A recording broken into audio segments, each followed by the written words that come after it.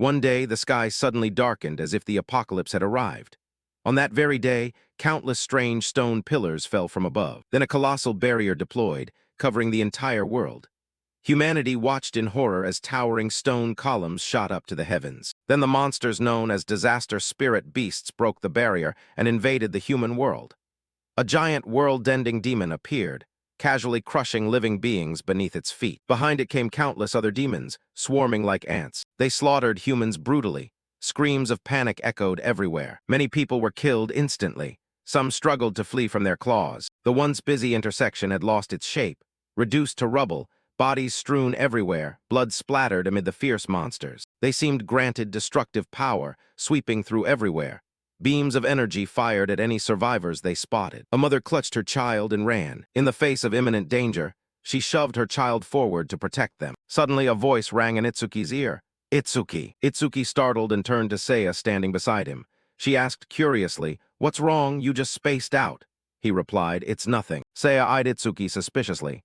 "Really? Look at your tear-streaked face." Then she asked, "So why are you crying?" Rimuru stepped up from behind and affectionately put an arm around Itsuki's shoulder. "You're sleepy, right? You'd usually be asleep at this hour. Today there's a sudden all-school gathering, and that teacher, he dresses pretty oddly." On stage, teacher Xufeng, clad head to toe in a full outfit, spoke.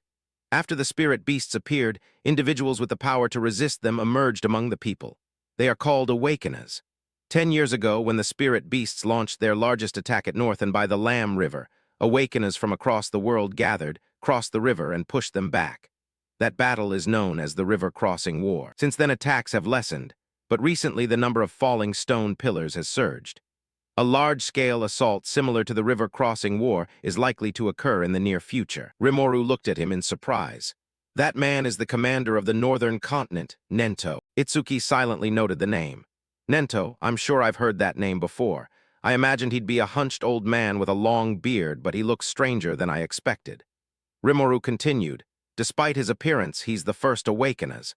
Thanks to him, we learned about the stone pillars and the spirit beasts. Moreover, he's the strongest awakener. Even Jin Taewa, holder of the title Light of Humanity, was once his student. Nento announced. Recent research shows that even ordinary people who haven't awoken can become awakeners with a certain probability by touching a stone pillar. Today, I am here for all of you to do exactly that. Become awakeners and dedicate yourselves to the fight against the spirit beasts. As he finished speaking, an energy surged from his palm, enveloping the stage. From it, a massive stone pillar emerged, rising up from the ground. The students cheered excitedly. "A stone pillar? Is this magic? What's so amazing about this? This is like a dream. Please turn me into an awakener." Rimuru asked Itsuki eagerly, "Did you hear that? We finally have a chance to become awakeners." Itsuki hung his head and murmured, "Finally." As Itsuki started to leave, Rimuru called after him from behind, "Hey, don't leave me." Seiya stepped in front to block him. "Wait, Itsuki, wait your turn." But Itsuki ignored her and brushed past. His eyes flashed a sinister red, and his voice betrayed his excitement. Finally, this day has come. On stage, people went up one by one to place their hands on the pillar for testing. The guards standing nearby announced, "Not good. Next." Classmates voiced their worries. "That guy set records in his first year. Even an athlete like him couldn't do it." "How could I possibly?" A girl advised. "Maybe athletic ability has nothing to do with it. It's too early to give up." The guard's calm voice rang out, "Next!" But failure calls continued one after another. The group murmured, "No one has awakened yet. I thought it would be easy. Is our school going to fail completely?" The next name was called. "Next, Hikaru Oishi." A girl spoke up. "I really don't want that guy to become an awakener." The girl beside her agreed. "He's already a bully. If he awakens, it'll be a nightmare." A boy pointed at the stage in alarm. "Look, the pillar is changing." A crackling aura of lightning erupted around the pillar, and Hikaru Oishi. He smugly thought, "After this, Nento and the beauty beside him will have to pay attention to me." An info panel displayed. Hikaru Oishi, Humanity, Rank 0 Profession. Elementalist, Lightning, Talent. Private Tier 2 Stats. Attack 5, Speed 3, Defense 2, Mana 2, Total 12. Aja said irritably, "Finally someone at Rank 0. Base total is usually 5, but he has 12. That's better than normal, right?" Hikaru Oishi boasted. "Doesn't old man Nento have something to tell me? The first awakener is here." But he was shoved aside when Itsuki stepped forward. Hikaru Oishi seethed, veins bulging on his face. "What do you think you're doing? Touching me with your filthy hands. Want to die?" Students below whispered, "Who is that? He just cut in line." Someone recognized him. That's Itsuki from Class 5. He's done for once Hikaru Oishi targets you, there's no escape. Ageha whispered. I sense an extremely intense emotion from that student. Itsuki placed his hand on the pillar. In his mind, he thought, I have engraved every detail of that day into my memory, never to forget my hatred for the spirit beasts. My determination is completely different from the others. A look of astonishment appeared in Nento's eyes. Behind Itsuki, as if manifesting, stood a guardian deity with extraordinary presence. The energy around the pillar changed violently, and the space seemed to freeze. A tremendous power blossomed like a giant flower, covering the stage and spreading throughout the school. Students covered their mouths in horror. Some fell to the ground. Amazing! This looks even more spectacular than Hikaru Oishi's awakening. That flower is hundreds of meters tall. Rimuru shared the joy. Itsuki, you did it. Ageha couldn't contain her astonishment. This phenomenon only occurs when the rarest profession appears, Annihilator. Nento, intrigued, said, I wonder how strong he will become. I'm very much looking forward to this young man. Hikaru Oishi was unwilling to accept it, veins bulging as his own aura was stolen. Itsuki was even more shocked. Where am I? Have I awakened? His consciousness sat cross-legged inside a blooming flower. A notification panel appeared, astonishing Itsuki. Itsuki, humanity rank, indeterminate profession, annihilator talent, nirvana, special grade fixed level. Stats increase when gaining new skills, removes all negative effects and fully restores. Skill, ultra simulation rank Z, analyzes an enemy's attack and allows mastery of a counter skill. Stats, attack 0, speed 0, defense 0, mana 0, total 0. Itsuki scowled, everything is 0. A string of notifications popped up. Learned Z-rank skill, super simulation. Talent Nirvana, special grade, activated, all stats increased by 200. He rejoiced inwardly, I get it. If I learn skills via super simulation, I'll gain stats through Nirvana. Even if I can't level up, I can still grow stronger in my own way. This filled Itsuki with fierce confidence. I don't know what level this makes me equivalent to, but I'm definitely an awakener now. I'll wipe out all the disaster spirit beasts. Light from the flower radiated in all directions, prompting exclamations. So bright, my eyes. In that dazzling light, Itsuki's silhouette stood proudly. Hikaru Oishi couldn't accept it. He flew into a rage, eyes glowing red. This can't be. He unleashed lightning through the students. A failure, like you should know your place. The electricity snaked from the crowd toward Itsuki on the stage. Hikaru Oishi swore. I'll erase you with the skill I just learned, Silver Serpent. As the first bolt arrived, Itsuki's info panel appeared. Detected C-rank skill, Silver Serpent. Super simulation activated. Analysis progress, 27%, 57%, 69%. In an instant, Itsuki became a streak of white lightning and vanished from the stage. Classmates gasped. Where did Itsuki go? There was lightning and he disappeared. At 88% progress, Itsuki appeared like death behind Hikaru Oishi. He broke into a cold sweat. He's behind me? Damn it, I can't move. Itsuki's cold voice whispered in his ear. Count yourself lucky you're human. If you were a spirit beast, I'd have killed you 100 times over. Hikaru Oishi, regaining his senses, slumped to the ground in terror. Murmurs went around. When did Itsuki get there? Hikaru Oishi collapsed from fear. When progress hit 100%, Itsuki thought to himself. Since it's only a C-rank skill, the analysis speed is really fast. Silver Serpent analysis complete. Acquired C-rank skill, Lightning Suppression 3. Lightning Suppression 3 Level 1 activated. Can absorb lightning-type attacks of C-rank or lower, increasing speed by 50% when releasing absorbed energy. Uses, 0-3. Passive, plus 5% speed for each C-rank lightning attack absorbed, currently 0%. Learned Lightning Suppression 3 Level 1. All stats plus 10. Removes all negative effects and fully restores. Itsuki reappeared before everyone, lightning crackling around him with petals blooming. Classmates marveled. Now Itsuki is surrounded by thunder. His light is even brighter than Hikaru Oishi's. Hikaru Oishi panicked. How the hell did that guy learn such a skill? His stats increased again. Suddenly the sky darkened and heavy rain began to fall. Students exclaimed. It was bright just now, rain. Something's falling. Through the heavy rain, a massive stone pillar fell from above. Ageha exclaimed. A stone pillar? Why now of all times? Nento added. It's here, the all-school gathering is suspended. Evacuate the campus immediately according to the drill plan, he thought to himself. No doubt about it, I'm their target. Ageha advised. Run, fighting isn't our specialty. Nento shook his head. If we all run, it'll only cause more panic. Look, that boy is braver than most of us. As classmates panicked and ran the other way, only Itsuki boldly moved forward toward the pillar crashing down onto the stage. Ageha couldn't believe it. Why aren't you running? The stone pillar crashed down, sending out a significant shockwave. Dust billowed everywhere. Rimuru called out in fear, "Hey, a spirit beast is coming, get out of here." Itsuki declared calmly, "I'll wipe them all out." Rimuru worried, "What are you saying? If you don't run, you'll die." Seiya agreed, "Rimuru's right, you just awakened, you can't take it on. Let the other awakeners handle it." But Itsuki refused to listen. His voice soothed everyone, "Trust me." Seiya pulled Rimuru away, "Fine, if you die, don't blame me." Rimuru remained anxious. Is he serious? That's a spirit beast, a walking killing machine. No one knew that at this moment, Itsuki was ecstatic. Of all things, the first enemy I face after awakening is the same kind that killed my parents. I'm so damn lucky. The spirit beast info panel showed. Bone Soldier 10,369, level 8 talent. Tier 2, plus 100% defense. If the opponent's attack exceeds defense, the talent is nullified. Skill. Bone Flame B-rank stats. Attack 15, Speed 10, Defense 120 plus 120, Mana 30, total 295. It stood towering before Itsuki, ready for the first fight. Itsuki hesitated. Should I test the skill I just learned? Lightning flared around him. With blinding speed, Itsuki charged straight at the Bone Soldier. He vowed inwardly, I won't let anyone die again. An electric-charged palm strike shot toward the Bone Soldier. A thunderous boom shook the stage as smoke and dust rose thickly. From afar, classmates turned in astonishment. Oh my God, this Itsuki is so strong, maybe we don't need to run. I can't believe he could send it flying with one punch. Lan Lam thought silently. A rookie who just awakened can blow away an 8-level disaster spirit beast. No Chuo praised. Itsuki's courage and strength are on a completely different level from other rank zeros. But even so, defeating a Bone Soldier seems impossible.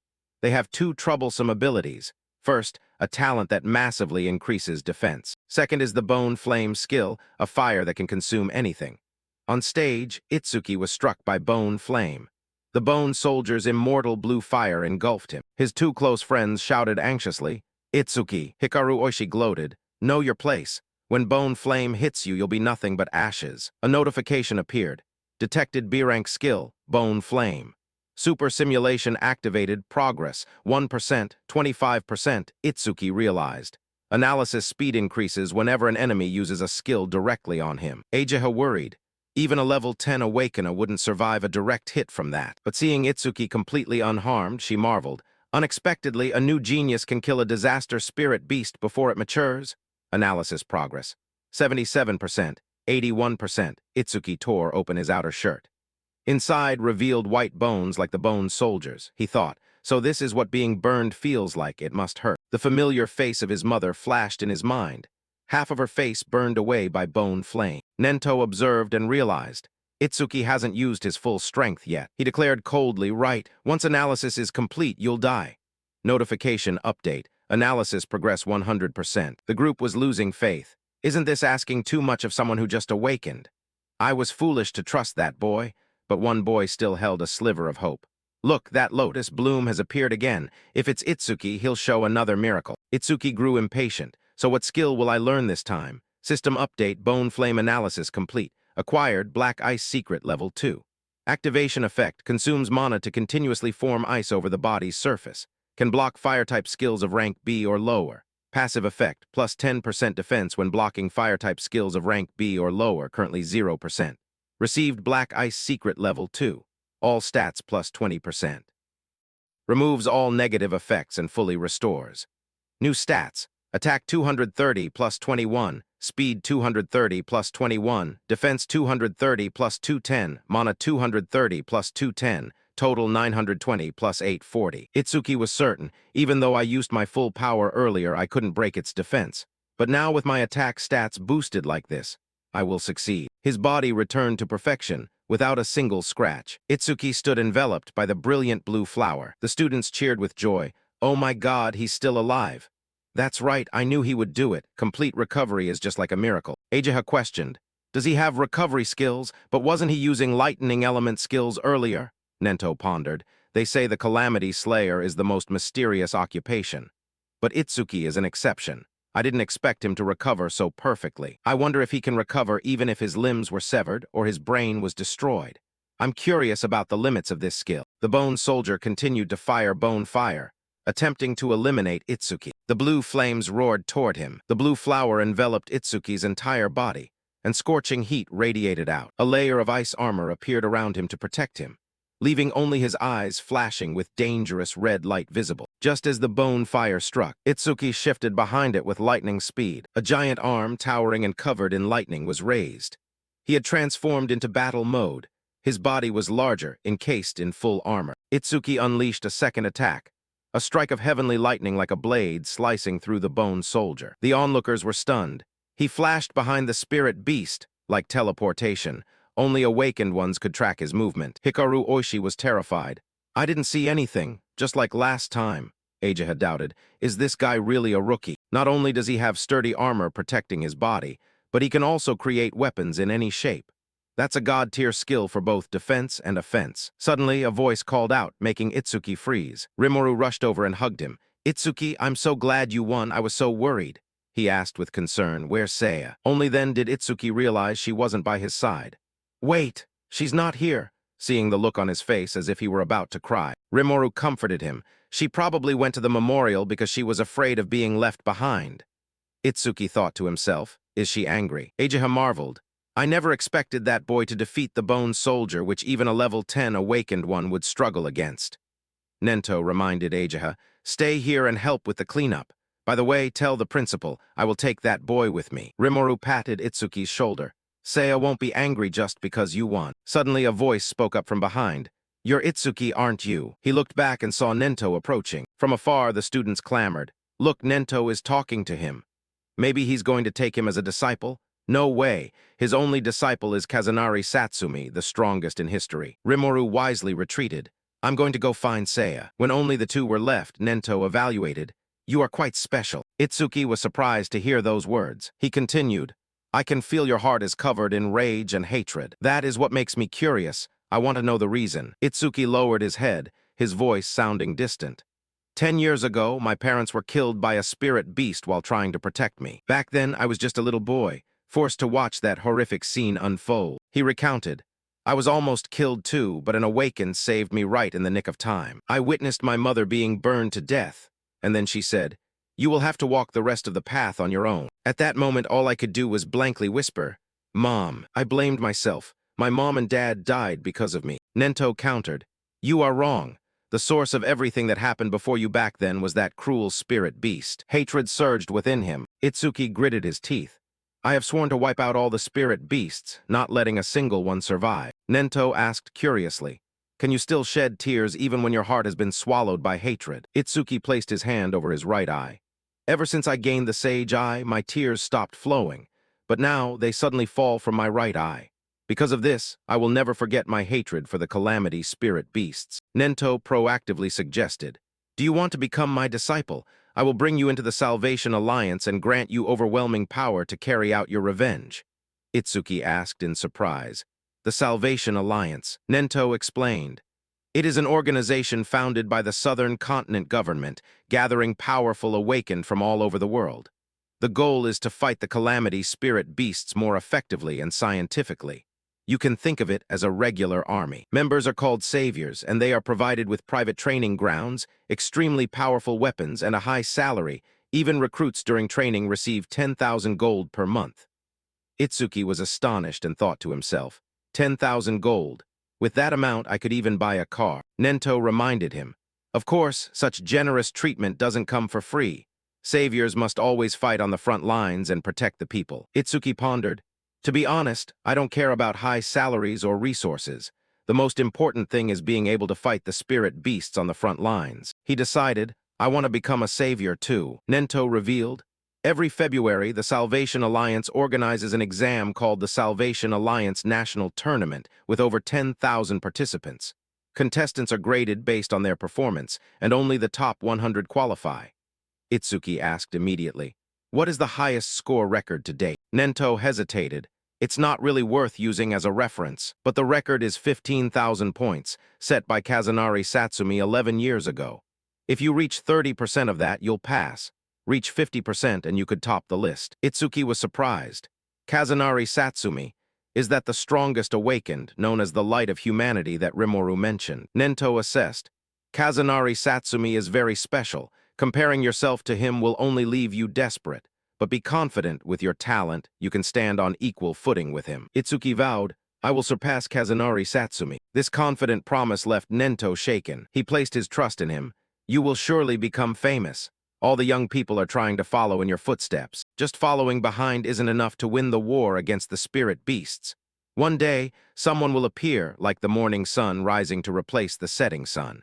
I am very much looking forward to that future. Nento thought to himself, the morning sun I have been waiting for has finally appeared. As he took Itsuki to a building with a bizarre shape, the boy was surprised. What is that? Nento disclosed. The stone pillars are like passages connecting this world to the world of the spirit beasts. That is why if you only destroy the monsters but leave the pillars alone, they will keep appearing. This building is a facility to isolate the indestructible stone pillars. Awakened periodically clear out the spirit beasts from these pillars. Thanks to this, the scale of the barrier is contained, and it also serves as a training ground. Itsuki realized, so this is a training area? Nento confirmed. Yes, we call them level stages. The number of spirit beasts appearing cannot be controlled, so it is very dangerous inside. In particular, the stage right before us has the highest mortality rate for recruits. It is also known as the recruit's graveyard. He recounted, back then, Kazunari Satsumi, when he was still a budding awakened, cleared it in just 3 minutes and 14 seconds. Itsuki said, I want to surpass him. Let me finish it in 3 minutes. Nento set a condition. If you clear it in 3 minutes, I will accept you as my disciple. The story pauses here, with a great challenge waiting for Itsuki ahead. The appearance of Nento made everyone buzz with speculation. Look, it's Nento. Is that the rookie from the rumors next to him? No way.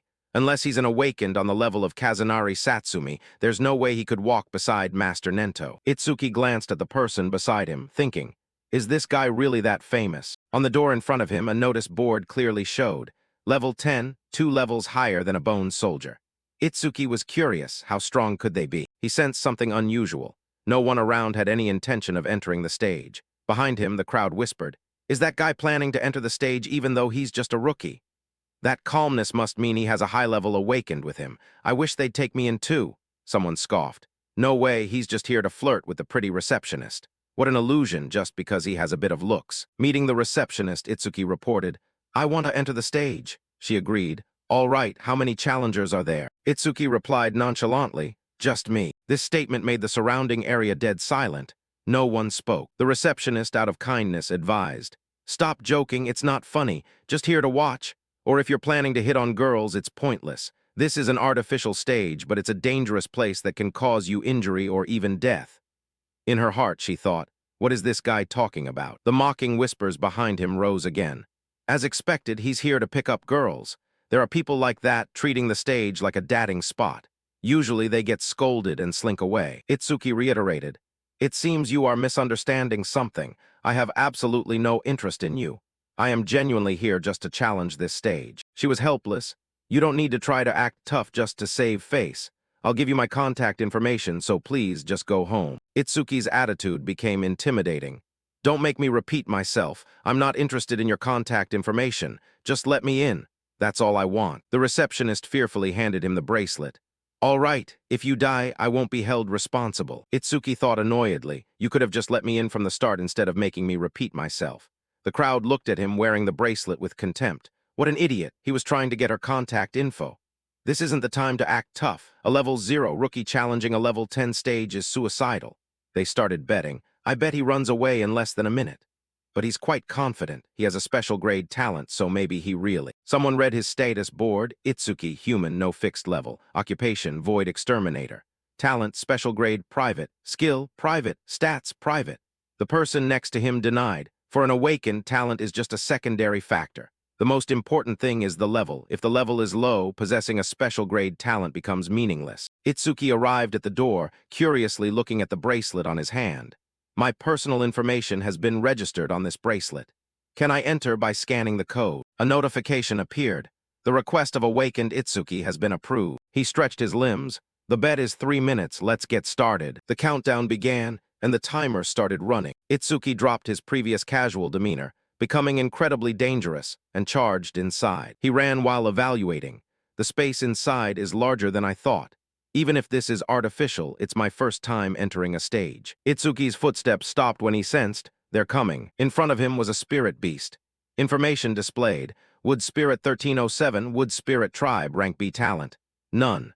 Stats. Attack 48, Speed 48, Defense 53, Mana 24, Total 174. Without a moment's hesitation, he unleashed a lethal blow. After eliminating the Wood Spirit, Itsuki looked with satisfaction at his arm morphed into an axe. An axe is best for chopping wood, he said with contempt. How does it feel to watch your comrade chopped in half? Short, stubby wood spirits surrounded him. Itsuki said dismissively, rotten pieces of wood. Outside, Ageha asked Nento anxiously. Dad, there are plenty of other stages for rookies. Why did you bring him to this place? He explained.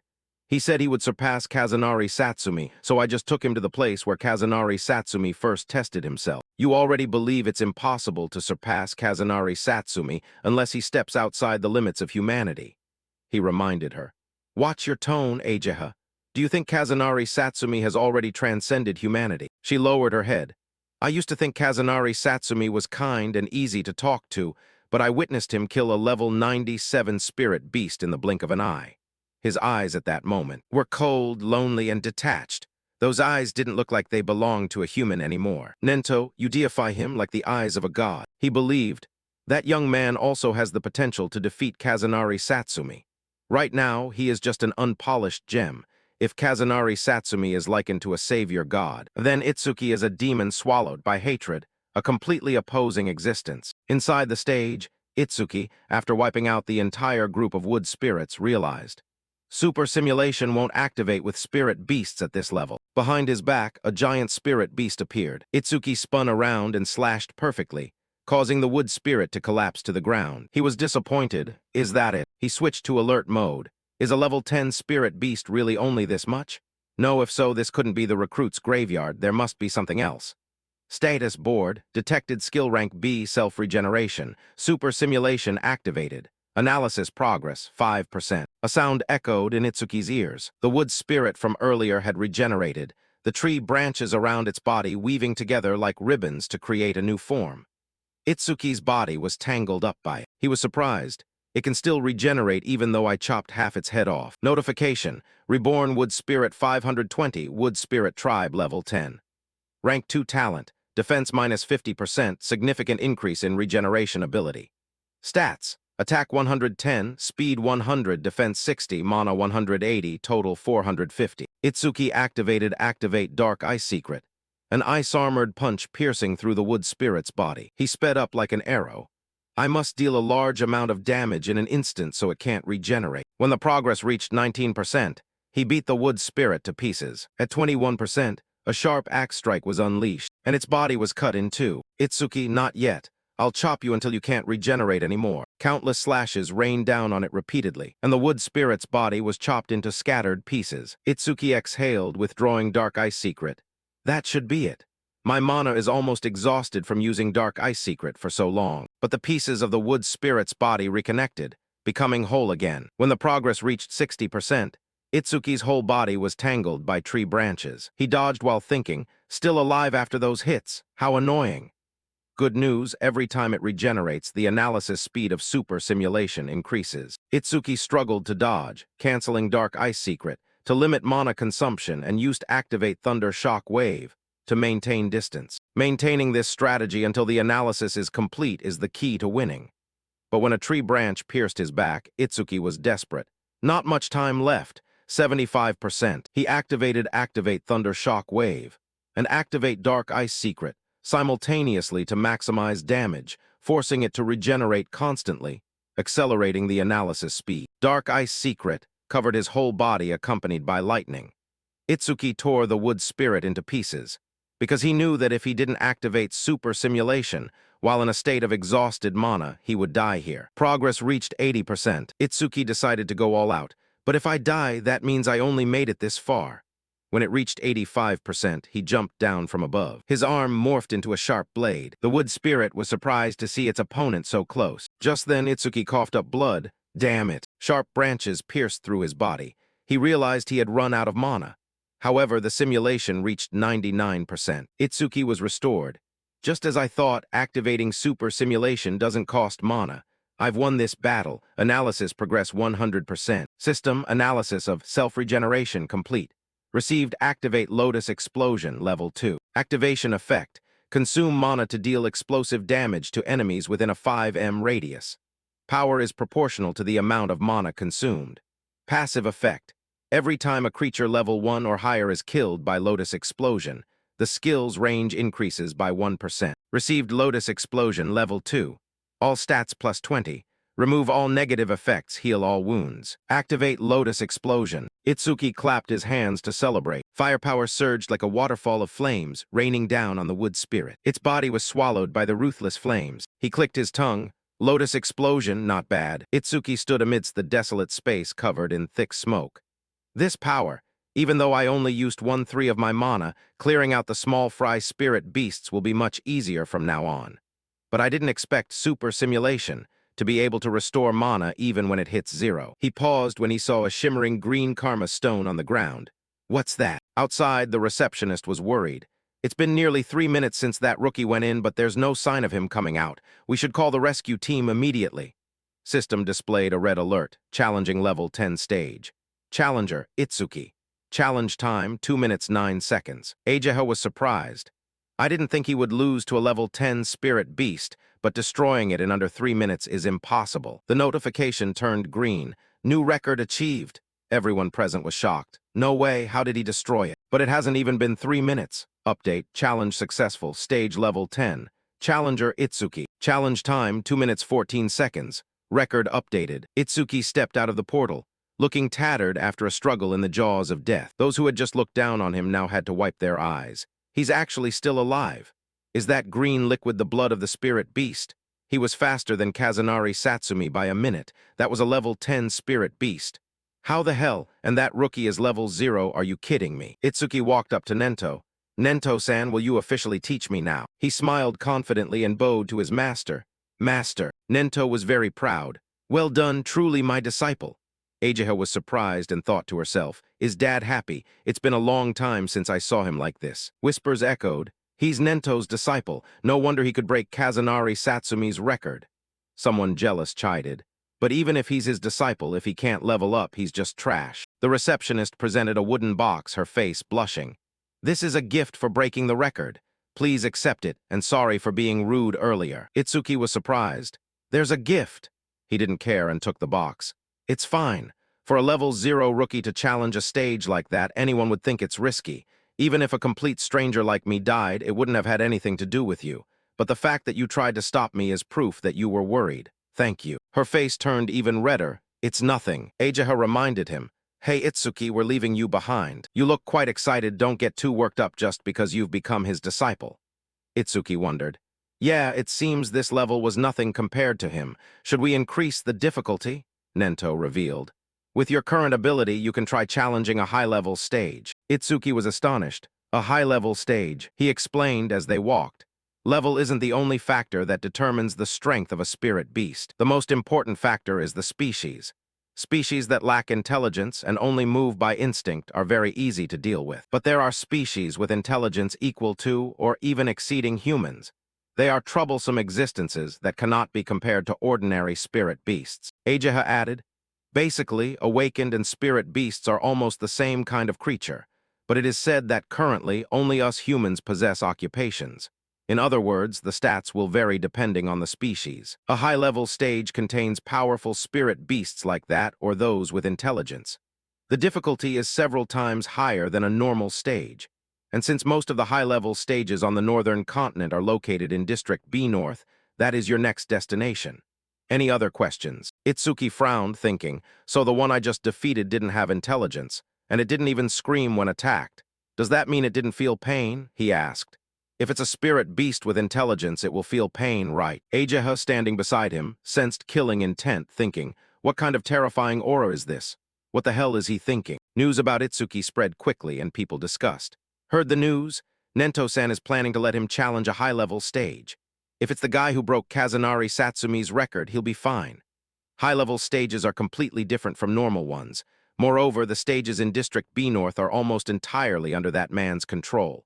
Every awakened who enters a high-level stage there goes missing. Rumor has it they're killed by that man. Someone asked in surprise, You mean Kinoshita Ryoji? Another person was clueless. Who's that? Does Kinoshita Ryoji think he's a king or something? His friend beside him panicked and covered his mouth, signaling him to keep quiet. Quiet! If he hears you, you'll die too.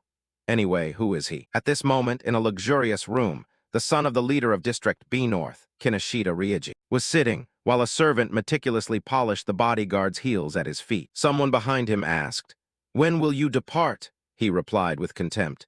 "Every stage in District B North is under my control. I go whenever I feel like it." Kinoshita Ryoji smirked. Waiting in line is for commoners. Meanwhile, Itsuki had gone with Nento and his daughter to a stone bench under the cool shade of a tree to rest. He curiously held the karma stone and gave it to the old man, recounting. "This is from back then." Nento asked, "Have you seen karma stones before?" Itsuki didn't hide anything and admitted, "Yes. After defeating a calamity spirit beast in the dungeon, this item dropped. It's exactly the same." He picked up the karma stone to examine it. Back then, it was blue. Ageha glanced at the stone in Itsuki's hand in surprise. An intermediate karma stone? Something like that appearing in a novice dungeon. Itsuki, having heard the term, still felt confused. What exactly is a karma stone? Ageha suddenly remembered. Right, you're a newcomer, let me explain. She updated Itsuki on the knowledge. Another name for a karma stone is an experience stone. To put it briefly, after a calamity spirit beast or an awakened one falls in battle, an invisible substance called karma, or you could call it experience points, is released from the body. By absorbing it, you level up. Karma stones are simply stones that contain karma inside them. Using a karma stone to absorb karma is one of the ways to level up. Ageha was puzzled. But it's strange, karma stones don't drop that often. Why is one in this dungeon? Nento had the answer. It seems to be an effect of Itsuki's talent. The other two were surprised and spoke in unison. Talent, he explained. Normally, the karma of a defeated foe is absorbed by the victor. However, even after defeating two calamity spirit beasts, Itsuki didn't level up. In other words, he didn't absorb it.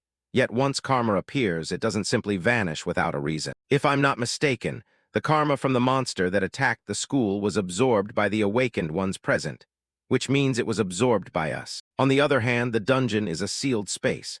Itsuki couldn't absorb the karma that was generated, and there was no other vessel for it. That is why it solidified into a mass and became a karma stone. Ageha was curious. Can he really not level up? If he doesn't level up, then how on earth do his stats increase? Itsuki hesitated. That is. Nento's demeanor turned somber, warning. Ageha, an awakened one's talent is a secret. It must absolutely not be revealed to others. Have you forgotten? Ageha realized she had committed a taboo and quickly apologized. I'm sorry. Nento gave Itsuki full authority. I'll leave it to you whether to sell that karma stone or keep it. I have a meeting with the Supreme Command of the 5 continents, so I will be away for a while. In the meantime, Ageha will take care of you. But before I leave, there are a few things I want you to remember. Nento carefully instructed him. First, keep our relationship a secret. Second, don't tell anyone about your talent. Third, until I return, conquer at least 6 high-level dungeons. Fourth, if you think something is right, give it your all. No matter what happens, I will always be behind you supporting you. Moved by his trust and support, Itsuki obediently replied, Yes, master. In District B of the North, a dispute was taking place. Both sides were arguing loudly. We were here first, why won't you let us in? This dungeon was reserved by the son of the Kinoshita family. Go home. The other side didn't care. So what? Just because he has a little money, he thinks he can do whatever he wants. That guy hasn't even arrived here yet. You could at least let us go first. The guy kept ranting, unaware of the impending danger. I don't know how rich that brat is, but if you don't let me in, I'll report you to the Awakened Association. No sooner had he finished speaking than he was punched and sent flying far away. The one who struck was a tall, muscular youth, Auga. His arms were bulging with toned muscles. A sharp vine darted forward. Auga leaned to the side and dodged it. The person who just attacked was stunned. No way! My B-rank skill Earth Spikes didn't have any effect. Auga gritted his teeth in contempt. That wasn't even enough to scratch an itch. He was terrified. Earth Spikes is a skill that can pierce anything. This guy must be a monster. Both his hands were tightly gripped by Auga. Auga used his strength to squeeze the opponent's wrists. His face took a punch from Auga, and blood spewed from his nose and mouth. This terrified the surrounding crowd. Those two are level 7 and level 8, and they were killed instantly without being able to do anything. That big guy is overpowered. Someone knew his background. That is one of the 4 pillars under Kinoshita Ryoji, a level 12 metal element elementalist. Auga declared. I won't forgive anyone who dares to enter the dungeon without Ryoji's permission. If you deliberately resist, I'll make sure you end up just like these two. His hand was still tightly squeezing his neck. These guys will rot right here. Don't even think about rescuing them. His accomplice reminded him. Auga, don't overdo it. There is trash watching us over there. If you beat up a weak student, I'll be reported to the teacher. Auga immediately let go, dropping the guy to the ground. He was just caught by Itsuki, covered in blood. Itsuki's presence made everyone curious. Who is that guy? Did he not hear that he shouldn't help them? A level 0 he's done for. A beautiful woman beside him felt. I've seen him somewhere before. Auga darkened his face. Hey newbie, I already said nobody enters here without Ryoji's permission. If you don't want to end up like those two, obediently go home. Itsuki blurted out. I understand, so I have to defeat you to enter the dungeon. Ageha connected the call. I will contact the administrator of North District B. This kind of selfishness cannot be allowed. Itsuki refused. No need. My master told me if I think something is right, I have to give it my all. He handed the injured person to her to look after. Please take care of the others. The murderous intent radiating from Itsuki made someone cautious. This guy? Who the hell is he? His info was hidden. Itsuki, human level unfixed. Occupation, Calamity Slayer. Talent, special grade, skill, private, stats, private. Auga was surprised. Although he's level 0, he doesn't tremble at all when facing me. Is it because of his rare occupation? He felt something was wrong. Wait, why am I feeling pressure? Even with a rare occupation, I'm still 12 levels above him. The difference in stats is impossible to bridge. Info about this guy displayed. Auga, human level 12. Occupation, metal element elementalist. Grade 2 talent, effect after metallizing while stationary, defense plus 50%. Skill, metallization.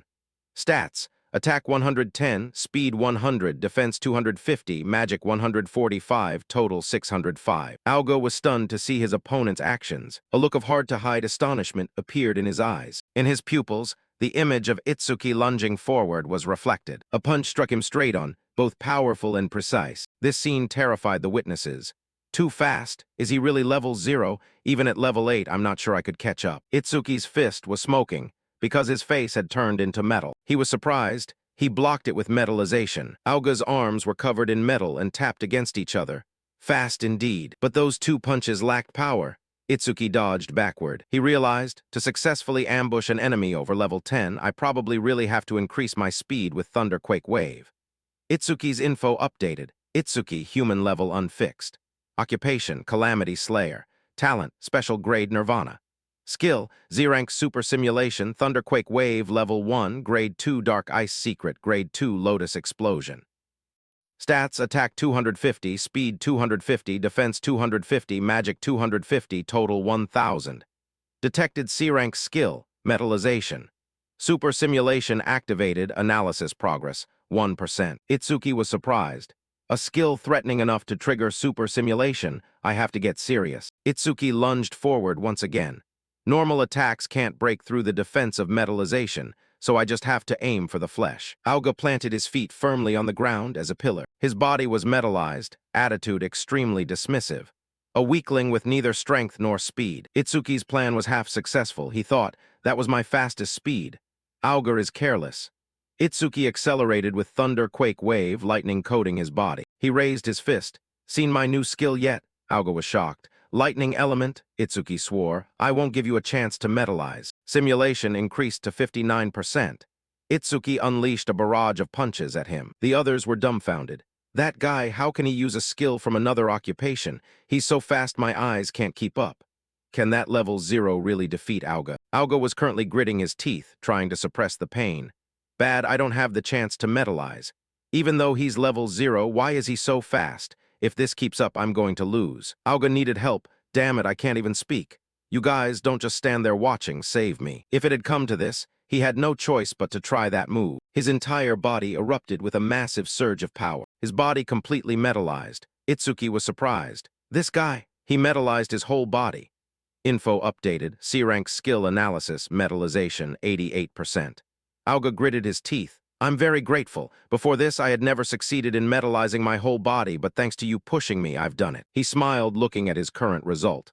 1 part metallized increases defense by 50%, and my talent helps increase defense by another 50% when stationary. In other words, my current defense has exceeded 500. I intended to slice you in two. But as a reward for helping me successfully execute the new skill, I'll let you die painlessly. The two onlookers whispered, Level 12 and defense over 500. Not a single person of the same level can break through his defense. He really is a monster. I thought the level 0 would win. Itsuki asked with a calm smile. If I'm not mistaken, metallizing the whole body will consume a huge amount of magic. If you put all your stat points into defense, you can't have that much magic. Progress reached 99%. Aoga was annoyed. What are you babbling about? He had to admit Itsuki's intuition was really sharp. The lotus had covered him. Itsuki reassured him. Don't worry, I won't use that boring tactic to drain your magic to 0. I'll end this right now. Notification updated. Analysis progress 100%. Ajaha glanced at the flower. It's here. That green lotus. Itsuki is about to get stronger again. The people around saw the lotus flower closing like a bud and were surprised. A lotus flower? Is this a level 0 skill? It doesn't look like an attack skill, but how can he defeat Aoga with something like that? Notification updated. Metallization analysis complete. Received skill, grade 1 true penetrating sphere. Activation effect, shoots a perfect sphere with a fixed trajectory. The sphere flies at a speed of 1 ms and pierces through all enemies in its path, ignoring all defensive stats. Passive effect, every time an enemy with higher defensive stats than oneself is defeated by this sphere, its flight speed increases by 100%, current increase, 0%. Itsuki evaluated, ignores defense. If this move lands, I can definitely deal damage. The problem is the flight speed of only 1 ms. Even an ordinary person could dodge it. Timing is extremely important. If my opponent is that stationary punching bag, I don't even need to calculate the timing. He declared, that absolute defense you're so proud of, I'll crush it into pieces. System reminder, received grade 1 true penetrating sphere. All stats plus 10. Removes all negative effects, recovers all wounds. New stats, attack 260 plus 10, speed 260 plus 10, defense 260 plus 10, magic 260 plus 10, total 1040 plus 40. Itsuki was pointing at the true penetrating sphere floating inside the flower. Even he was looking forward to it. Try dodging this. System announced, activate true penetrating sphere. The surrounding people buzzed. That's a skill I've never seen before. So this is a calamity slayer, known as the most mysterious of the 4 occupations. Can a skill launched by a level 0 calamity slayer penetrate the defense of that level 12 defense expert? That confident look. It must be an extremely terrifying move. The true penetrating sphere glowed, a halo radiating around it. It hovered in midair. The others stood speechless, seeing no reaction from Aoga. Someone was curious. Just a tiny sphere, that's it. Are you kidding me? What a disappointment. Aoga mocked. You think you can force me to move and negate my talent effect with just a tiny sphere like that? How naive. He walked toward the true penetrating sphere, confidently declaring, if this is your trump card, then you're about to die miserably. But he stood frozen when he saw the sphere pierce through his body. In just a flash, blood gushed from the wound. Itsuki reminded him coldly, I already told you to dodge. Because you're human, I only took your right arm. If you were a spirit beast, I would have aimed for your neck. Aoga writhed and fell, clutching his severed arm, screaming in pain. My arm. Itsuki glanced at the people behind him, calling out, what are you still standing there for? Quickly take him to the hospital. Can't you hear me? Seeing they didn't take any action, Itsuki repeated, his voice cold. I said get lost. They didn't make a sound, carrying Aoga away from the scene. The people who stayed behind cheered. He won. He really won. Well done, he deserved it. 2 people immediately came to invite him. Do you want to team up with us? We have 3 people so we can quickly conquer the dungeon. No, team up with me. We only have 2 people, so there will be more experience points to share. They fell into an argument over who got him. Another person interrupted. You 3 are all members of Aoga's team. You actually intend to challenge yourselves at the Flame Rock Execution Ground. The spirit beasts there have defensive capabilities on par with that guy. The person next to him replied, we have a cleric sister. We can recover magic for him and let him launch that sphere infinitely. Itsuki was surprised and thought to himself, their defense is on par with Aoga? Even better. True penetrating sphere pierces the vacuum. Its flight speed increases every time it defeats an enemy with higher defense than myself. I can increase the sphere's speed in this dungeon. The 2 groups looked at Itsuki with anticipation. Hurry up and say it. Which side will you choose? He turned them both down, as he was used to acting alone. I'll go alone. A few people behind couldn't believe their ears. Attempting a high-level dungeon 15 alone. He's gotten arrogant after defeating Aoga. The 2 who were rejected said disappointedly, I admit he's strong, but he's too conceited. Someone left. Seems like we don't meet his standards. We'll go find someone else. Choha kindly warned. All the spirit beasts here have defensive capabilities on par with Auga. We see you have the skills to defeat them, but can you maintain the magic consumption? Itsuki calmly reassured her. It's fine, don't worry. She blushed with embarrassment, stiffly scolding. Who cares? I'm only asking because if you die here, my father will blame me. I'm going to go take care of the injured. Do whatever you want. Choha still didn't feel very reassured, adding, besides, the Stone Clan lacks intelligence, but they move in groups, so be careful about your magic consumption. Itsuki replied, all right. After that, he approached the dungeon gate. A notification from the touch screen appeared when he connected his bracelet to the scanner, awakening Itsuki's request has been approved. Stepping into the dungeon, he had his answer. There are really more of them than I thought. Inside was a dry, rocky desert. Itsuki glanced at the spirit beasts inside. It is a high-level dungeon. The stats and levels of the spirit beasts are much higher than before. Notification updated. Stone Statue 927, Stone Clan, Level 9. Grade 2 Talent, convert all magic into defense. Stats, Attack 115, Speed 50, Defense 295, Magic 0, Total 460. He used the true penetrating sphere to attack the first stone statue that lunged forward, to see if they met the skill's internal criteria. The true penetrating sphere was activated. It bloomed like a lotus with eye-catching colors. The sphere shot toward the stone statue, piercing right through it. Notification displayed. Defeated Level 9 stone statue. True penetrating sphere speed increased by 100%. Itsuki breathed a sigh of relief, just as I thought. He continued acting like before, using the true penetrating sphere to sweep them away. Two huge, aggressive stone statues lunged forward in succession. Itsuki dealt with them calmly. These guys are very slow and don't know how to dodge. They are the perfect sources for the true penetrating sphere. By the time the whole group fell, notification displayed. Defeated Level 9 stone statue. True penetrating sphere speed increased by 100%. Progress updated. Magic 110-260. Itsuki estimated. One true penetrating sphere costs 50 magic, so I have about 2 shots left.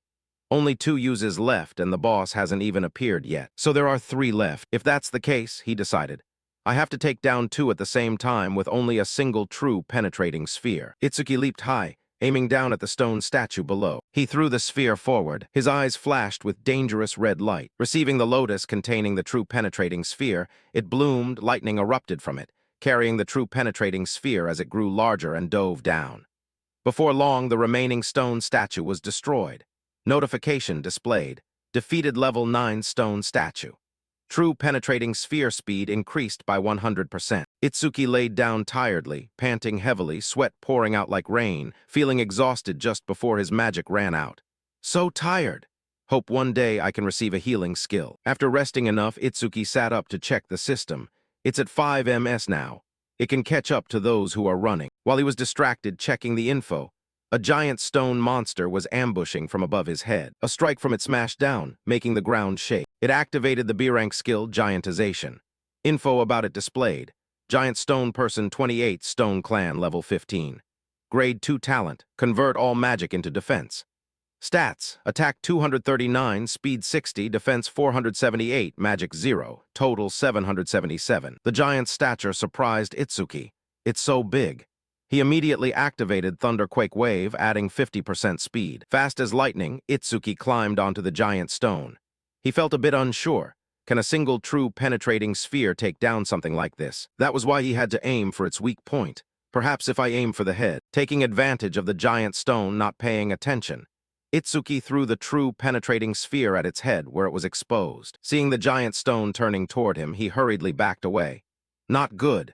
The true penetrating sphere is too small. Even if it pierces, it won't deal much damage. Its fist was closing in on Itsuki. He was tense. Not good, I can't dodge in midair. To block this strike, Itsuki activated Dark Ice Wall. The collision caused a massive explosion there. He was blown into the cliff behind him, blood trickling from the corner of his mouth. He gritted his teeth and blurted out, "This stubborn giant is tougher than I thought." Notification just updated. Detected giantization skill. Super simulation activated, analysis progress, 1%. This made Itsuki happy, so it's this big thanks to a skill, then it's easier. On Ryoji's side, his bodyguard Tanki received a call. He was astonished. What did you say? Ryoji frowned, unhappily reminding him. I told you not to make noise in front of me. He bowed his head in apology.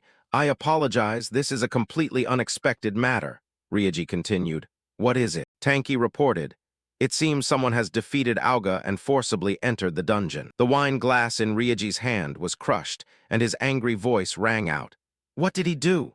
He always boasted that no one under level 30 could break through his defense. Could it be that an awakened over level 30 had arrived? Tanki replied. The number of falling stone pillars has increased sharply recently, so all awakened over level 30 are busy dealing with them. They don't have time to come here.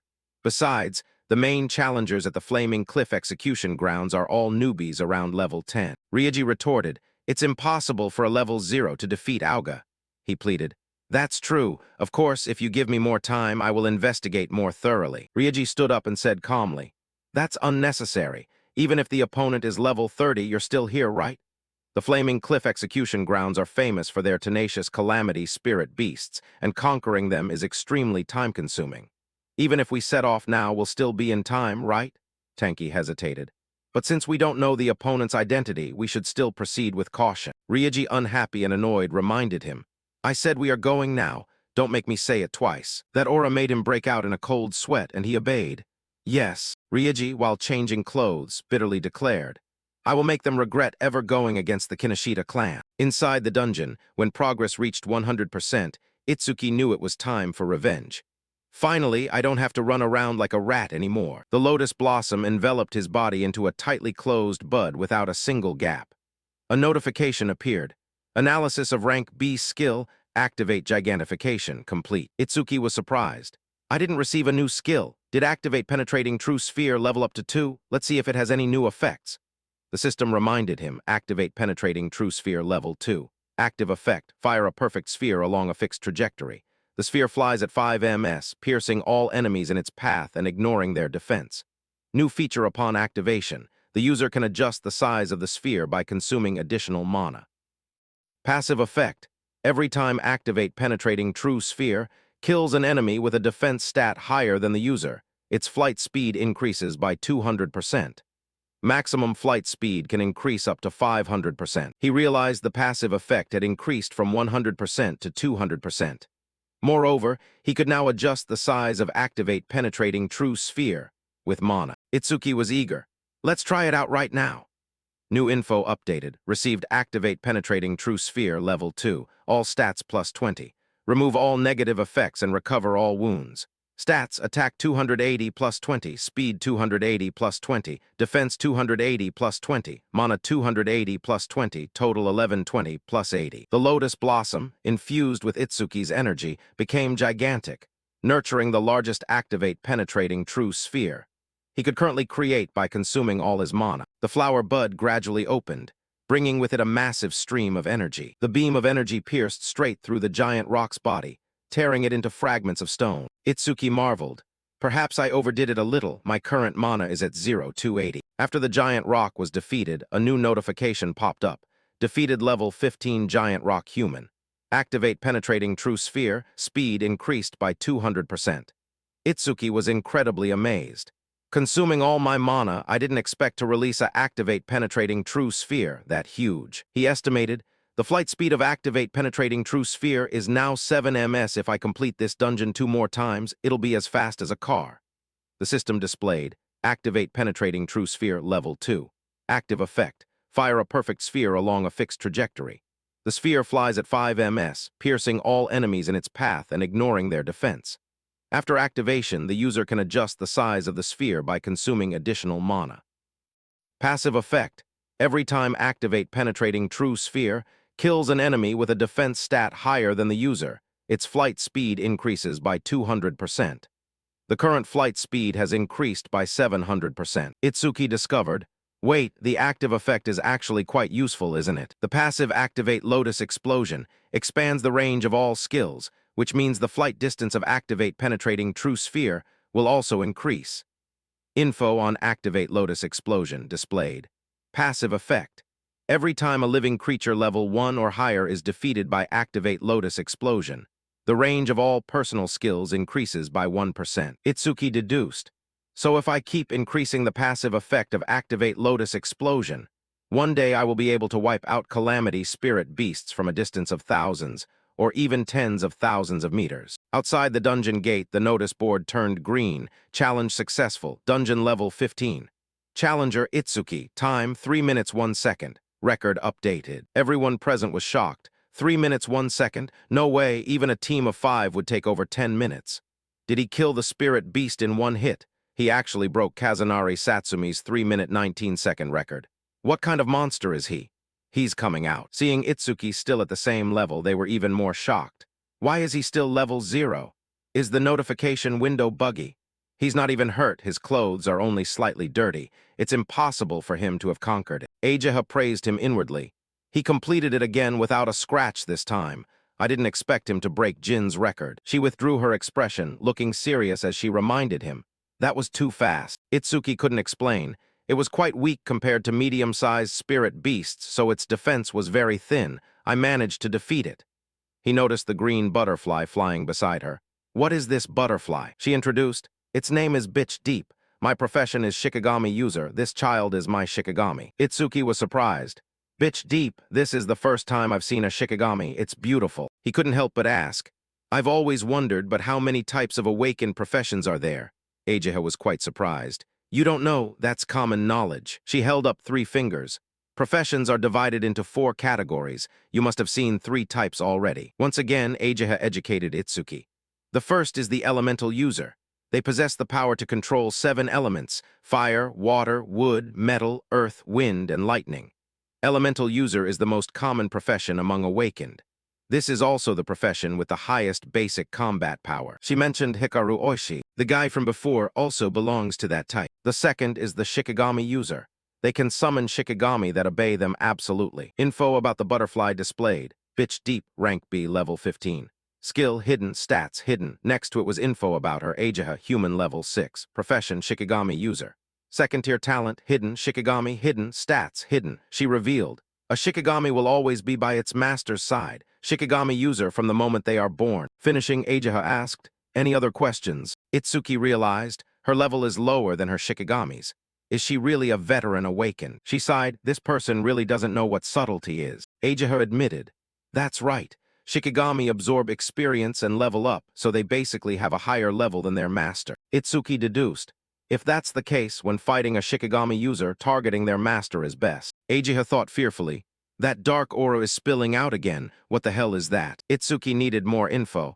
What about the other professions? You've only introduced 2. She replied, the third is a mysterious profession with very little information available at present. Ageha disclosed, your profession, Void Exterminator. She added, the reason it's mysterious is because every Void Exterminator has a different ability. But that blue lotus of yours. Others might control their body size at will or create infinite clones. There are also Void Exterminators who can stretch their bodies like rubber. Common profession skills are divided into 4 ranks from C to S, however. Void Exterminators only possess Z-rank skills, which lie outside that common classification system. The reason Void Exterminators are considered special is because they possess unique skills. If the enemy learns your skill, the Void Exterminator loses their greatest weapon. That is why Dad scolded me for asking about your skills. Even so, you are still an anomalous existence even among Void Exterminators. Based on what I've confirmed, you can use at least 3 skills, and 2 of them are things only elemental users can use. Itsuki thought to himself, my master isn't here. If she keeps talking about me like that, it's not good. He continued the topic. What about the last profession? I've never seen it. Ageha pondered. The last profession is, I'll let you know after you've seen it. That's a penalty for not telling me any information about yourself. Itsuki didn't make it difficult for her anymore. All right. Ageha suddenly remembered. Right, the student you saved is fine. By the way, what do you plan to do after this? He revealed, I plan to conquer this dungeon a few more times. She reminded him. Do you really know nothing? Dungeons have cooldown times. This place takes a long time to reset, so you can enter again at the earliest in 2 days. Itsuki finally understood. There's a cooldown time? No wonder Kinoshita Ryuji monopolizes this dungeon. If I can't strengthen the passive of Activate Penetrating True Sphere, I'll upgrade Activate Lotus Explosion. He asked, are there any dungeons that contain a large number of spirit beasts? Ageha brought good news. A dungeon with many spirit beasts, there is one. The level of the spirit beasts in that dungeon isn't too high, but the quantity is very large. Even by the lowest estimate, there are up to 100 grasshopper-type spirit beasts. Many awakened have retreated when seeing that number. She asked curiously, "Without AoE skills, what do you plan to do?" "AoE is an area of effect attack," he replied. "Of course I'm going," he thought inwardly. Come to think of it, I haven't used Activate Lotus Explosion in front of her. She doesn't know I have an area of effect skill, does she? Ajaha was helpless. "Seriously, for someone without AoE skills like you, it will be very difficult, you know?" Itsuki calmed her. "It's okay, don't worry." The people behind them heard this and were terrified. "That guy, is he planning to go to the Grasshopper Wasteland? Does he not know fear?" "Forget it, if Kinoshita Ryuji finds out about this, he'll definitely come," they decided. "Let's leave here before we get caught in the fight." When Ryuji arrived, the place was completely empty. "Is there no one here?" Tanki confirmed. "Yes, it seems the target has gone elsewhere." Ryuji looked grim. "It's only been 30 minutes and he's already conquered the Flaming Cliff execution grounds." He was concerned. "It's hard to believe, but it seems so. What should we do now?" Ryuji could only curse. "Damn it, to think he dared to make me look like a fool." He ordered, if he used skills, he must have left traces of magic. "Contact the hounds and track him down. From this moment on, I hold a grudge. We must catch him alive. I will let him taste a living hell." In a deserted alley, Charles was hiding, thinking, "I've never heard of Kinoshita Ryuji having a guy this strong by his side. Damn it, I shouldn't have taken this assassination job." He gasped for air, hiding behind a wall. "If I didn't have the earth escape technique, I would have been killed by him." Charles tried to peek out. "Since I've come this far, I should be safe." Right behind him, a death dog bared its hideous mouth and lunged forward. It bit Charles's neck tightly and wouldn't let go. Behind, the owner of the death dog, Saklai, stepped forward and ordered, "Looks like you have something to say. Death dog, let go a little." Charles wheezed. "How did you find me?" Saklai disclosed so he could die in peace. "My nose is very keen. The scent of death that you guys give off, I can smell it." Charles pleaded fearfully, "Please don't kill me." Saklai refused. "It's not possible. Lord Kinoshita would take his anger out on me.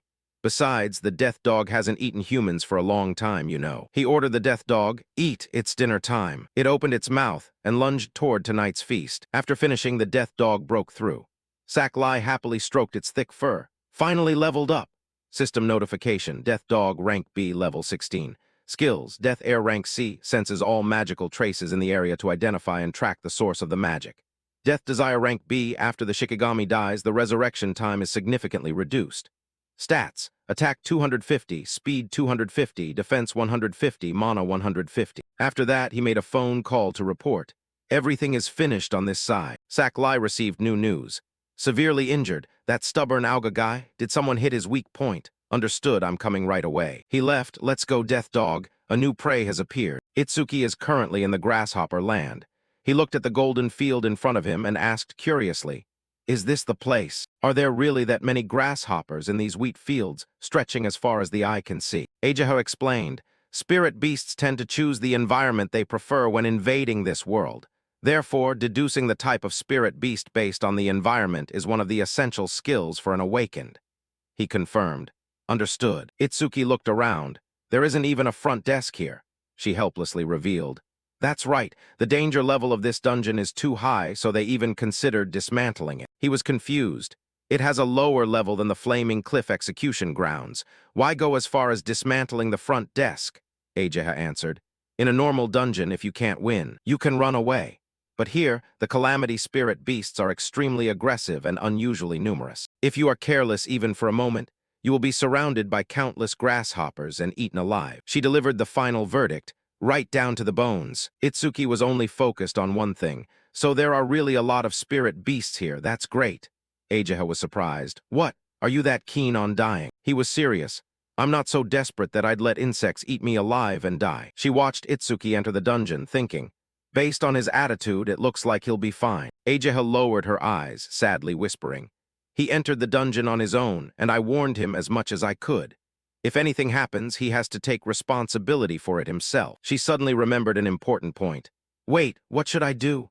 I forgot to tell him that the grasshoppers keep appearing until he defeats the boss. I have to go inside and warn Itsuki." Suddenly, she felt someone approaching from behind. Charles and his death dog had come to find her. He grinned and asked the girl, "I'm looking for someone." Itsuki inside the dungeon looked at the vast, quiet wheat field in front of him and evaluated. "It's quite deserted here." He clapped his hands to make noise. "Wake up, you bugs, I've come to exterminate you." The grasshoppers heard the noise and flew out. Itsuki relaxed. These guys have unexpectedly low levels. They meet the conditions for Activate Lotus Explosion, so it doesn't matter. A series of dense swarms of grasshoppers flew toward him. They were ghost grasshoppers, insect tribe, stats hidden, no talents. Itsuki exclaimed, "They're really numerous." He created a Activate Lotus Explosion, made of fire. But that's even better. If they gather together, it'll be less trouble for me. Once they enter the range of Activate Lotus Explosion, I'll crush them all at once. Waiting for the swarm of grasshoppers to become dense, Itsuki decided. Activate Lotus Explosion now. A flash of light appeared in the middle of the dark space. A series of notifications popped up as the explosion erupted, incinerating them. Defeated level 1 ghost grasshopper with Activate Lotus Explosion. All skill range plus 1%. Itsuki stood amidst the thick smoke, having wiped out the first wave without any effort. Notification updated. Activate Lotus Explosion level 2. Active effect. Consume mana to deal explosive damage to enemies in a 10.5 m diameter range. Power is proportional to mana consumed.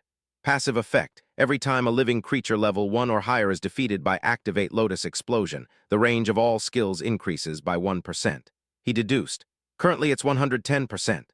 110% means I killed 110 at once. With spirit beasts at this level, spending 10% mana for 10% firepower is fine. Considering the remaining mana and the recovery rate during battle, I can probably fire about 10 more shots. Even if I kill 100 enemies each time, I can increase the total skill range by 1000%. Looking at the mana notification upgrade, Itsuki evaluated. Mana 252-280. If this dungeon didn't have a cooldown, everything would be much smoother. He curiously looked at the bracelet on his wrist. Strange, the challenge successful notification didn't appear. Notification reminder, detected rank C skill, Mother's Intent. Super simulation activated, analysis progress 1%. Itsuki turned back cautiously. Are there still enemies? Larger grasshoppers arrived and surrounded him. Itsuki hurriedly activated his dark ice secret armor to protect himself, shocked inwardly. Mother's Intent is the boss's skill here. I was careless, thinking there wouldn't be a boss here. He was cautious. It's fortunate that I can increase the skill range with Activate Lotus Explosion again. But the problem is, I don't know where the boss is. Itsuki activated Activate Lotus Explosion. If that's the case, I'll just wipe out all the small fry until the boss shows its face. A second explosion erupted when the grasshoppers were hit. Notification updated. Defeated level 1 ghost grasshopper with Activate Lotus Explosion. All skill range plus 1%. Currently plus 220%. Itsuki inwardly rejoiced. The range of Activate Lotus Explosion is 16 m now. The effect is truly wonderful. He continued reading the notification. Activate Lotus Explosion level 2. Active effect. Consume mana to deal explosive damage to enemies within a 16 m diameter. Power is proportional to the amount of mana consumed. Itsuki impatiently looked at the sea of grasshoppers in front of him. I've killed 110 grunts, but the boss still hasn't appeared. Another dense swarm of grasshoppers arrived. Itsuki saw them flying up from a crack in the ground. They've appeared again. Notification updated. Analysis progressed 27%. He knew, I can only use Activate Lotus Explosion 9 more times. Seeing current mana at 232-280, Itsuki continued to use Activate Lotus Explosion. No matter how many times you appear, I will wipe you all out. Fire erupted violently, heat radiating around. After the third attack, he collected a series of accomplishments. Defeated level 1 ghost grasshopper with Activate Lotus Explosion. All skill range plus 1%. Itsuki added 7 times more Activate Lotus Explosion to attack. Firepower swept across an entire area. New info updated. Active effect. Consume mana to deal explosive damage to enemies in a 54.5 m diameter range. Power is proportional to the amount of mana consumed. Passive effect. Every time a living creature level 1 or higher is defeated by Activate Lotus Explosion, the range of all skills increases by 1%. Currently plus 990%. Itsuki was curious. I've defeated the swarm 9 times so far and increased the range of Activate Lotus Explosion by 990%. But I only have enough mana for one more Activate Lotus Explosion. But why is mana at 5280? Looking at the grasshoppers flying in like a storm, he was startled. Is there no end to them? And the number hasn't decreased one bit. The boss also shows no signs of appearing. There is one way, which is to withdraw from the dungeon and challenge again after the analysis is finished. But Itsuki frowned in contempt. Only the incompetent do that. He continued to create Activate Lotus Explosion. No matter how many there are, I'll kill them all. Firepower burst fiercely from the giant lotus blossom placed in the center. Itsuki was almost exhausted with this move. Seeing them flying in black masses, he panicked. Are there still more? And the number hasn't decreased at all. When the progress reached 91%, Itsuki realized. What's going on? From the first wave, every spirit beast that appeared was level 1, their bodies also as small as if they were just born. He suddenly realized, I see. The boss's ability is infinite reproduction. The info for the mother grasshopper displayed, Queen Grasshopper 279, Insect Clan level 13. Tier 1 talent, characteristic of laying a large amount of demon grasshopper eggs. Skill, mothers will C rank. Remotely controls the hatched demon grasshoppers, up to 110. Itsuki understood the principle clearly. If it reproduces infinitely, no matter how hard I try, it's useless unless I can kill the boss. I'm out of mana. But as the progress crept from 98% to 99%, Itsuki was confident. It should finish analyzing soon. When the analysis reached 100%, the lotus created a sphere surrounding him. New info updated. Analyzed Mother's Will. Received Mana Sensing Level 1. Mana Sensing Level 1 active effect.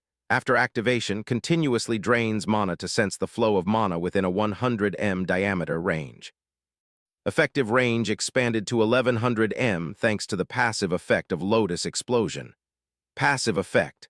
Upon detecting an enemy unit, recover 10% of your own mana. Itsuki was amazed.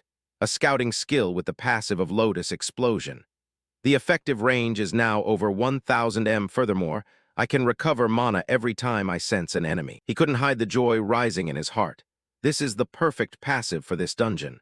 Ignoring the boss and just continuing to hunt the small fry isn't a bad idea either. But I've kept Ageha waiting, so it's time to finish this dungeon.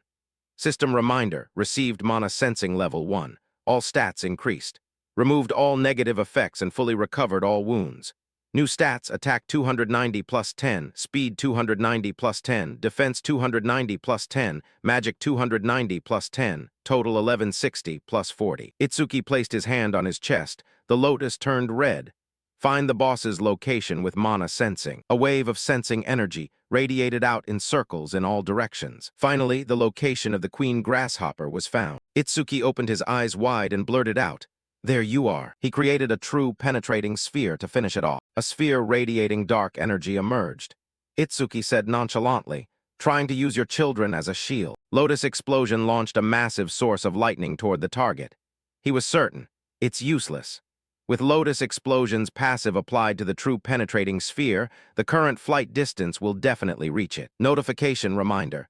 True penetrating sphere range.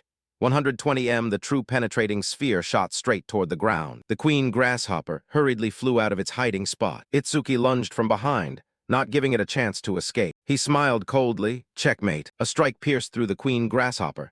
Green slime splattered everywhere. The baby grasshoppers flew around in chaos like headless chickens. Itsuki saw it. Losing their queen has sent them into a panic. He activated Dark Ice Secret, flames flaring up on his arms. "Don't worry, I'll send you to meet your mother soon." After a sweep, Itsuki estimated. With the skill range increased by 12-10%, the explosion range of Lotus Explosion is 65.5 m, and the flight distance of the true penetrating sphere has also increased. The current flight distance of the true penetrating sphere is 131 m. Reward update notification. Lotus Explosion Level 2. Active effect. Consume mana to deal explosive damage to enemies within a 65.5 m diameter range. Power is proportional to the amount of mana consumed. Passive effect. Every time a living creature level 1 or higher is defeated by the Lotus Explosion skill, the range of all skills increases by an additional 1%. Currently plus 1210%. True penetrating sphere flight distance, 131 m. Itsuki picked up a karma stone. This is truly a bumper harvest. Once the cooldown ends, I'll challenge this again, and this time I'll push the passive effect of Lotus Explosion into the 5-digit range. The notification outside the gate displayed. New record reached. Challenge time, 17 minutes 7 seconds. Itsuki was surprised. Took 17 minutes. Ageha must be very worried. Maybe she'll act cold when I return safely. But in reality, she's very kind and thoughtful. Her feigned indifference is also quite cute. He happily stepped out of the gate. "I'm back. Sorry for making you worry." Itsuki stopped dead. his eyes flashing with murderous intent as he looked at the scene before him. Ageha was being held by the throat and lifted up by Charles. The guy asked with interest. Itsuki entered alone and came out of this dungeon safely. You're the one Kinoshita Ryuji is hunting, right? He continued. It's a good thing I was about to make her cough up info about you. But even in this situation, she wouldn't say anything. She's more stubborn than most men. Itsuki coldly demanded, take that filthy hand off her. If you do, I'll just beat you up and let you go. Charles scoffed. Don't be conceited, you level 0 rookie. Itsuki used incredible speed, raising his fist and lunging straight at him. Charles ordered hurriedly. Too fast, Death Hound, rush in, use your head to block his punch. System notification. Detected B-rank Shikigami, Death Hound. Activate super simulation, analysis progress, 1%. From that, Itsuki realized, this dog is a Shikigami, meaning the guy in the hat is a Shikigami user. Charles thought to himself, he has no wasted movements and his speed is terrifying. No wonder even Auga lost, he must not have even had time to metalize. He said nonchalantly, but I have the Death Hound and a hostage.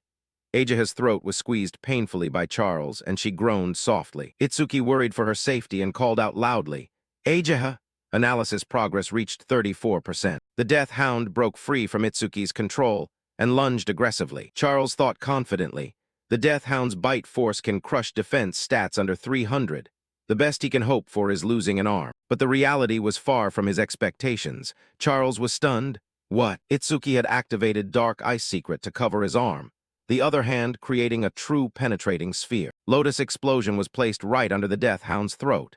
The true penetrating sphere shot straight through its head. He recalled the saying, without a Shikigami user is fundamentally weak. Analysis progress reached 77%. Charles was curious. This guy is a rookie, so doesn't he know Shikigami can revive? The Death Hound possesses the B-rank skill, Death's Resurrection, which can shorten its revival time. Watching the Death Hound lunging again from behind, he gloated. Stay careless and become the Death Hound's meal. Itsuki activated Mana Sensing, a sensing wave spreading as the progress reached 89%. He figured, continually activating Mana Sensing since I got it seems like the right choice. Progress rising to 91%. Itsuki spun around, delivering a powerful kick to the Death Hound. He glanced at Charles behind, thinking, almost done analyzing. If the Green Lotus appears because of super simulation, he might get suspicious. His strength and speed are superior to the Death Hound, and he has a scouting skill. I couldn't even ambush him like this. The guy used Ageha as a threat. Keep resisting and this woman is done for. Itsuki's plan was, I want to finish the analysis without letting the Green Lotus appear. Notification reminder. Analysis progress 100%. Analyzed Death Hound. Received Shikigami Devour Level 2. Shikigami Devour Level 2 active effect. By directly touching a Shikigami of rank H or below, you can make it your own. Passive effect. Number of usable Shikigami, 0-2. Itsuki was amazed, so I can steal Shikigami. I finished analyzing without the Green Lotus appearing. Notification reminder. Received Shikigami Devour Level 2. All stats plus 20. Since Super Simulation didn't fully activate, the removal of negative effects and wound recovery did not occur. New stats, attack 310 plus 20, speed 310 plus 20, defense 310 plus 20, magic 310 plus 20. He speculated, so there's a price for skipping the Green Lotus and losing the recovery effect. But since I recovered from the dungeon earlier, I can still fight at near full strength without recovery. This skill seems to allow me to steal other people's Shikigami. Watching the Death Hound open its mouth to lunge, Itsuki had a new plan. The lotus bloomed in his palm. If that's the case, Itsuki smashed the flower into the Death Hound's head. I'm taking your dog. The Death Hound was controlled by a powerful force. He leaned, lifting his leg to kick it hard. A kick sent the Death Hound crashing to the ground. Charles angrily cursed. Useless dog, what did I feed you all that experience for? He tightened his grip on Ageha's neck. Hey, if you keep resisting, I'll slit this woman's throat. Ageha didn't want to affect Itsuki and said softly, don't worry about me. Itsuki raised both hands in surrender. Fine, don't touch her. Charles reminded him. If you had acted like this from the beginning, this woman wouldn't have had to suffer. Itsuki asked coldly, why are you targeting me? I don't remember having any grudges against you. He replied, still trying to fish for info? I guess I can tell you since you'll be meeting him anyway. Kinoshita Ryuji is extremely angry with you for entering the North District B area without permission. I am the Dogman Charles, and I am here to capture you by his order. Itsuki held a grudge. Kinoshita Ryuji again, I have to meet him personally and settle this. Charles warned, you'll meet him soon enough. Once your body is chewed up, the death hound is about to rip your legs off. If you value this woman's life, don't use that strange ice shield to protect yourself this time. He ordered, Death, bite his legs off for me. Itsuki gave an order. Death, prove you're worthy of being my Shikigami. The death hound immediately bit down on the arm gripping Ageha's neck. Itsuki quickly lunged forward, catching the dying woman in his arms. Charles screamed in pain. Damn it, why are you attacking me, your master? A lotus flower-shaped mark appeared on the death hound's forehead. Itsuki gently stroked it. Good job, he officially declared.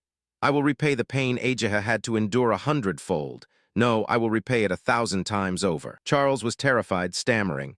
Wait, let me explain. I was only following Ryoji's orders. I had no choice. That's right, let's team up. I'll lure Ryoji out for you. Itsuki replied, That's a good proposal. He was secretly glad to have bought some time. Tricked you. Charles fired a sharp point at his opponent.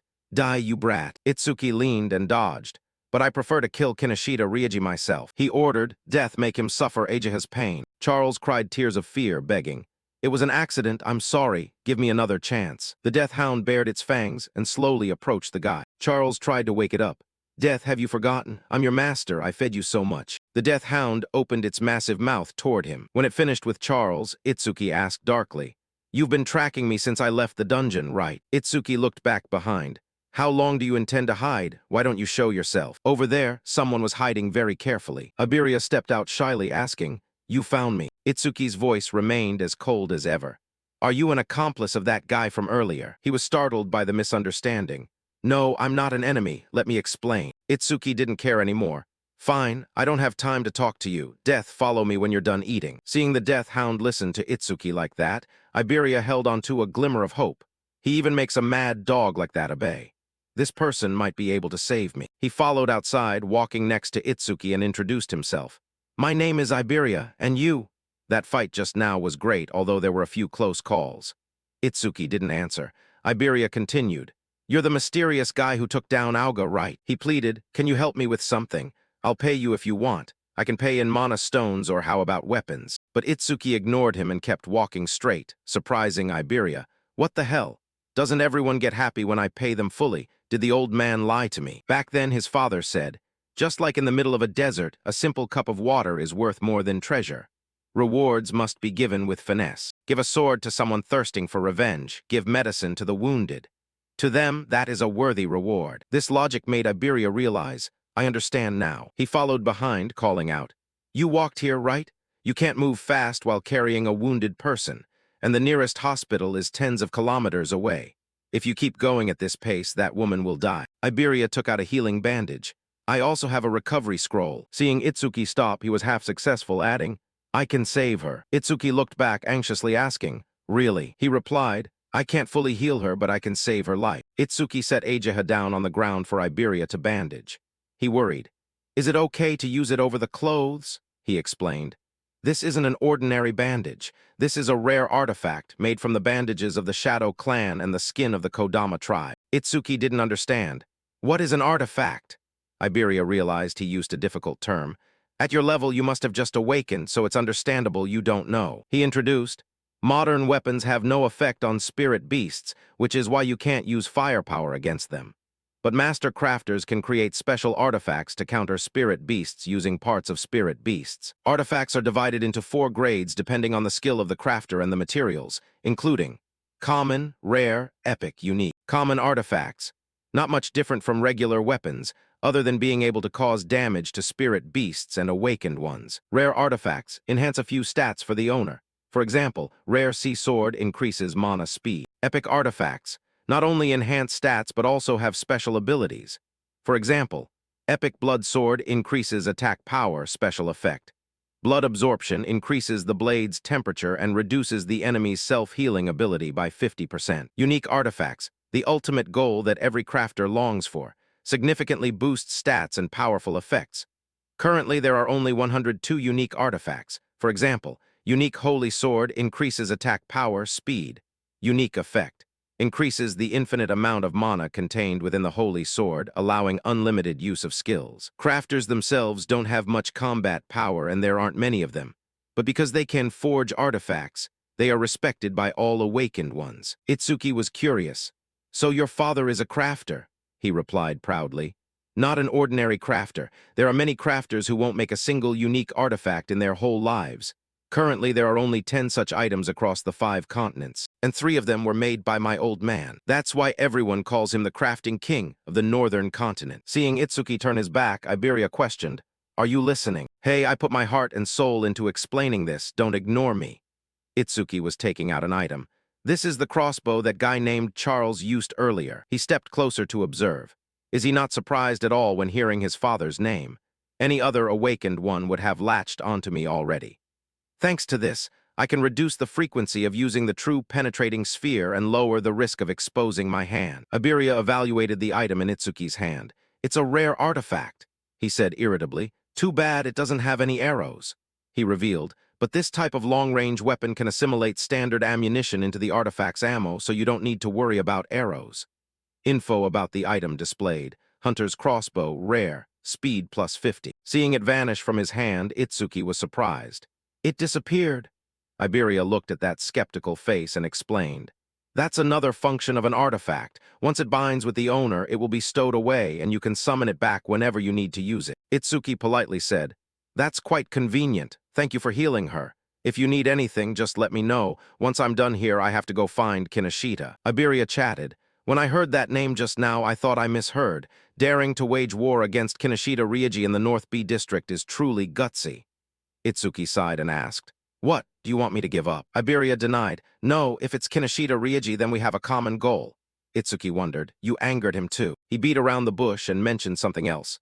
"Not exactly, but I want you to team up with me to participate in the preliminary round of the Salvation Alliance National Tournament the day after tomorrow." Itsuki was surprised and thought to himself, "The preliminary round? He mentioned that. I heard only the top 10 people get to advance to the official tournament. I've been too busy these past few days to prepare for that." He asked suspiciously, "What does the preliminary round have to do with Kinoshita Ryuji?" He confirmed. "The preliminary rounds are organized by continent, and the North Continent's venue is in the North B district. As the son of the regional administrator, Kinoshita Ryuji is clearly aiming for the official tournament. Actually, his older brother is also a savior, so if he doesn't make it into the top 10, it would be a humiliation for the Kinoshita family. That's why he's seizing all the dungeons in the North B district to level up." Itsuki didn't understand. "Why team up with someone like me?" He explained very simply. "Because you're strong. My instincts tell me that if we team up, we will definitely pass the preliminary round." Itsuki reminded him. "You're younger than me, right? You'll have many opportunities in the future, so why does it absolutely have to be this year?" He hesitated. "Why, you ask?" Iberia recounted. "Ever since I was small, I watched the old man at home crafting artifacts. Every finished piece was like a perfect masterpiece of art, and my admiration for him just kept growing. So I always dreamed that one day I would become an awakened and fight spirit beasts with equipment crafted by my own father. Then a month ago, I finally awakened and was excited. I asked my father to craft an artifact for me, but he refused, citing that only saviors could use his artifacts." He continued, "Even so, I kept begging, and finally he set a condition. If you pass this year's preliminary round, I will give you a masterpiece. That is why I absolutely must win the preliminary round this year." Itsuki asked curiously, "With a great father like that, there should be many people wanting to team up. You don't need to team up with a level 0 like me." Iberia replied, "My father thinks so too, that's why. Before I left, he said, 'Listen here, pass the preliminary round on your own strength. If you rely on a powerful teammate, I won't give it to you.'" Itsuki admired him. "Your father is really strict." He added helplessly, "Based on my information, most of the promising candidates have already been bought off by Kinoshita. The others are loners who don't like teaming up, or they already have teams, so there's no one left to ask. But 2 days ago, I heard about someone who defeated one of the 4 pillars and even broke a record. I searched for information, and that's how I found you." Itsuki interrupted, "All right, I'm not interested in teaming up, but first I want to take her to the hospital." Iberia understood. "I'll go with you. From now on, we are teammates." He kept rambling on about names. "We should think of a team name too. You're Itsuki and I'm Iberia, so how about Ibeton? No, it sounds like a shop name, then eBay isn't great either. How about Tenria?" Itsuki held Ageha in his arms, feeling weary. Good grief, this guy talks even more than Rimmel. He just noticed. "Now that I think of it, how are Ryger and Seo? They both became awakened, right? Are they participating in the preliminary round?" Behind him, Iberia was still enthusiastically talking. Since both our names start with I, how about double I? The person he was thinking of was currently training. Seo on the opposite side frowned and asked, "Are you sick?" Rimu denied. "No, maybe someone is talking about me, probably Itsuki." Seo worried. "Itsuki, how long has it been since that attack? I didn't think we would be separated for this long. I wonder if he's doing okay." Rimu teased her, making her face turn red. "You really are a strange one. If you're that worried about Itsuki, why don't you go see him after he defeats the spirit beast?" Seo was so embarrassed that she suddenly launched a surprise attack on him. Rimu retorted, "Surprise attacks are playing dirty." Seo didn't care if it was dirty or not. "We're practicing combat, right? It's your fault for being careless, isn't it?" Someone walked up. They greeted him joyfully. "Master," he strictly reminded them. "The preliminary round of the national tournament starts the day after tomorrow. There's no time to be fooling around." Seo was overjoyed. "Finally, there's another awakened to spar with. I'm tired of fighting Rimmel." Info about her displayed. Seo Hisaragi, human level 11, occupation, water elementalist, first-tier talent, hidden stats, attack 110, speed 160, defense 125, mana 160, total 555. Rimu replied, "I've never been to the North B district. I heard it's a bustling city. I'm excited to see it for myself." Info about him displayed. Horino Rimu, human level 10, occupation, elementalist, second-tier talent. Hidden stats, attack 100, speed 100, defense 100, mana 183, total 483. On Ryoji's side, he was checking the suitcase full of karma stones in front of him, then asked casually, "Where's that hound? Being this late doesn't sound like him."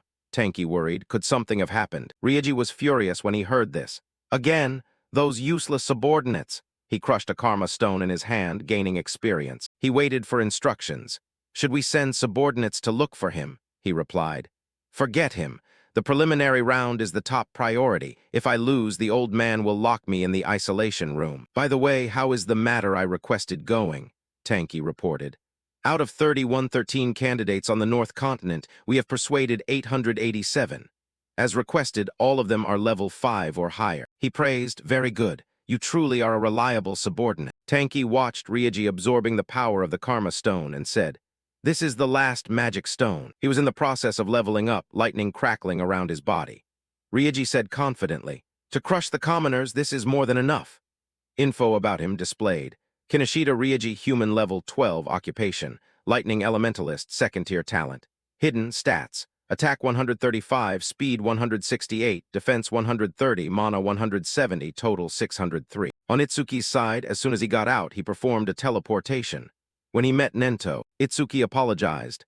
"I'm sorry, Master, for putting Ageha in such danger." He replied, "What can we do? I can eliminate him if you want." He refused the offer. "No, leave it to me." Nento was satisfied with Itsuki's independence. "Very good. Tell me the whole story later." Iberia, standing beside them, thought happily. "It turns out the commander-in-chief of the North Continent is his master. No wonder he wasn't surprised when I mentioned my father. Nento is a mysterious person. I should ask for his autograph later." They were currently in the hospital room. Ageha was being treated and resting in bed. Itsuki announced, "And that is why I decided to participate in the Salvation Alliance National Tournament preliminary round with Iberia, so I didn't stop it." He checked on her health. "I understand. How are you feeling, Ageha?" She glanced at the butterfly perched on her finger. "Bitch Deep healed me, so I've recovered. This is thanks to Iberia healing me with a rare artifact." Nento turned to ask in surprise, "You possess the wood spirit bandage artifact made by Aiden, so you are his son, aren't you?" Iberia thought in surprise. "He not only knows about artifacts, but also my father. I should behave properly as the eldest son of the crafting king." He proudly pointed at himself and introduced, "That's right, I am Aiden's father." Itsuki reminded him, "You said it backward." Iberia blushed with shame and quickly corrected, "Sorry, Aiden is my father." Nento didn't care about the previous slip-up and cleared his throat. "Regardless, thank you for saving my daughter. After the preliminary round is over, let me take Itsuki to see Aiden with you. You two must be preparing for the tournament, right? You two can go now. Ageha and I will follow along tomorrow." Itsuki replied, "Yes," Iberia vowed. "Please rest assured, I will definitely show everyone that we can pass the preliminary round." Ageha realized that her father really liked Itsuki. When she was Kazunari and his daughter, her father always brought her to meetings. He explained the reason. Itsuki has a strong urge for self-destruction when facing spirit beasts due to childhood psychological trauma. But that desire only weakens when there are people he wants to protect by his side. That's why I let you stay by his side. Ageha pondered this. Become his close friend, become his weak point, and then become the person he wants to protect. The person Itsuki wants to protect. Before leaving, Nento reminded, by the way, regarding the spirit beast attack at the school, it has been determined that it wasn't an accident but a planned plot. What did you say, father? The number of traitors siding with spirit beasts is increasing. Although the scale varies, there have been attacks on commanders in other continents. As of now, the future of humanity is dark. He was convinced Itsuki will definitely destroy it and become the light of hope. The next day in the North B District, the preliminary round of the Salvation Alliance National Tournament. Itsuki entered the arena and looked at the crowded surroundings, quite surprised. There are more people than I thought, Iberia replied. I heard that as soon as the news that Nento would come to watch spread, people who hadn't planned to participate suddenly changed their minds. The number of participants jumped from about 3,000 to nearly 5,000. Ryuji looked grim when he heard this. Nento, that old man, he's created too many variables. Tenki reassured. Don't worry, they're just a messy crowd that decided to participate at the last minute. They won't have time to form teams, so we still have the numerical advantage.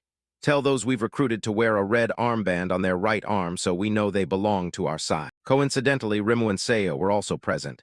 Rimu asked, are red armbands trending? Should I wear one too, since Nento is coming to watch? Seo continued. Maybe Itsuki is doing the same. Saoryu Fujiwara, the host of the national tournament preliminary round, announced, everyone, I will explain the rules before starting the preliminary round. He introduced the competition rules. The preliminary round competition venue is divided into two areas, the inner and outer areas. In the first stage of the preliminary round, you will start from the four main directions of the outer area. First, you will compete based on the amount of time it takes to enter the inner area. The moment you enter the inner area, your ranking will be recorded on your bracelet, and only the top 300 will advance to the second round. Rimu looked at the thing on his wrist in surprise. The bracelet has that function, Seo thought anxiously. Having thousands of people eliminated in the first round is really brutal. Saoryu Fujiwara announced. You are allowed to bring two artifacts, team up with anyone, use whatever you like. The result is what matters. After the first round ends, the rankings will be announced, and the rules for the second round will also be announced. Iberia suddenly shouted, Itsuki, look there. He and his accomplices drew everyone's attention. It was Kinoshita Ryuji. He ordered, understood, kill anyone who runs in front of me or blocks my way. Iberia whispered, the people beside him must be the candidates he bought off. For now, let's just enter the inner area as fast as possible. Once Kinoshita enters the inner area and lets his guard down, we'll ambush him. He was startled and stared in surprise when he saw Itsuki's next action. He walked over to them and reminded them, I heard everything. Two people in the team spoke up. Who are you? Be careful, this guy isn't wearing a red armband. Saoryu Fujiwara announced. So the first round begins. The number of young people wanting to join the Salvation Alliance is increasing, which is gratifying. But quantity is meaningless without quality. Haitnakira added, in our time there were quite a few candidates over level 15. He continued, quite a few. Info about him displayed, Haitnakira, red heavenly star stone, other info hidden. Saoryu Fujiwara recalled, the year you participated there were only 2 people, right? He replied, that's why I said it would be very boring without rookies like Kazunari Satsumi. Hopefully there are some. He said nonchalantly, don't be ridiculous. A once-in-a-century genius like that doesn't just appear naturally. Haitnakira turned to ask Nento. I heard that in the North Continent, a student defeated a level 8 bone soldier right after awakening and became your disciple. Is that true? Saoryu Fujiwara was startled. Defeated a level 8 right after awakening? No way. Yet Nento confirmed, it is indeed true. He asked with interest, is that person among them too? Saoryu Fujiwara thought to himself. The second disciple recognized by Nento after Kazunari Satsumi. He must have heaven-defying talent. He looked thoughtfully at the screen, asking curiously, who is it? Then he paid attention to each person. Rimu level 10, golden elementalist, mediocre second-tier talent, not him. Seo level 11, possesses a first-tier talent, but she is a water elementalist inclined toward support, probably not her. It must be this girl, Haben Hana, wood elementalist. But she has an unusually high level of 16. Seeing Nento still motionless, Saoryu Fujiwara suspected. Not her, but Hana is the candidate with the highest level. Haitnakira was surprised. There's a level 0 candidate this time, he continued. Every year there are people who participate out of curiosity but get crushed immediately and retreat. Ryoji's side was laughing. A level 0 candidate? Really? Tanky beside him contemptuously asked. Did you get lost, kid? He took out his weapon and attached it to his arm. Ryoji's smile gradually became awkward. That's Charles's? What kind of monster are you? Itsuki asked sullenly. You were looking for me, right? He realized. This low-level trash is the one who defeated Auga. Are you kidding me? I understand now. You came here on someone's orders to annoy me, right? Ryoji ordered his subordinates. Drive him out. Tanky obeyed. Leave it to us. We will make him regret insulting you. They surrounded Itsuki in the middle, intending to use their numbers to bully him. But he teleported away. I don't have time to talk to trash like you. Then he landed in front of Height and Akira, evaluating 2 level 6s and 2 level 7s. I don't need to look to know the result. If you beg for your life now, you might just survive. Iberia prepared himself. I can take down one, but no matter how strong Itsuki is, taking down 4 at once. He touched the box strapped to his waist, which means I have no choice but to use that. Honda stepped in front of him, saying contemptuously, I thought there would be some tough opponents waiting, but it turns out to be just level 0 trash. Itsuki walked over gloomily, ordering him, move. Initially, this guy was stunned, because it was the first time someone had treated him like that. Then Honda laughed, and the rest followed suit. Height and Akira thought happily, Good, I like that attitude, he declared. If you're going to die, I'll save you. Honda reached toward his head. I'll smash your head to see what's inside. A punch straight to the face made him lose a few teeth. Itsuki repeated for the last time, I told you to move. Height and Akira was surprised. An opponent with a higher level than him, and he took him down in the blink of an eye. His accomplices were surprised. Honda is level 7, how did that newcomer? The person beside him reassured. He condensed a fireball in his hand. Don't panic, it's just because he was careless. He activated rank B skill, full power fire emission, declaring, I will burn you to ashes. Seeing the firepower rushing toward him, Iberia was terrified. Too fast, I don't even have time to use my artifact. Their side had someone worried. Isn't this a bit too much for a level 0? Tamu wasn't afraid. In the preliminary round, there are always people who lose their lives. If you want to blame someone, blame yourself for acting tough even though you're only level 0. When the fire in his hand faded, someone spoke up. Hey, isn't something wrong? The others were surprised. Within the brilliant flames, his dark ice secret had shattered the fire into fragments. They were shocked. What is that? Iberia was surprised and joyful. No way he blocked that area of effect fire skill. That's awesome. Itsuki reminded them in a cold voice. Stay away from me. System notification. Dark ice secret. Successfully defended against a rank B fire skill. Defense increased by 10%. Attack 310, speed 310, defense 341, mana 310, total 1240 plus 31. He thought to himself, defense increased by 33. I need to confirm if the passive effect of Dark Ice Secret still triggers when defending against the same skill from the same target more than once. Tamu was horrified to see Itsuki still safe and sound. Is that his Ice Element skill? Since when was there a water elementalist here? How is he able to use Ice Element skills? He challenged his opponent. Try using that move again. I won't block it this time. He continued to create fireballs. Are you insulting me? A man never goes back on his word. Itsuki replied nonchalantly. Yeah, I promise. He unleashed an even more powerful move. B-rank skill, superheated fire cannon. This time I'll definitely finish you off with my strongest move. A surging torrent of firepower rained down on where he was standing, the intense heat spreading, making Itsuki realize its firepower was stronger than before but still just a fire element skill. In the midst of those raging flames, his silhouette vanished. An accomplice warned, "You've gone overboard." Tamu was confident in this firepower. It can even take down a level 8. He thought regretfully, used up all my mana. This is the finishing move, a bit of a waste on a level 0 opponent, but this play is over. No sooner had he been smug than Tamu panicked and retreated. What the? He appeared before him. So, if it's a skill from the same person, the passive effect of Dark Ice Wall doesn't activate again? Got it. Itsuki said leisurely. Confirmed, time to end this. Tamu fell to the ground in fear. He blocked my ultimate skill that easily? No way. Sama behind him was generating firepower to resist. Yeah, that ice skill is strong, but I've found its weakness. He poured his strength into generating more firepower to hold Itsuki back. This guy's B-rank skill is linked fire. When attacked by fireballs, Itsuki realized, trying to overwhelm me with numbers, activate Dark Ice Wall. Where he was standing, the firepower erupted violently into an explosion. Sama believed. Even if he has a powerful skill, a level 0's mana has a limit. If we can drain his mana until he can't create that ice screen anymore, we'll win. However, Itsuki's hand gripped the guy's hand, causing the flames to die out. Sama broke into a cold sweat, unable to believe it. What? He closed the distance in a flash. He wrapped his body in dark ice wall, reminding him. Even after blocking so many fireballs, the passive effect only activated once. Every muscle on his body tensed up. If your advantage is speed, ours is strength. Itsuki asked dismissively, are you even trying? First, he gifted Sama an uppercut straight to the throat. You look so miserable, so I'll make it easier for you. As he collapsed, Itsuki calculated.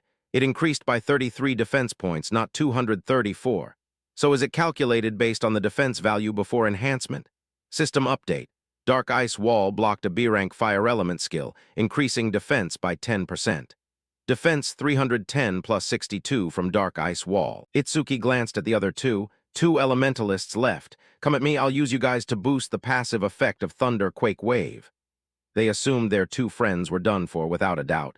This guy is cheating his stats. Let's get out of here. He mocked, you think I'll let you go. Both of them charged forward at the same time. Damn it, then I'll take you down. This isn't fire attribute, don't think that trick will work. They used C-rank skill, Silver Serpent, Roaring Lightning surging out. System update. Absorbed C-rank lightning element skill with Thunder Quake Wave, speed increased by 5%. Attack 310, speed 341, defense 372, magic 310, total 1333. Height Akira was amazed. He's taking down awakened ones of higher levels like it's a joke. He mused, who is this guy? Itsuki thought to himself. So the passive of Thunder Quake Wave is the same as Dark Ice Wall. It doesn't increase further for skills from the same target. Iberia looked at the people collapsed on the ground, dumbfounded. They're all down. He admired. I thought this would be a tough battle, didn't expect Itsuki to be this strong. What ability are you using? Tamu behind him suspected. Who the hell are you? You can't be level 0. Iberia laughed coldly. You're asking who are we? Itsuki was surprised. We. He introduced formally. We are Team E, remember that name, because one day we will be the strongest duo on the northern continent. He dragged Iberia away. Forget that, let's chase after Kinoshita. He shouted back. We were just getting into the groove. Tamu was speechless at this name. Team E, that's lame. Ryoji's side thought. Pretty noisy. That level 0 guy must have been beaten by now. But that crossbow is definitely Charles. I'll have to investigate it later. No one on this northern continent can catch Charles except the savior. He was lost in thought, furious enough for veins to pop on his face when he saw someone glide past. Kan had just passed by. Ryoji smugly thought past another one. Unlike those muscle-headed idiots, I've switched to speed. Just as he was gloating, his whole body was struck by lightning. Kan fell to the ground, trying to look up. Attacking us at maximum speed, what kind of monster is this? Ryoji landed on his head just in time. He announced arrogantly, that's the consequence of running ahead of me. Ryoji turned to remind the people behind. You guys, wake up. I need to conserve my stamina for round 2. Don't waste my time with trash like this. Nento observed the situation and asked, is that the son of North District B's administrator, Kinoshita Ryoji? Saoryu Fujiwara judged. Truly arrogant, I don't know how he was raised. He was helpless, but he isn't breaking any laws, so we can't do anything. Ryoji's side was recovering strength. Thanks to them clearing all the nuisances, my stamina is almost back. No one in the crowd behind dared to step forward. Ryoji looked at the building in front, thinking confidently. With this, I can easily pass the second round. So the inner sector is ahead. This is too easy. Behind his back, lightning rumbled and struck down. Someone called out, Kinoshita. He started, glancing behind, not expecting a variable in such a critical moment. Ryoji turned to look at the crowd behind and asked, who dares call my name like that? They were terrified. Not me, don't look at me like that, I didn't do anything. In the back, someone recognized him. It's him, the level 0 newbie. They formed 2 rows to make way for him to walk through. Ryoji had a bad feeling. Level 0. Don't tell me it's. Seeing him approach, he had his answer. It really is him. Ryoji was annoyed at his subordinate's competence. Seriously, he took them all down? No way a level 6 and a level 7 couldn't handle it. He assumed, got it, he must have bribed them. Ryoji spoke up. How long have you been following me, you level 0 trash? Itsuki got straight to the point. You're staying right here until we're done. Iberia felt lucky. Basically, I was brought here by Itsuki. Every opponent we faced was defeated instantly. If it weren't for Itsuki, I would have been eliminated halfway through. He turned away, not sparing him a glance. I'm busy, I don't have time to mess with you, but I've prepared a few opponents for you. He ordered his subordinates. You guys deal with him. They dismissed him. What? Just for a level 0 brat? Calling Kinishida's name? Wake up, we'll teach you how to behave. Don't worry, I'll show those two what hell is like. Iberia counted. 80, 78, 79. They have over 100 people. What should we do? Itsuki grabbed him by the collar and instructed, cover your head. Having said that, he teleported away from there. Ryoji's collar was also pulled back by Itsuki. His whole body was thrown out, while Iberia was thrown in. Ryoji was caught by his subordinates, while he was extremely surprised. He faced him. It seems you didn't understand my words. Let me repeat. Until we're done, you're not allowed to go anywhere. Seo and Rimuru entered the inner sector tiredly, notification displayed. You are ranked 4th and he is ranked 5th. Rimuru sat down to rest. Those guys with the red bands are getting involved in this too. They haven't learned their lesson and are still trying to block our path. Seo continued. If we hadn't stuck together, we might have been taken down before setting foot in this place. He said disappointedly.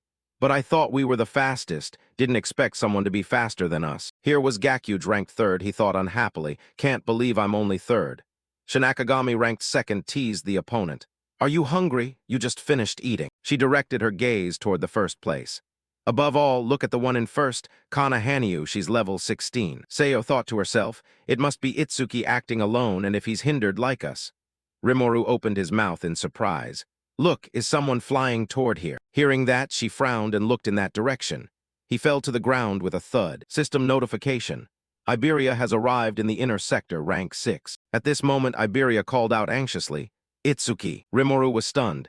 Did that person just say Itsuki? Seo confirmed. That's right, I heard it too. They looked into the distance and saw his majestic silhouette facing 100 people.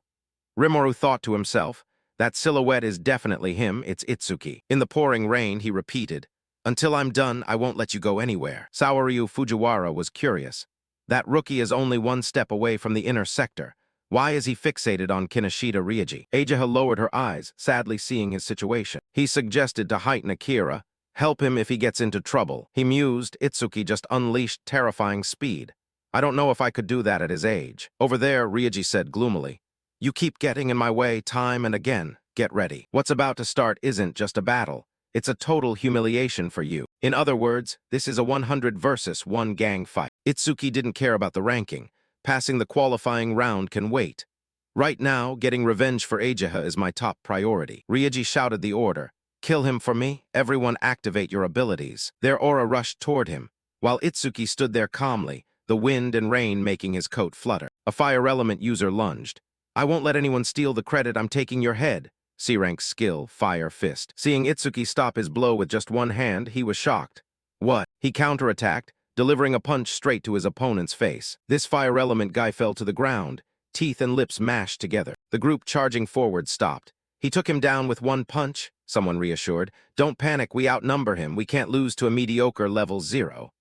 They regained their momentum. That's right, everyone, let's charge. Itsuki said nonchalantly. Good. Dark Ice Wall blocked the B-rank fire element skill, increasing defense by 10%. He created area damage with Lotus Explosion Fire. Let's end this play quickly. Activate Lotus Explosion. Streams of fire radiated intense heat, wrapping around Itsuki's arm. A surge blasted toward the group, sending them flying backward. Rimuru, who hadn't seen him in a long time, was surprised. That's Itsuki's skill? Seo and Iberia were speechless. Gakyuj noticed the movement over there. What the hell was that explosion? Shin, stroking the cat in her palm, didn't care. An explosion of that scale is just a mosquito bite to me. Kana hugged her sword in a corner, seemingly deep in thought. Saoryu Fujiwara looked at the tremor there and was horrified. Was that explosion unleashed by a level 0 boy? The firepower is one thing, but how could he use a skill that doesn't belong to his occupation? Heighten Akira stood speechless at the shocking scene. Ageha thought to herself, I didn't expect Itsuki to possess an area of effect skill. That's why he was so confident in the grasshopper land. How many trump cards is he hiding? Itsuki calculated, 30% firepower should be enough. My opponent is human, so I have to hold back so they don't die. Ryoji looked at the ruins before him in disbelief. My side is dead, the enemy is fine. He coldly settled the score with him. Your turn is next. Ryoji stumbled. We have over 100 people and you took them all down in an instant. What are you? Why are you so obsessed with me? Itsuki found it ridiculous. Obsessed? You're the one who targeted me first and seriously injured my friend. Today I will repay you for the pain she had to endure. He unleashed his power. I am the son of the prestigious Kinoshita family from North District. All the dungeons around here are mine. I don't need to struggle against calamity spirit beasts. By using karma stones provided by my family, I can easily reach levels that commoners never dare to dream of. Our foundations are different. I will kill you, I will definitely win. Purple Lightning Cannon B-Rank skill was activated. System notification. Detected B-Rank skill Purple Lightning Cannon. Activate super simulation analysis progress, 1%. He lunged straight at Ryuji, tackling him. Ryuji clutched his stomach, trembling. He dodged it, this speed. Is he really level 0? This match is impossible to win. He needed help. What are you doing? Come and help me. Tanky understood. It's against the rules, but I don't need to care about saving face anymore. He was confident. Tanky is a level 35 Awakened 1. Prepare to go to hell. Nento's side was prepared. Height Nakira excitedly cracked his knuckles to warm up. Got it. He sensed someone approaching from behind. Magic resistance my mana sensing is reacting. Someone is approaching at high speed.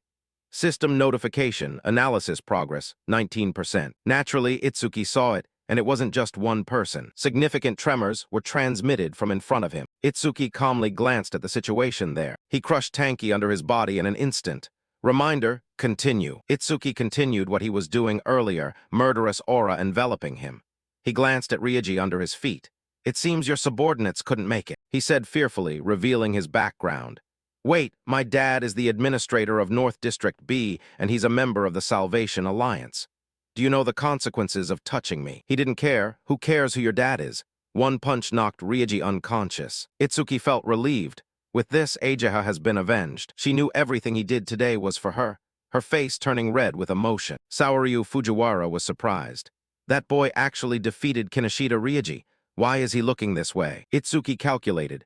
If I stop the analysis at 99% now, I can restore my stamina when entering the second round when the simulation hits 99%. System notification. Stop analysis. Behind his back, a voice called from Seo. Itsuki. He was surprised to hear that voice. Itsuki turned and saw Seo. She had been waiting for him there for a long time. Hurry up and go in. You'll be eliminated. Seo's voice was incredibly gentle. He stepped inside and greeted. Long time no see. System notification. Itsuki has entered the inner sector, rank 7. Iberia and Rimuru lunged to hug him. Itsuki, I missed you. This bastard is really happy you're still okay. They glared at each other with sparks flying. Rimuru asked unhappily, Who are you? Why are you crying over Itsuki?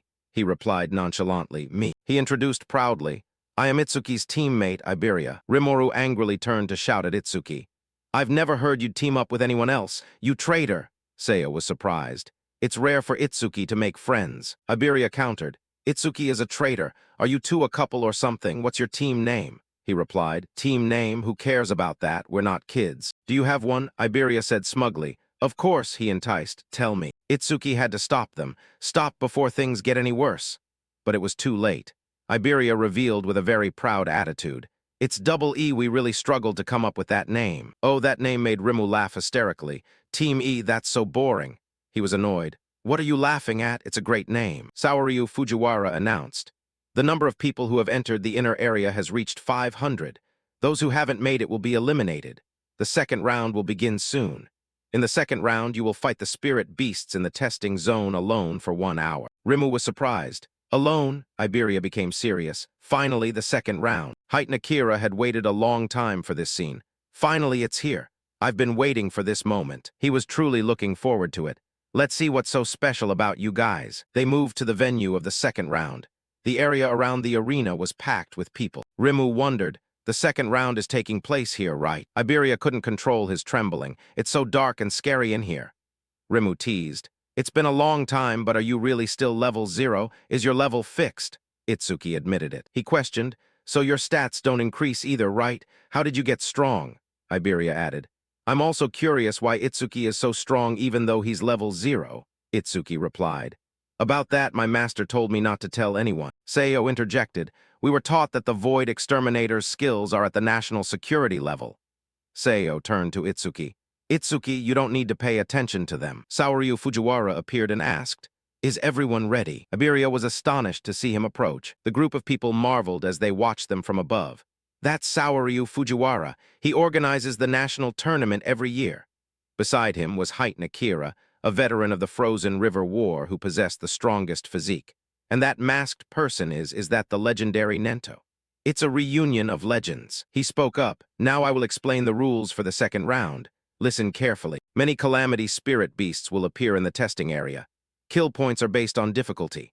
Notification displayed. Defeat spirit beast, hard rank, 1,000 kill points. Kill points based on difficulty. Primary, 100 normal, 500 hard, 1,000 nightmare, 5,000. Saoryu Fujiwara continued to disseminate the rules. There is a 1-minute break after defeating a spirit beast. After that, you will be forcibly transferred to the next difficulty level. Remaining break time, 56 seconds. Gakuge said confidently, I'm going straight to the nightmare rank. Info about him displayed. Gakuge, human level 13 occupation, Earth Elementalist 2nd tier talent, hidden stats, hidden. Itsuki suddenly blurted out, I have a question. Others buzzed with speculation. This guy is level 0, how did he pass the first round? Must have been carried. Did you realize the second round is solo and started to waver? That must be it. Saoryu Fujiwara permitted. What is it? Feel free to ask. He didn't beat around the bush. Is the nightmare rank the highest difficulty? Nakira laughed upon hearing this, while the old man gasped in amazement. The others scoffed immediately. What are you bragging about?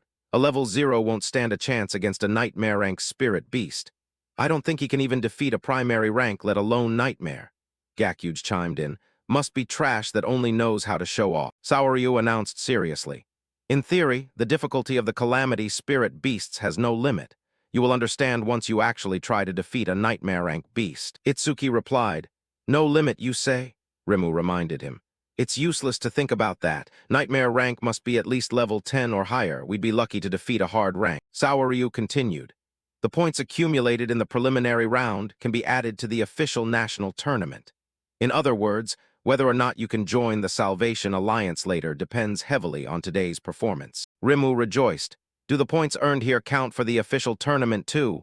Itsuki made a firm decision. I have to use that. Kazunari Satsumi's record is 115,000 points. I must seize this opportunity to surpass him. A notification reminder rang out. Everyone enter the testing area. The second preliminary round begins. As he entered, he felt. So this is the testing area. It's not much different from a normal dungeon. In the darkness, countless glowing red eyes were watching Itsuki. They stepped out. System reminder, primary spirit beast, calamity dog level 1, 10 monsters, kill points 100. Itsuki inwardly rejoiced. Finally, I get to fight some spirit beasts. System notification, activate dark ice secret. He intended to finish quickly. I can't raise my stats with these guys, so let's end this quickly. Itsuki's image was broadcast on the big screen. Saoryu asked Nakira with interest. Are you observing him again? He replied. I also want to see that girl Kana Hanyu fight. Nakira, this young man is more interesting. His eyes didn't leave the screen. It's coming. He wondered curiously, is there really something surprising? Inside, Itsuki wiped out the entire pack of calamity dogs in one go. System displayed, time taken 1 second.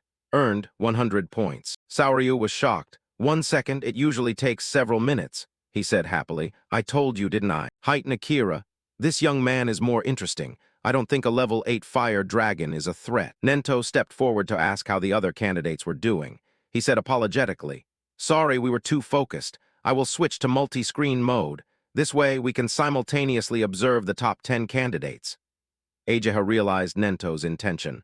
Father, he's trying to divert attention from Itsuki, isn't he? Saoryu observed briefly. It seems most of the other candidates are still fighting primary rank monsters. Seiyo used a water element ability to attack a spirit beast. Gakuge fought in melee, swinging his mace to smash them one by one. Kana used a wood element ability to strangle the spirit beasts. Saoryu compared. Kana Hanyu is the only one keeping up with Itsuki. Ageha exclaimed anxiously. This is bad. Itsuki is about to. He's being incinerated by the fire dragon's flames. Saoryu prepared to step forward. He exhausted his stamina fighting the calamity dogs and no longer has the strength to dodge. He will be severely injured if he takes those flames head-on. Call the medical team, quick. Nakira stopped him. Wait, let's observe a little longer. He was convinced. With that speed earlier, dodging an attack like this should be a piece of cake. System notification. Activate dark ice secret. His whole body was enveloped in dark ice secret, without a single injury. A single slash cut the fire dragon's body in half. As it fell, the system updated. Time taken 5 seconds. earned 500 points. Saoryu was shocked. Not a scratch. That ice armor covered his entire body. He could have killed it instantly, but why did he go through the trouble of taking the hit? System reminder. Activate Dark Ice Secret. Defended against a rank C fire skill using Activate Dark Ice Secret. Defense increased by 10%. Attack 310, Speed 310, Defense 341, Mana 310, Total 1240, plus 31. Itsuki calculated. I must make the most of every opportunity to increase my stats. He looked at his stats. My defense is 434 now. Info about him updated. Itsuki, human, no fixed level profession. Void Exterminator talent, special grade Nirvana skills, Super Simulation rank Z, activate Thunder Shock Wave, level 1, activate Dark Ice Secret, level 2, activate Lotus Explosion, level 2, activate Penetrating True Sphere, level 2, Mana Sense, level 1, Shikigami Devour, level 1. Stats, attack 310, speed 341, increased by activate Thunder Shock Wave, 30%. Defense 434, increased by activate Dark Ice Secret, 40%. Mana 310, total 1395. Notification displayed. Break time remaining 58 seconds, skip rest. He pressed yes, inwardly expecting. Let's test my defense against the next Calamity Spirit Beast. Height Akira knew, this difficulty level will test the candidate's speed and combat senses. Saoryu confirmed. Indeed, when a Thunder Rhino attacked, it conducted electricity through its horn, launching a double attack combining physical force and lightning. If he gets hit by that, his body will be pierced due to lack of defense stats, and he will be paralyzed, unable to move due to lack of lightning resistance. To defeat the Thunder Rhino, he must use his speed to dodge and strike when it's exhausted. Seeing Itsuki's next move, he was startled. Wait, what is he planning to do? Itsuki was currently touching the Thunder Rhino's horn. He tapped it lightly, checking.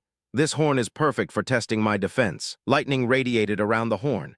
Veins appeared on the Thunder Rhino's face, and smoke puffed from its mouth. It used its horn to fling Itsuki backward. His whole body tossed into midair. Ajaha called out his name anxiously.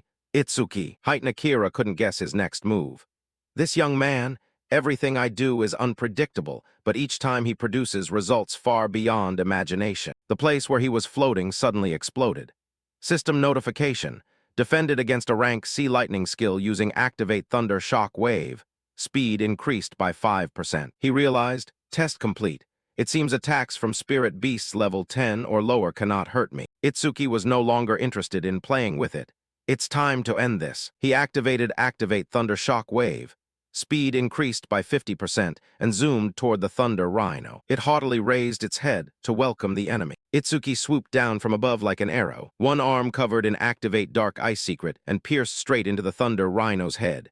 System reported, time taken 7 seconds, earned 1,000 points. Height Akira smiled and commented. So far, his total time is under 15 seconds.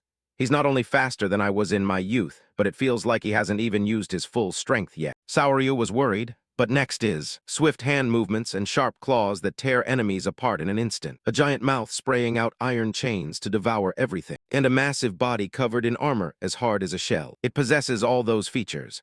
The strongest and most ferocious calamity beast in the preliminary round. The ultimate target for all candidates. Itsuki activated Activate Penetrating True Sphere, the sphere piercing through its head. Itsuki activated the leg-piercing orb. The sphere passed through its head. System update. Defeated Helgiant, Infernal Giant, level 15. Leg-piercing orb flight speed increased by 200%. Those watching the scene were stunned. You read the info. Leg-piercing orb flight speed. 9 ms total increase, 900%. Itsuki intrigued. Next one. Saoryu had to change his view of the boy. Even a Nightmare Helgiant, he killed it in seconds. System display. Duration, 3 seconds reward, 5,000 points. Cut to Seo's position. The spirit beast opened its mouth and unleashed a blast of supernatural energy. Seo activated a C-rank skill Water Bullet. She thought to herself, if I defeat the other two, I can reach the normal rank. System update. Primary Tier 1, completion progress 80%. Gakyuj confidently believed, I skipped break time. I'll be the first to reach normal rank for sure. On the notification, normal rank completion progress 0%. She calculated, I'll recover the consumed mana before moving on, until normal rank completion reaches 100%. An announcement rang out, Nightmare rank conquered. Duration 21 seconds, rank 1. Seo cheered, that must be Itsuki. Gakyuj astonished. Someone beat me, Kana. The mentioned Kana fell silent upon hearing the result. Itsuki had finished with that spirit beast. Shall we move to the next floor? Saoryu Fujiwara still couldn't believe it. He killed a Hellgiant in the blink of an eye, pierced its armor. What is that dark sphere? Heighten Akira ordered. Increase the difficulty. Let's see how far that brat can go. Reminder notice, Nightmare Stage 2, Hellgiant level 15, 2 units. Elimination points, 10,000. He looked at the surrounding spirit beasts in disappointment. I expected something else, but they just increased the numbers. The feral spirit beasts roared, each sound wave reverberating. Itsuki calculated, while it's roaring, I'll take one out first. System reminder, activate leg-piercing orb. The sphere pierced one head, accompanied by the announcement, defeated Hellgiant level 15. Leg-piercing orb flight speed increased by 200%. Leg-piercing orb flight speed. 11 ms flight speed bonus value, 1100%. Saoryu Fujiwara puzzled. In one strike, what is that sphere? Is there no limit to its use? Heighten Akira assessed. It's indeed very strong, but that skill has a fatal weakness. He didn't understand fully. A weakness. Currently, Itsuki was facing the last spirit beast. He frowned and compared. This speed. It's faster than any spirit beast I've ever faced. Outside, Heighten Akira explained sensibly. Because of their massive bodies, people often mistake them for being slow. But Saoryu Fujiwara remained unconvinced. What are you trying to say? Inside, Itsuki was condensing the sphere. System reminder, activate leg-piercing orb. The sphere was negligible compared to the spirit beast's colossal size. Heighten Akira continued. As a racial trait, they lack mana, but in return, their other stats are greatly enhanced. Despite the gigantic frame, they actually belong to the speed type. Just as you predicted, it dodged the leg-piercing orb. Spirit beast info displayed. Hellgiant 1008, Giant Race, level 15 second-tier talent. Cannot use magic, but all stats increased by 25% skills. None stats. Attack, 320 speed, 300 defense, 320 mana, 0 total, 940. Only then did Itsuki realize the situation had become dangerous. It dodged, Heighten Akira admitted. That dark sphere does deal massive damage, but its flight speed isn't that fast. He exploited the habit of roaring before attacking to strike preemptively. That brat, his combat intuition is really good. But if he can't increase the flight speed of that black sphere, he probably won't be able to get past this stage. A punch from the spirit beast sent Itsuki flying far away. He was slammed into the rocky cliff behind him, causing a shockwave. Dust billowed thickly and the cliff face caved in. Itsuki struggled to drag his aching body. It can dodge at mid-range. Saoryu outside speculated. He knew it wouldn't hit, yet still used it, meaning he's hiding another ace up his sleeve. He thought to himself, could that really be true? They noticed an odd expression on Itsuki's face. So why is he smiling? Because he now has a solution. Quick, if that's the case, I'll close the distance. Immediately, Itsuki activated Thunder Subjugation 3. He was no longer where he had been, but was streaking toward the spirit beast. It aggressively raised its massive fist, preparing to smash down. One blow sent shockwaves across the area, cracking the ground for dozens of meters. Ageha covered her mouth in horror. She was genuinely worried for him. Saoryu hurriedly grabbed his phone. This attack is nothing like thunder paralysis. If it lands directly, even he won't come out unscathed. Call the med team now. This time Nento stopped him. Wait, Heighten Akira had also noticed.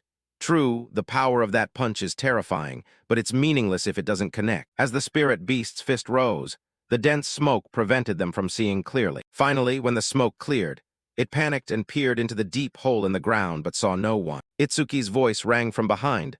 Over here. It hastily turned around on instinct. A leg-piercing orb had shot straight through the spirit beast's head. It was Itsuki who had ambushed from behind to deliver the strike. Its colossal body crashed heavily to the ground. System announcement, defeated Hellgiant level 15. Leg-piercing orb flight speed increased by 200%. Leg-piercing orb flight speed, 13 ms flight speed bonus value, 1300%. Duration 12 seconds received, 10,000 points. Saoryu teased Ageha.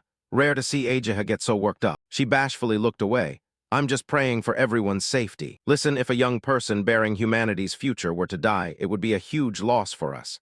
His family would be devastated. I only want everyone to be safe, that's all. I absolutely don't mean that Itsuki looks cool defeating the Hellgiants or anything. Because Itsuki would react the same way, don't misunderstand. It's not like that. Saoryu reminded, Ageha, you're more articulate than the last time we met. Nento was left speechless hearing him comment on his daughter. Saoryu turned to ask Heighten Akira, by the way, how did you know Itsuki could dodge that attack? Heighten Akira answered, That brat, his speed isn't that different from a Helgian, but when electricity ran through his body, his speed increased significantly. When that happened, the Helgiant couldn't land a hit on him. He wondered aloud. He succeeded in defeating two, but there were some pretty dangerous moments. With his current points, he's guaranteed first place. If it were me, I'd stop here. But Itsuki set a goal. If I want to surpass Kazunari Satsumi, the strongest of humanity, I have to keep attacking. I can't rest for even a second. System update on the spirit beasts attacking Itsuki. Nightmare Stage 3, Helgiant level 15, 3 units. Elimination points, 15,000. As before, he activated the leg-piercing orb. One was decapitated. Itsuki counted quietly, one down. Nakira praised.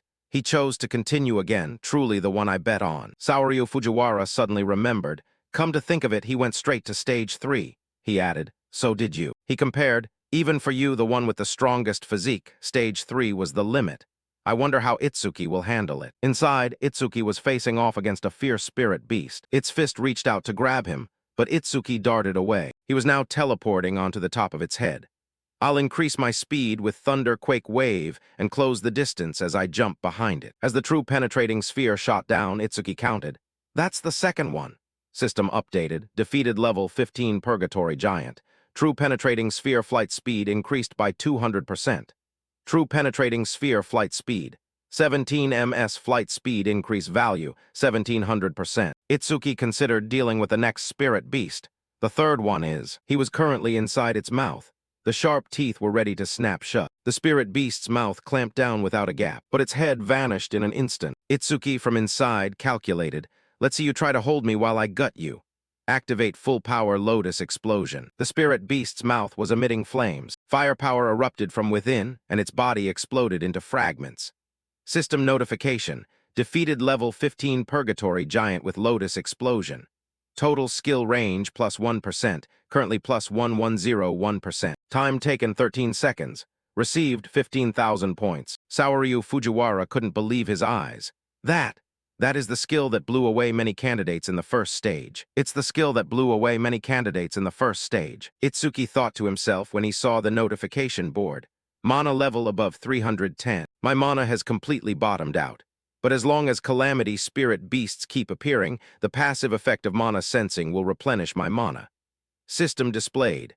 Mana sensing level 1 passive effect. When detecting an enemy unit, recover 10% mana. Facing Itsuki were high-level spirit beasts. Stage 4 Nightmare rank, level 15 Purgatory Giant, 4 of them. Kill points, 20,000. Current mana, 124,310. Detected 4 enemy units, recover 40% mana. Saoryu Fujiwara discussed. Stage 4 has begun. If he clears this stage, he will surpass the you of the past. Nakira admitted. That's right. Only Kazunari has surpassed Stage 4. No one else has made it past. I'm curious to see how far this kid can go. Inside the qualifier, he was tumbling to dodge the spirit beast's attack. Every time the true penetrating sphere's flight speed increased, Itsuki noticed a pattern. The accuracy rate also increases. At this rate, if I increase the flight speed a bit more, I'll be able to hit them without closing the distance. My mana is limited. I cannot waste a single true penetrating sphere. There were iron chains connecting these spirit beasts. He frowned when he discovered this. Iron chains. That spirit beast was tilting its head, pulling the chain, which meant the true penetrating sphere he had just thrown at the head of the other one had missed. Its hand reached out to grab Itsuki. When caught, he thought to himself, no, I can't find any foothold in this position. The spirit beast's hand tightened, attempting to crush Itsuki to death. His bones inside were squeezed, painful enough to make him vomit blood, and cracks appeared in his joints. Once finished, it threw Itsuki far away. Covered in blood, he fell to the ground. Saoryu Fujiwara worried. Akira, go help him. He was surprised, not daring to believe it. Is that as far as he goes? Akira recalled his own appearance back then, just like me before. As soon as you move in, I'll go save him. Nento stopped him again. Wait. He trusted him completely. Itsuki hasn't given up yet. Saoryu Fujiwara protested. Nento, this isn't the time to talk about whether he has given up or not. Ageha added. That's right. If we don't intervene, Itsuki will die. Nakira supplemented. He is in a desperate situation. Nento stood calmly before everyone's criticism. But I know he still has an ace up his sleeve. Saoryu Fujiwara was surprised. An ace? How do you know? He emphasized. Those aren't the eyes of someone who has accepted their fate. Itsuki isn't one to give up easily. To kill it, I did everything I could to train myself. System displayed. Activate super simulation, continue analysis. He recalled in the battle with Kinoshita Ryuji, super simulation had activated his skill, but I decided to cancel it at the very last second. Analysis progress, 99%. Canceling the analysis was to be ready for a situation like this. When the progress reached 100%, the system reminded, analysis of B-rank skill, purple lightning cannon complete. Received, thunder break level 2. Ageha cheered happily. Look, the green lotus. Saoryu Fujiwara saw this for the first time, unable to help but be curious. That is also one of his skills, but what does that green lotus do in this situation? Heighten Akira suspiciously glanced at her expression. Ageha is very happy. Does the kid know something? Info about Itsuki updated. Thunderbreak level 2 active effect, can absorb B-rank or below lightning element attacks into the body. When releasing the absorbed lightning energy, your speed stat increases by 100%. Absorption capacity, 0.5. Passive effect, each time a B-rank lightning element attack is absorbed, speed stat increases by 10%. Currently plus 15%. His hand was covered in black armor, fists clenched, absorbing the power. System notification, received Thunder Break level 2, all stats plus 20. Remove all negative effects and fully recover all wounds. New stats, attack 310 plus 20, speed 310 plus 20, defense 310 plus 20, magic 310 plus 20. The spirit beast's fist crashing down was blocked by the lotus. Itsuki had no time to play with it anymore. Warm-up is over. From now on, I will unleash my full power. His stats were refreshed. Attack 330 plus 20, speed 330 plus 20, defense 330 plus 20, magic 330 plus 20, total 1320 plus 80. Saoryu Fujiwara was stunned. He was just beaten to death but recovered completely in just a few seconds. That recovery power is better than a cleric's. From that crazy area of effect skill to the end, how many overpowered skills does he actually possess? As the true penetrating sphere shot through its head, the system reminded, defeated level 15 Purgatory Giant. True penetrating sphere flight speed increased by 200%. As the next one was destroyed, the notification repeated. System displayed, successfully cleared stage 4 Nightmare. Time taken 31 seconds. Kill points 20,000. Looking at the corpses piled up behind Itsuki, he felt confident in his current power. No matter how many Purgatory Giants appear, I will still win. Itsuki charged into the giant cull. System notification. Defeated level 15 Purgatory Giant. True penetrating sphere flight speed increased by 200%. The next true penetrating sphere flew over the giant's head. True penetrating sphere flight speed. 27 ms speed increase value, 2700%. The next one was pierced through the chest, successfully cleared stage 5 Nightmare. Time taken 57 seconds. Kill points 25,000. The next one was pierced vertically from below, successfully cleared stage 6 Nightmare. Time taken 1 minute 34 seconds. Kill points 30,000. This scene was enough to terrify those watching through the screen. Looking at the mountain of giants, someone couldn't help but exclaim, "This place is ruin." I'm starting to wonder who is the monster, Itsuki or the Purgatory Giant. Itsuki noticed, where's the next stage? Hey, are Purgatory Giants not appearing? Saoryu Fujiwara hadn't regained his composure. Unbelievable. I can't believe what is happening before my eyes. He pressed the red control button on the side, then spoke into the mic. Itsuki, it's over. You have defeated all the Purgatory Giants we prepared. Looking at the pile of corpses stacked into a small mountain, Saoryu Fujiwara repeated. You have defeated all the Purgatory Giants we prepared. Itsuki couldn't believe it. I destroyed them all. Isn't there no limit to the difficulty? He stepped on the corpses of the giants as he walked. I don't remember how many I defeated or how many points I earned. Since I've reached the limit, the gap with Kazunari Satsumi probably isn't too large. Furthermore, I achieved another goal of increasing the true penetrating sphere's flight speed, which isn't bad at all. System notification. You have defeated 11 level 15 Purgatory Giants. True penetrating sphere flight speed increased by 1100%. True penetrating sphere flight speed. 38 ms speed increase value, 3800%. Itsuki compared. 38 ms is faster than a regular car. Suddenly, strange energy waves appeared behind him. Itsuki quickly glanced behind, on high alert. Seeing no danger, he sighed in relief. I thought there was another one. Right, I completely forgot. Since I can't level up, the experience from the spirit beasts that died here will turn into karma stones. Behind him was a giant karma stone as wide as a person. Saoryu Fujiwara was startled. Is that a karma stone? Why would it appear in the exam area? If it's blue, it contains at least 10,000 experience points. Nento revealed. Itsuki cannot absorb experience points, so every drop of experience that falls will turn into a karma stone like that. Akira realized. I thought the fixed level was because he was hiding his stats, but it turns out he really can't level up. Saoryu Fujiwara understood. If Itsuki teams up with someone and enters a dungeon, then that teammate can absorb all the experience points. I'm glad that child is human. If he were a spirit beast, I wouldn't dare imagine it. He collected the karma stone. It took the shape of a small stone the size of his hand. Itsuki walked toward the gate. I've done what I needed to do. Let's get out of here. The heavy gate slowly opened. Saoryu Fujiwara cheered. He's out. As Itsuki stepped out, the system displayed. Itsuki has completed the second qualifier. Points earned, 106,600. Time taken, 3 minutes 55 seconds. Rank 1. He walked toward him, suggesting, Itsuki, I observed your performance. You truly have potential. Want to come with me? I guarantee I'll recommend a mentor worthy of you. Itsuki refused without hesitation. I appreciate the offer, but I already have a master, so I don't need it. Saoryu Fujiwara suspiciously asked. Don't you understand? So what if you have a master? No ordinary person can guide a young talent like you. It'll be much better following me. I have both connections and resources. Akira reminded him. He already said he doesn't need it. Keep pushing like that and you'll be hated. He was stubborn. You think I'll give up so easily? You intend to let Itsuki's talent be ruined by someone else. Itsuki had an impression of him. You dealt with Kinishida's subordinates back then. Akira said comfortably. Don't worry about that. I only dealt with those breaking the rules. Besides, he is Nento's student. There's no reason to persuade him anymore. Right, Saoryu Fujiwara was surprised. What did you say? Whose student? Itsuki politely said to him. Thanks for that moment. He still couldn't believe his ears. Itsuki is Nento's student. Nento confirmed from behind. Yes, that's right. He froze, so the monster that suddenly appeared is Nento's student. Itsuki finally had time to greet Nento. Master. He was very satisfied with today's performance. Well done. I observed your performance very clearly. Any injuries? If so, I'll tell Ageha to heal you.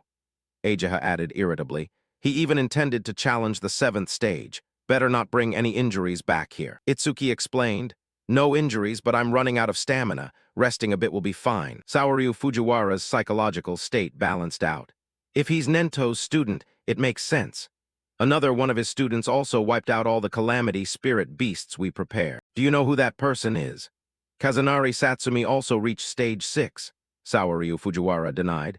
No, at that time stage 4 was the highest, so we increased it to stage 6 afterward.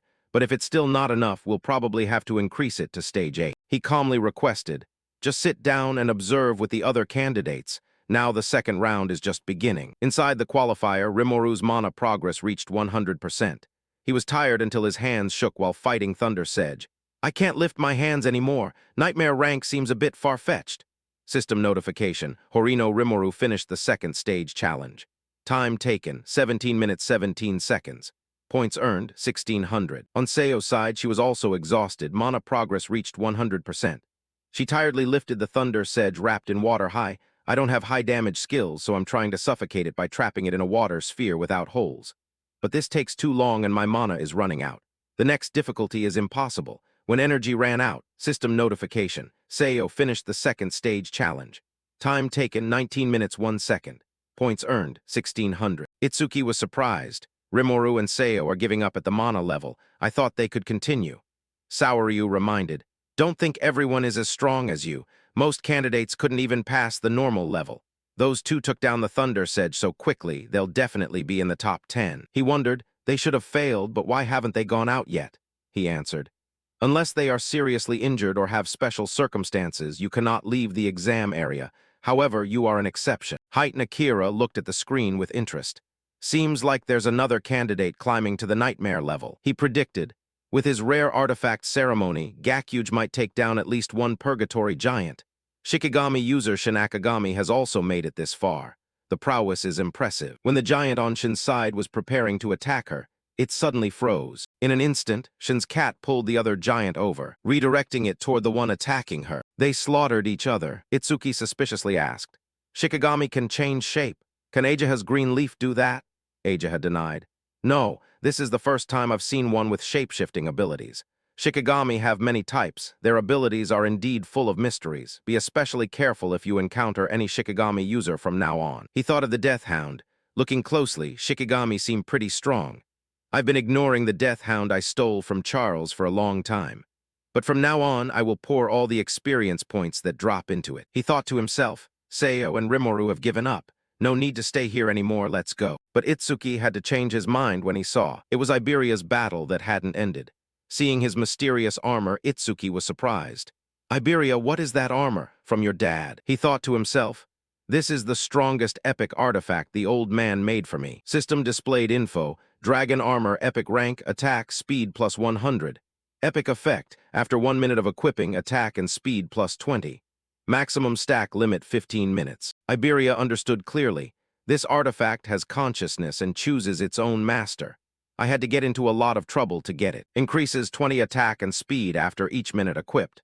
But equipping it for more than 15 minutes brings insane penalties. Must resolve this within 15 minutes. System displayed. Stats increased, current. Attack plus 120, speed plus 120. He speculated. The Nightmare Stage clear notification earlier must have meant Itsuki-san had to exert more effort to not drag him down. His victory boosted Iberia's strength. He lunged toward the giant. Iberia stomped his foot on its face. He decided not to let Itsuki lose face. We are Team E after all. He saw it from the outside and smiled. He's going all out, huh? The mechanical notification sounded. Stage 2 ends. Saoryu Fujiwara declared. Only the top 10 highest scorers will proceed to the finals of the national tournament. Additionally, the top 2 will receive special rewards at the finals. Gakuge lay flat on the ground to rest. He was very confident. Except for Kana, no one has more points than me. That special reward is definitely mine. Saoryu Fujiwara reminded. Now announcing the top 10. Information board displayed. Rank 1, Itsuki with 3 minutes 55 seconds, total points over 100,000. Rank 2, Kana with 23 minutes 43 seconds, nearly 17,000 points. Rank 3, Gakuge with 24 minutes 15 seconds, total nearly 7,000 points. Rank 4, Iberia with 27 minutes 59 seconds, total points equal to Gakuge. Followed by Shinakagami, Rimuru, and Seo. Others were surprised. Over 100,000 points? Even the guy with the lantern only has about 60,000. With that score, he'll easily reach the national top rank, right? Each purgatory giant must be 5,000 points. How many did he kill to get 100,000 points? Gakuge was shocked reading the leaderboard. What? I'm third. Who is this Itsuki guy? Never heard of him before. Connor exclaimed, Itsuki, really want to duel you. Seo said sadly. The gap with Itsuki is so big, I guess I'm not suited for melee occupation. Saoryu Fujiwara cheered loudly.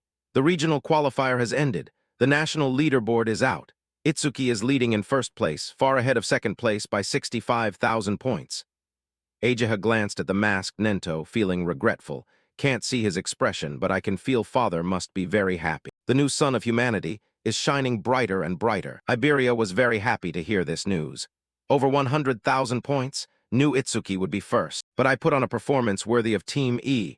Beside him was the corpse of a giant. Itsuki approached to praise him. Yeah, you did great, surprised me. Iberia's eyes started to blur but still smiled. Right. At the arena, Saoryu Fujiwara officially declared. The qualifier for the 21st Salvation Alliance National Tournament has ended. Itsuki carried the unconscious Iberia and left the qualifier. At this moment, in a luxurious room at the Southern Continent Army 1, an old man was sitting with his eyes closed, immobile. Kaori asked unhappily, We were dragged all the way out here since dawn just to watch an old man meditate. The person beside reminded him to watch his tongue. That is the supreme commander of the Southern Continent. He has the ability to predict the future. He is a prophet. The person they were waiting for was the supreme commander of the Southern Continent, Balger. Kaori had a question. Then why is the barrier always erected before the announcement? If he could really predict the future, tell us where the points will fall before it happens. He explained. It is true that Elder Balger can only predict a small part of the future, but he is still a major figure of humanity, the only one who can stand on equal footing with the Northern Continent's Supreme Commander, Nento. Suddenly Balger opened his eyes wide, sweat pouring like rain on his aged face. He shouted, It's him! Because his prophecy is 100% accurate. Balger fell to his knees, muttering, The Northern Continent! 2 disciples stepped in to support him. Elder Balger, are you okay? Balger whispered. The Northern Continent is in danger. He whispered in terror. A massive attack of spirit beasts is about to land on the northern continent, including several over level 100. Night fell outside was a peaceful scene. You check the stats. Finally, my total has surpassed 1,500. Your information has been updated. Itsuki, human rank, unfixed class, Annihilator, innate talent, Nirvana, special grade skills. Ultra Simulation, rank Z.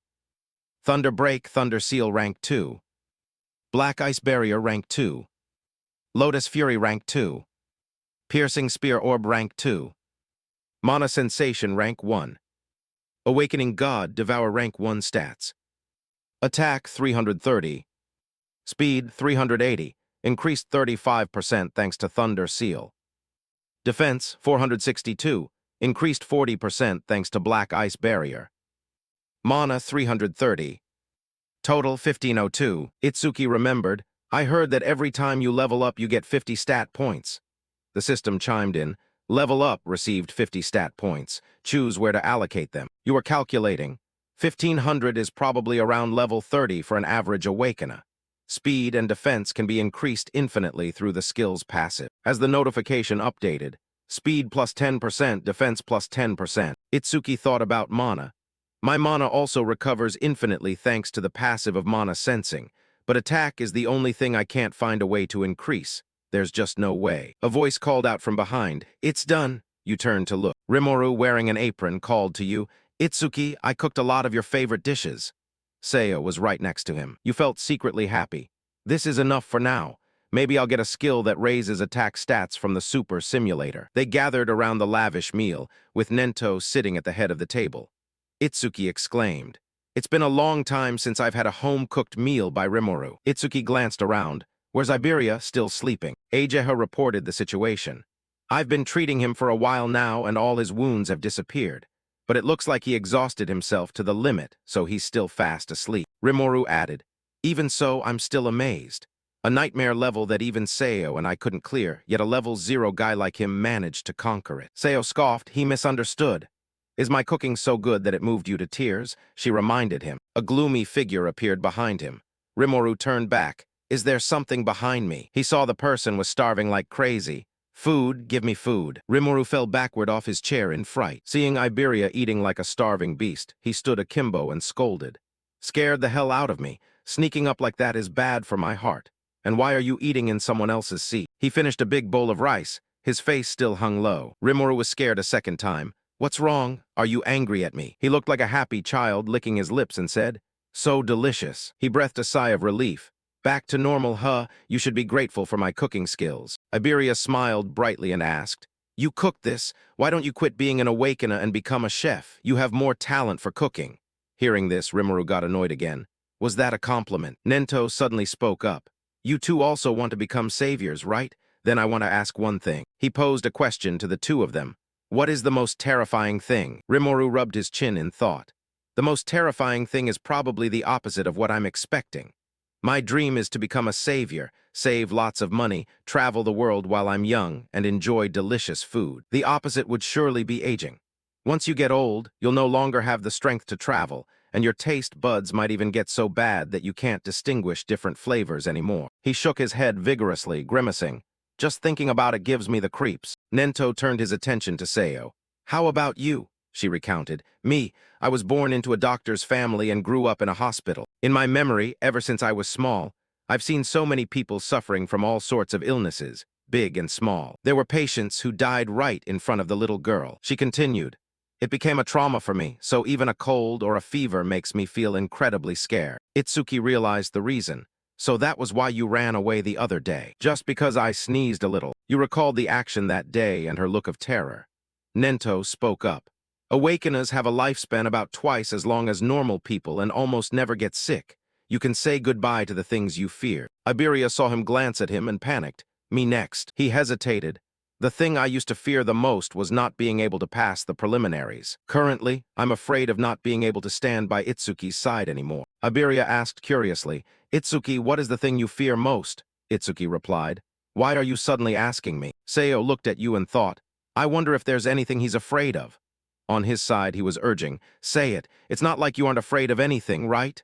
Rimuru was curious. Can't imagine what Itsuki could possibly be afraid of. Itsuki opened up. After my parents passed away, I was really worried about how I would continue living. Helpless, angry, sad, starving. My body was possessed by those negative emotions until Seo and Rimuru appeared in front of me. Back then, they came to check on this little boy Itsuki. "Why are you sitting here crying alone? The sky is so beautiful, it's a waste to keep looking down." Seo sat down and asked, "Do you have a cold? Should we go to the hospital?" And Rimuru held a lunch box in his hand. "Eat something and all your worries will melt away," Itsuki said with emotion. "The warmth I received from those two pulled me out of that negative world. After that, I met Master, Ageha, and Iberia as well. Like gaining more teammates, everyone present looked at Itsuki gently. You compared, or like my family back in the day. This feeling of peace is something I haven't felt for a long time. Sometimes I think I wish this moment could last forever more than anything. I've always been afraid of having to live alone." Ageha blushed and thought to herself. The current atmosphere around Itsuki, it's very calm and peaceful. It's completely different from the hair-raising feeling from before. Iberia was moved and hugged you. "Itsuki, I will definitely not leave you." Itsuki denied. "No, that's not what I meant." Nento explained. "The reason I asked is to confirm whether, when you two become saviors and have to face real danger, you will regret choosing this path. For a savior, regret is the one thing you two must never, ever allow to happen. Remember this well, a death without regrets is the goal of every savior." They agreed unanimously. "Yes, I will engrave that in my heart." He stood up, left a sentence, and walked away. "Then hurry up and finish your meal and go get some rest. Seo and Rimuru have to head back to the North B sector tomorrow." The next morning, they saw their two friends off. Iberia waved goodbye. "Next time, treat me to your home-cooked meal again." Rimuru agreed immediately. "Sure, leave it to me, as long as you don't cause trouble for Itsuki." Seo waved goodbye. "Then I'll see you at the national tournament." Looking at him sobbing on the side, Itsuki was curious. "Since when did you and Rimuru get so close?" Nento turned back to urge. "Let's head back too." You suddenly thought, "Now that I remember, there's something I want to ask Seo. Maybe I can ask while the national tournament is going on." Seeing someone running from afar, Itsuki was surprised. "Ageha, why does she look so rushed?" Nento asked. "What's the matter?" She panted heavily and rushed to report. "There is a top-secret report from the southern continent. He had a bad premonition." "What report is it?" Ageha couldn't talk here. "This top-secret information has a very high security level. It can only be revealed to saviors above level 50 and continental commanders." Nento allowed it. "It's okay, just go ahead. It's fine to tell these two. Go on." Ageha got straight to the point. "A new prophecy was just made by the southern continent commander, Elder Balger. It seems like a large-scale attack by the disaster spirit beasts will take place in the northern continent within the next 3 days." Itsuki was shocked. "Elder Balger, is that prophecy reliable?" According to what Iberia knows. Elder Balger is the most illustrious prophet in all 5 continents. His prophecies are almost certainly future events that will happen. Ageha suggested. "So, father, you should hurry and leave the northern continent." He speculated. "There must be some reason for the disaster spirit beasts to launch such a large-scale attack. It's very likely their target this time is me, the commander-in-chief of the northern continent. Therefore, if I stay here, I will surely be a great lure." Ageha disagreed. "You were never a combat expert from the start. If you already know you are the target, there is no need to stay and risk it like that. For now, just evacuate to the central continent." Itsuki agreed. "I agree with Ageha. If you are short of people, I will stay and fight." He refused to listen to advice. "I've already decided, no need to say anything else." "Itsuki, I need you to do something else." You asked about a different issue. "What about protecting Master? Nothing is more important than that." Nento mentioned Iberia's father. "Aiden is the most excellent artisan in all 5 continents. It would be terrible if anything were to happen to him. I want you and Iberia to be responsible for protecting Aiden. I will also send awakeners from here to support you." Iberia was surprised. "Dispatching special combat forces just for my old man? And you were similar. Master is trying to get me out of the battlefield." Looking at his children being unhappy, Nento reminded Ageha. "I also have 3 requests for you." He gave a series of orders. "First, inform the residents of the northern continent about this upcoming attack and ask awakeners under level 50 to evacuate civilians to a safe place. Next, notify all awakeners in the northern continent above level 50 and ask them to be ready to deal with the disaster spirit beasts at any time. Finally, have Height Nakira come here. In this sparsely populated North 1 area, we won't have to worry about civilian casualties during the battle. Here, we will face them head-on." The next day, Ageha came to report the progress. "Father, I have arranged everything as you instructed. Height Nakira should be here soon." Nento felt sorry. I'm sorry for this trouble. Ageha was sad and didn't want to talk. He sensed her mood. Are you worried? Even though Aiden already has experienced bodyguards by his side. In that case, I will just eliminate the small fry and lure the boss to show itself. Ageha admitted, as expected of you, father, you have seen through everything. He revealed, there is a prophecy that a level 100 or higher disaster beast will appear this time.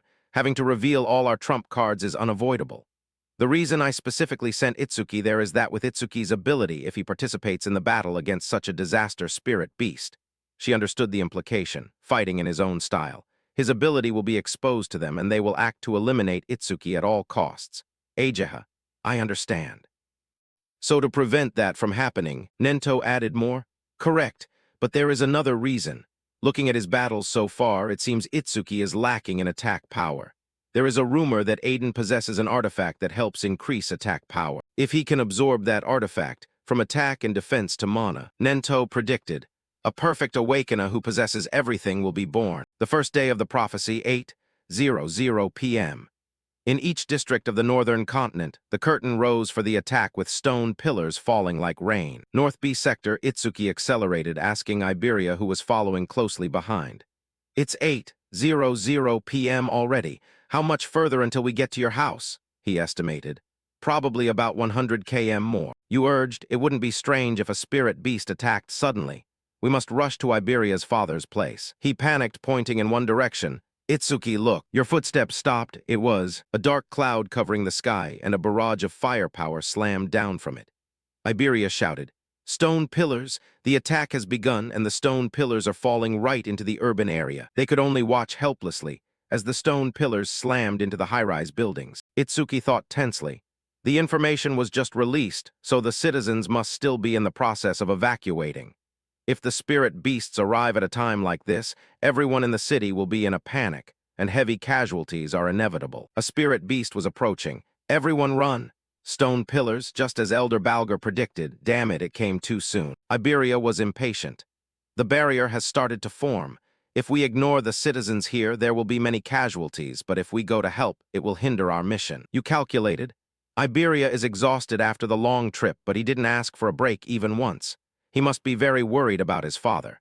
If I suggest saving the citizens, he will definitely refuse. Yet Iberia asked, Itsuki, go and support them.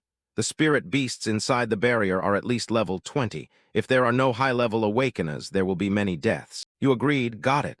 Change of plan, we will eliminate the spirit beasts inside the city first. In the city, the giant foot of a spirit beast stomped on the ground, a loud rumble echoing. It was a level 21 fire puppet, its whole body blazing with fire. Yama on the opposite side encouraged everyone. 3 level 15s and 1 level 16. This is going to be difficult. But facing a level 20 spirit beast, we still have a chance to win. He had a C-rank skill, Stone Shield. At this moment, Yama was forced to calm down to command. Don't mess up the formation, I will block its attack. As soon as its firepower attacked, he shouted, everyone look for openings and counterattack. One punch from it sent Yama flying backward. The heavy impact caused the wall behind him to crack. Yama gasped, no way. The people in the team became desperate. Even he who has the highest defense stat among us was killed instantly, so we definitely have no chance.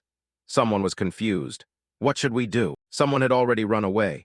What do you mean, what should we do? We have to run. Fighting something like that is suicide, a teammate shouted. Hey, watch out. Namkai laughed coldly. You guys should worry about yourselves instead. He just felt the danger approaching from behind. Namkai fired a blast at it while begging, please, I'll do anything, just don't kill me. His skill was C-rank water cannon. Namkai looked at the hole in front of him, thinking, since when was this thing behind me? That's why I let out those pathetic words. But this is the end. After all, I am a water elementalist, the natural enemy of fire attribute disaster spirit beasts. The others crept forward to check. Did he really succeed? To be sure, I'll finish it off. Namkai stopped them. Don't interfere. I defeated the spirit beast alone. I must be the one to finish it. The spirit beast had revived, fire blazing all over its body. He panicked, looked back at his teammates, and urged, it revived, hurry up and kill it. Seeing the firepower like a sea of fire rushing toward them, they felt their end had come.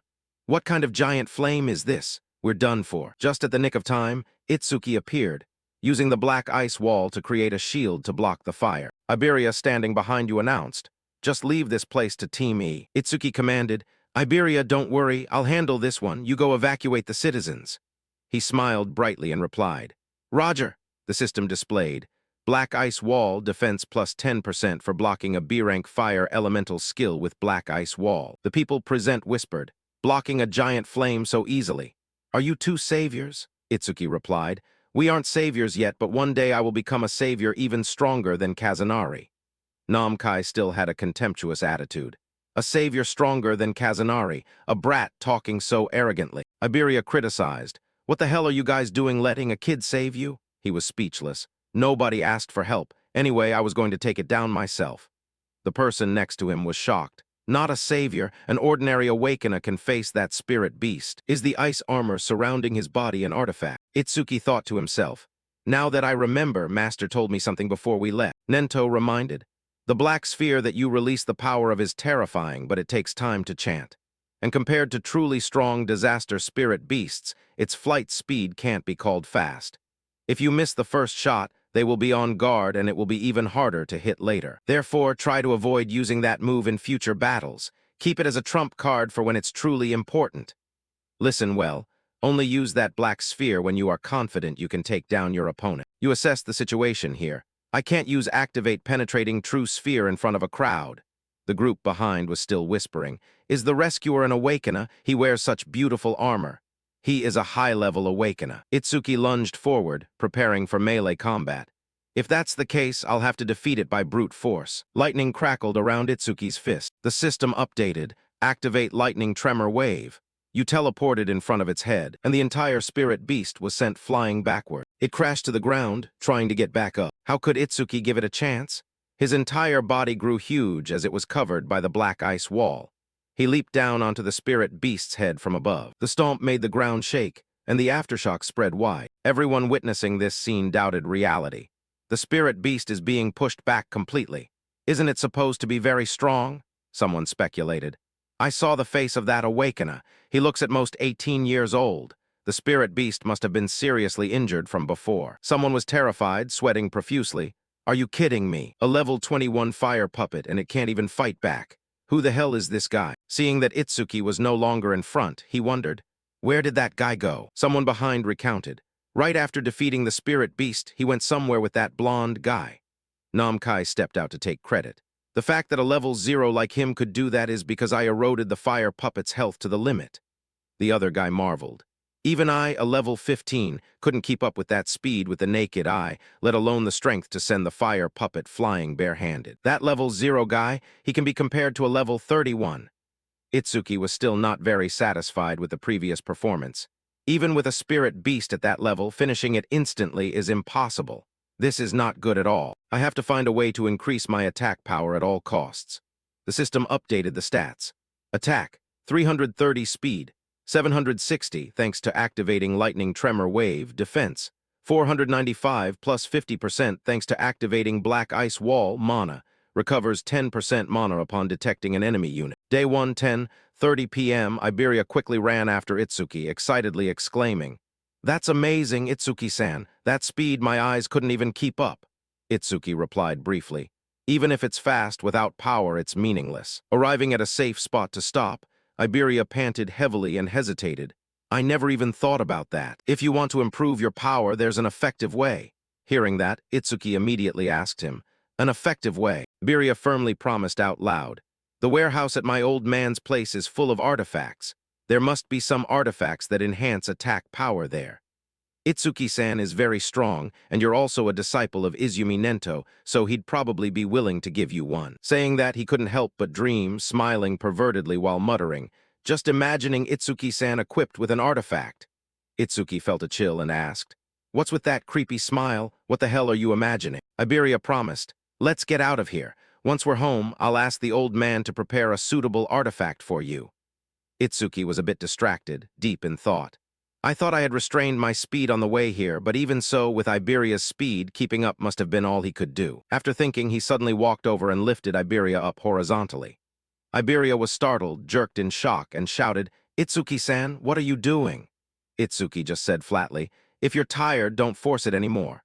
At this rate, even if you run into a spirit beast, you won't have the strength to fight. Finishing his sentence, he didn't prolong it, immediately hugging Iberia and jumping up. Iberia was stunned again and complained, "I wasn't ready." "You're too fast." Itsuki still didn't slow down, just carelessly said, "We've delayed too much already, just bear with it." Prophecy Day 1, 11:05 p.m. The moon was bright and the wind was cool. Deep in the heart of the forest, there was a wooden house. Soon, Itsuki and Iberia arrived there. Iberia stretched his muscles and bones, his mouth never stopping its whining. "Finally here. I thought my arms were about to fall off." Itsuki observed the house for a moment before opening his mouth to ask Iberia, "Why do you live so deep in the forest? It would be safer in the city." He replied very confidently. He said the city is too noisy to focus on crafting. Don't be fooled by the appearance of this dilapidated wooden house. Its defense system is no joke. There are dozens of traps that my old man set up around the house. Hearing him say that, Itsuki realized inwardly, "I see, no wonder I was wondering why I could feel faint mana fluctuations." Thinking that, he silently activated mana sensing. At this moment, Iberia led the way, not forgetting to brag, "But it's okay, if you follow me you won't trigger any traps, just stick close." Itsuki didn't dare speak, only thinking to himself, "I don't need you, I can still dodge them with mana sensing." While Iberia was walking ahead leisurely, Itsuki was a bit hesitant to warn him, "Hey, over there." But Iberia didn't hear a thing. He was puffing out his chest inside and smiling secretly. "Finally, I get to take the lead." Hidden on the ground behind a layer of leaves was a small switch. Iberia, not on guard, accidentally stepped on it. Realizing he had triggered a trap, he panicked and shouted, "Oh no, I was too excited and forgot there were traps here." Itsuki was helpless and didn't dare to believe, asking him, "Is this really your house?" Now the ground started to shake violently. Iberia loudly cursed, "Damn it, this is the most annoying trap." Right at this moment, Itsuki also realized, "Now that I remember, the mana fluctuations are getting stronger." Emerging from the ground was an anthropomorphic artifact, an epic iron golem. Attack 500, speed 300, defense 500, mana 200. Seeing it, Itsuki was endlessly surprised and subconsciously shouted, "He even has anthropomorphic artifacts." At this moment, the iron golem threw a powerful punch toward Iberia. While Iberia hadn't yet composed himself to counterattack, Itsuki quickly stepped in to push him away, directly facing the iron golem. He powerfully threw a punch to block its fist, but it couldn't hold out for long. He was knocked far away by it. Itsuki had to friction against the ground to stabilize himself, but in his heart, he had to secretly exclaim, "Even an artifact has higher attack power than me. Since it's an artifact used to protect Iberia's father, I can't destroy it with activate penetrating true sphere. This is really troublesome." Itsuki was tense and immediately turned to ask Iberia, "Iberia, is there any way to stop it?" He quickly cooperated and replied, "Aim for the spirit crystal on its chest. It's its energy source. If you destroy that thing, it won't be able to move anymore." Hearing Iberia say that, Itsuki immediately set his eyes on the iron golem and also immediately discovered the spirit crystal he mentioned. Without further hesitation, Itsuki immediately activated Lightning Tremor Wave. His whole body was instantly covered by flickers of electricity. He confidently and loudly said, "If you know the weak point, then this is easy. Even if I lose in terms of raw power, I am faster." Finishing his sentence, he suddenly struck the iron golem with a powerful stream of electricity. As it continuously brought its iron hands down to attack him, he also easily dodged them neatly, taking advantage of the iron golem, being intently focused on attacking without any defense. Itsuki nimbly ran behind its back, disrupting its reflexes. Then, seizing the opportunity, he took the spirit crystal on its chest. The iron golem lost its energy source, and just as predicted, became motionless. When Itsuki was relieved and held the spirit crystal up to ask Iberia, "I guess this is it, right?" Then at that very moment, a black shadow appeared behind him, eyes burning red, staring at him as he prepared to slash down with a sword. Iberia immediately shouted loudly to stop him. "Stop, Yusuke-san." Noticing something unusual, Itsuki immediately turned his head to look, which was also when that sword was slashing down. The man heard Iberia's voice and also quickly stopped his hand before it was too late. Itsuki looked at the sword about to touch his face, secretly confused and wondering, "When has he been here?" Bokudo Yusuke now spoke properly to explain, "Iberia, I thought it was some gang of robbers sneaking in." Itsuki still stared at him, thinking endlessly in his heart, "What's this? While I was being targeted, I didn't feel any mana fluctuations at all." Bokudo also looked back at him and opened his mouth to ask, "Who is this?" Seeing his action of sheathing the sword in the blink of an eye, Itsuki was surprised again and thought to himself, The sword vanished. Iberia finally walked up to stand in front of Itsuki, smiling as he introduced him to Bokudo. This is my friend, Tenma Itsuki. He's level 0 but very strong. We are a team called. Before Iberia could finish, Itsuki gently placed his hand on his shoulder and asked the main point. More importantly, where is your father? Hearing that, Iberia immediately asked Bokudo, That's right, where is my old man? Bokudo answered honestly without knowing someone was approaching. Master is behind, but be careful. It seems he is not very happy. Aiden walked over, dark-faced, without making a sound. Seeing him, Iberia immediately bragged. Father, listen to me, I passed the preliminaries. Then he repeated their previous deal. I even passed the nightmare level and reached 4th place in the region, just as you promised. Let me freely choose an artifact. Yet Aiden said nothing, slapping Iberia with a painful blow. He was aggrieved, eyes brimming with tears, clutching his face, and angrily asked, Hey, why did you hit me? Aiden was so angry his face turned red, veins popping out on his forehead, and he loudly ordered, Give me the dragon armor. You stole it, didn't you? Iberia stubbornly argued and yelled back, So what? I only borrowed the epic artifact for a little bit. Does father need to hit me like that? Aiden still hadn't cooled down, pointing at him and warning, If you wear the dragon armor for too long, something irreversible will happen. If you use it again without permission, I won't be lenient next time. Iberia pouted and threw the bag on the ground, irritably saying, Fine, I understand. I will never use father's artifacts again, and then walked away. While Itsuki was still staring blankly after Iberia, Aiden spoke up to call him. Yes, I am Tenma Itsuki, nice to meet you. Itsuki was startled, turned back, and went straight to the point to say to him, A prophecy has predicted a large-scale attack by disaster spirit beasts on the northern continent, so Master has ordered me to escort Aiden-san.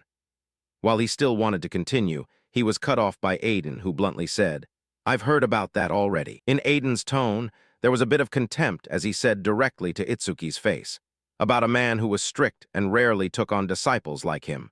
Why would he take on a teenager who looks completely normal like this as his apprentice? But immediately after that, he suddenly froze, eyes wide with shock, and shouted, Wait, your level is it fixed? Looking at the stats about the ability, Aiden couldn't believe his eyes. Tenma Itsuki, human, level 0, fixed occupation, exterminator, skill, hidden stats, hidden. Aiden was surprised, looked at Itsuki, and loudly asked, Are you using an artifact to hide your stats? Not exactly. He contemplated and thought, I see, no wonder Nento Izumi wanted to get that artifact. Aiden stepped close to Itsuki. Your master is a person very good at calculating gains and losses. He always demands something in return. Master only told me to escort you. I haven't heard anything about a reward. He was surprised when he heard him continue. He has contacted me, saying that in exchange for you escorting me, I must give you a certain artifact. Master said that? It's okay, even without an artifact, I will still protect you safely. But Aiden immediately stopped him, then curiously asked, No, I have plenty, giving you one is fine. I'm just curious, why did he insist on choosing a piece of junk? Itsuki was surprised and asked back, A piece of junk. Aiden remembered the time the artifact was created. He was very excited. Initially, it was a masterpiece created to unlock the attack power of an Awakener to the absolute limit. The unique critical strike crystal. Critical strike, attack power is doubled when landing a critical strike. Critical strike rate, 99%. Unique effect, the user's attacks always land critical strikes. Aiden was startled when the artifact suddenly developed a crack. But suddenly a crack appeared. He took that artifact out and explained more clearly. The artifact's rank became undefined and a mysterious effect was added. Faulty critical strike crystal rank, undefined, effect.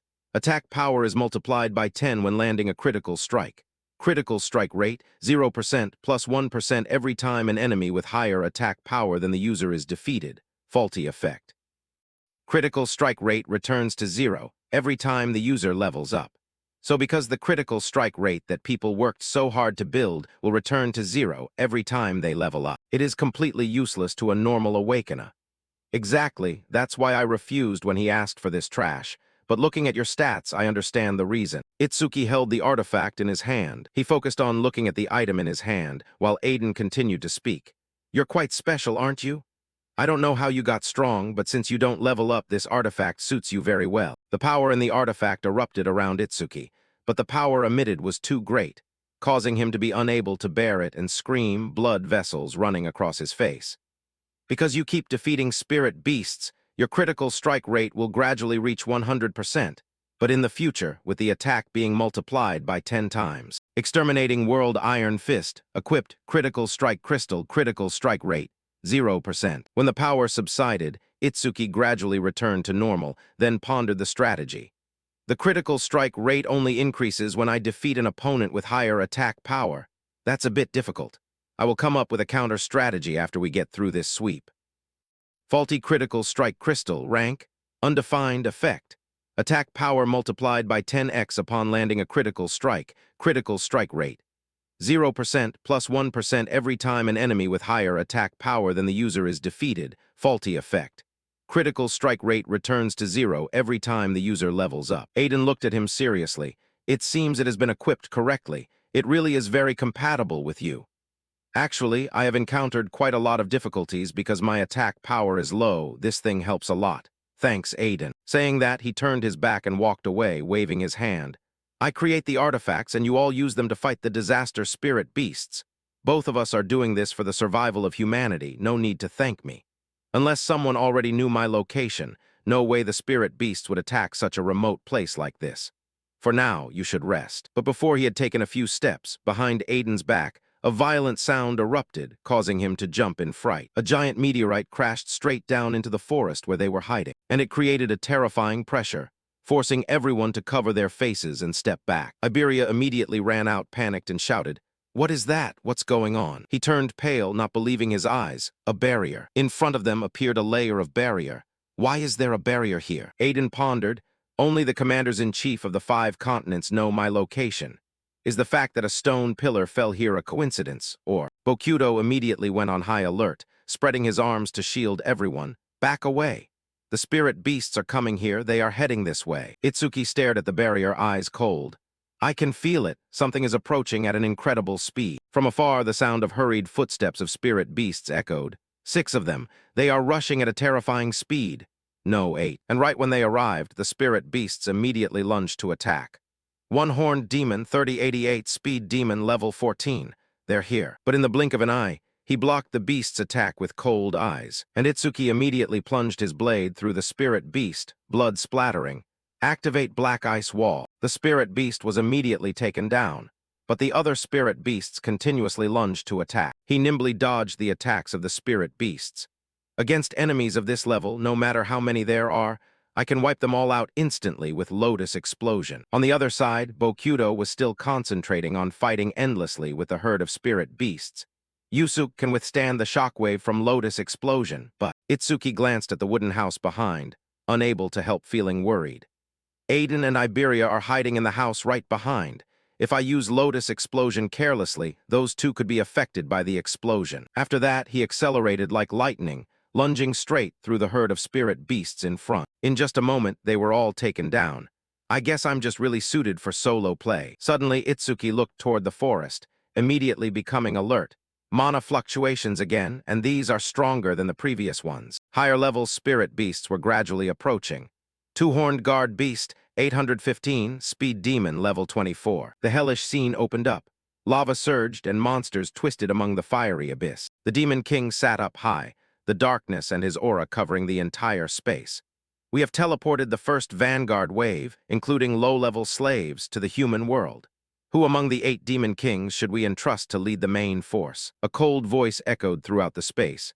Thanks to the eye I left behind when I went to the human world last time, I have sensed the existence of someone important. Capture him. Another demon king with a deformed face and 9 eyes. This guy has 9 eyes, very scary. One of the 8 great demon kings, Enma Rakuyama. Should we entrust that to one of the 8 demon kings? The demon king sat up high and coldly ordered, so Enma Raku immediately knelt down to receive the order. A level of a demon king might destroy the very eye I left behind. I will entrust this to a demon general. Command accepted. Then he continued, his terrifying gaze sweeping everywhere. And I will entrust all command of the main force to Ensho Kuma, the Beast Eater. A giant Beast Eater appeared, and they usually eat stone. It had been a long time since he had eaten living human flesh. I'm sure he's about to starve to death. A scream echoed, making Itsuki startle. That's Iberia's voice. Did the spirit beasts infiltrate the house? A monster lunged straight toward him. Itsuki quickly put his 2 hands in front of his face. The system appeared. Two-horned guard beast, 815, speed demon, level 24. He clenched his teeth and whispered to himself, "If it's come to this, I'm forced to use that move." The demon swung its hand to attack Itsuki. He quickly lowered his body to dodge, lifting his hand and creating an energy sphere while thinking. Its attack power is probably higher than mine, so if I can defeat it, I can increase the critical strike rate. The system appeared again. Faulty critical strike crystal, rank, undefined, effect. Attack power multiplied by 10x upon landing a critical strike rate. 0% plus 1% every time an enemy with higher attack power than the user is defeated, faulty effect. Critical strike rate returns to 0 every time the user levels up. A black-purple beam of light shot straight into the sky. Activate celestial orb, activate penetrating true sphere. The system notified, critical strike rate plus 1%. Itsuki clenched his fist in thought. It really did increase just as I thought. A monster slowly appeared behind his back. A notification board appeared. Faulty critical strike crystal, critical strike rate, 1%. Itsuki yelled, "Yusuke, I will eliminate the spirit beast that infiltrated the house, leave the rest to you." He slashed powerfully toward the monster and replied, "Leave it to me." Itsuki ran straight toward the wooden house. He pushed the door hard to open it. Inside, Iberia, his whole body covered in wounds, was leaning against the wall, panting. "It's useless. Without the dragon armor, I can't win." A claw struck straight toward him. Iberia muttered, "If it's come to this." The monster plunged its claw straight toward him. Iberia cried out loudly, "Itsuki, save me." However, the person who appeared was Aiden. He used his hammer to strike straight at the monster's head. Iberia stared blankly at him and thought, "The old man is a non-combat occupation, but he isn't afraid of spirit beasts." Aiden shouldered his hammer and looked at the monster, saying, "You're really tough." The monster angrily turned back to look at Aiden. He stood still, calmly waiting for the monster's attack. "I will leave the rest to you." He called out, "Tenma." At this moment, Itsuki quickly appeared before the monster's attack could touch Aiden. Itsuki reached out and grabbed the monster's wrist tightly. "Activate Black Ice Blade." A long blade appeared on Itsuki's arm. He quickly used it to pierce through the monster. Itsuki stood up and said to Aiden, "Sorry I'm late. It took a bit of time to deal with the ones outside." He calmly asked, "How is the situation outside?" Itsuki raised his head to feel. "I can't feel any mana fluctuations outside anymore." After that, he answered, "I think Yusuke has wiped out the spirit beasts." Aiden and Iberia stepped outside. He looked at the monsters lying scattered on the ground and was amazed, shouting loudly, "Did Yusuke do all this by himself?" Yusuke observed and warned everyone, "Don't be complacent right now. Unless we can destroy that barrier, the spirit beasts will continue to be born from within it infinitely, and as time passes, they will only get stronger." He turned around, then said to Itsuki, "I intend to go destroy that barrier, and at the same time wipe out as many spirit beasts as possible on the way. But if you let any escape, you die." Itsuki's face darkened. He angrily retorted, "No, I will be the one going to fight the spirit beasts inside the barrier. Yusuke, stay here to protect Aiden and Iberia." Aiden saw it and was secretly amazed. That gaze, there isn't even a shred of fear. Instead, he is full of the desire to fight. He spoke up, "We will entrust the destruction of the barrier to Tenma." Yusuke wondered, "If it's a barrier, the spirit beasts inside will be at least level 25. Are you sure you're capable of handling this task?" Itsuki's whole body was covered by a pale white layer of mana, he affirmed. "I'm sure." After that, he ran off, a flash of light appearing as Itsuki's figure instantly vanished. Itsuki thought, "Finally, I can fight to my heart's content." Iberia stayed behind and yelled, "If Itsuki goes, then I'm going too. Fine, Yusuke, watch over my old man." Aiden coldly ordered, "You stay put." He immediately protested, "Why, we're a team." Aiden explained, "Stop that team nonsense. It's ridiculous. You and Tenma live in two completely different worlds." Iberia shouted loudly, "We've come such a long way together. What do you mean different worlds?" Aiden loudly replied, "A team is meant to support each other and make up for each other's flaws." He strictly declared, "But you haven't supported him at all. You're just a burden at this rate." Aiden continued, making Iberia freeze in fear. "You'll get Tenma killed." He walked past Iberia, then said, "And naturally, I'm not just talking about you. Tenma is very special. No one of this generation can stand in the same row as him." He coldly said, "Have you seen his eyes when facing spirit beasts yet? That gaze is the gaze of someone consumed by hatred." On Itsuki's side, the system appeared. Mana sensing, 5 enemy units detected, 50% mana recovery. Itsuki smiled coldly. 5 spirit beasts, huh? They must have just crawled out of the barrier. Thanks to that, my mana has fully recovered. 5 monsters lunged out to block Itsuki's path. He didn't waver, lunging forward while yelling loudly, "Clear the way for me." An explosion occurred, smoke and fire erupted. The system then notified, "Activate Lotus Explosion, 5 enemies defeated by Lotus Explosion, skill scale plus 5%, current, plus 1106% critical strike rate, 1% faulty critical strike critical strike rate, 2%. Itsuki continued to use mana to wrap around his body, running while pondering. The defense of the two-horned guard beast is too high. It took 80% of my mana just to take it down with Lotus Explosion.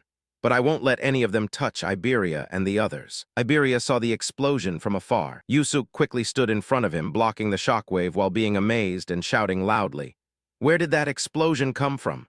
Iberia loudly replied, "That's Itsuki's skill. He must have clashed with the spirit beasts in the forest." Yusuke frowned in contemplation.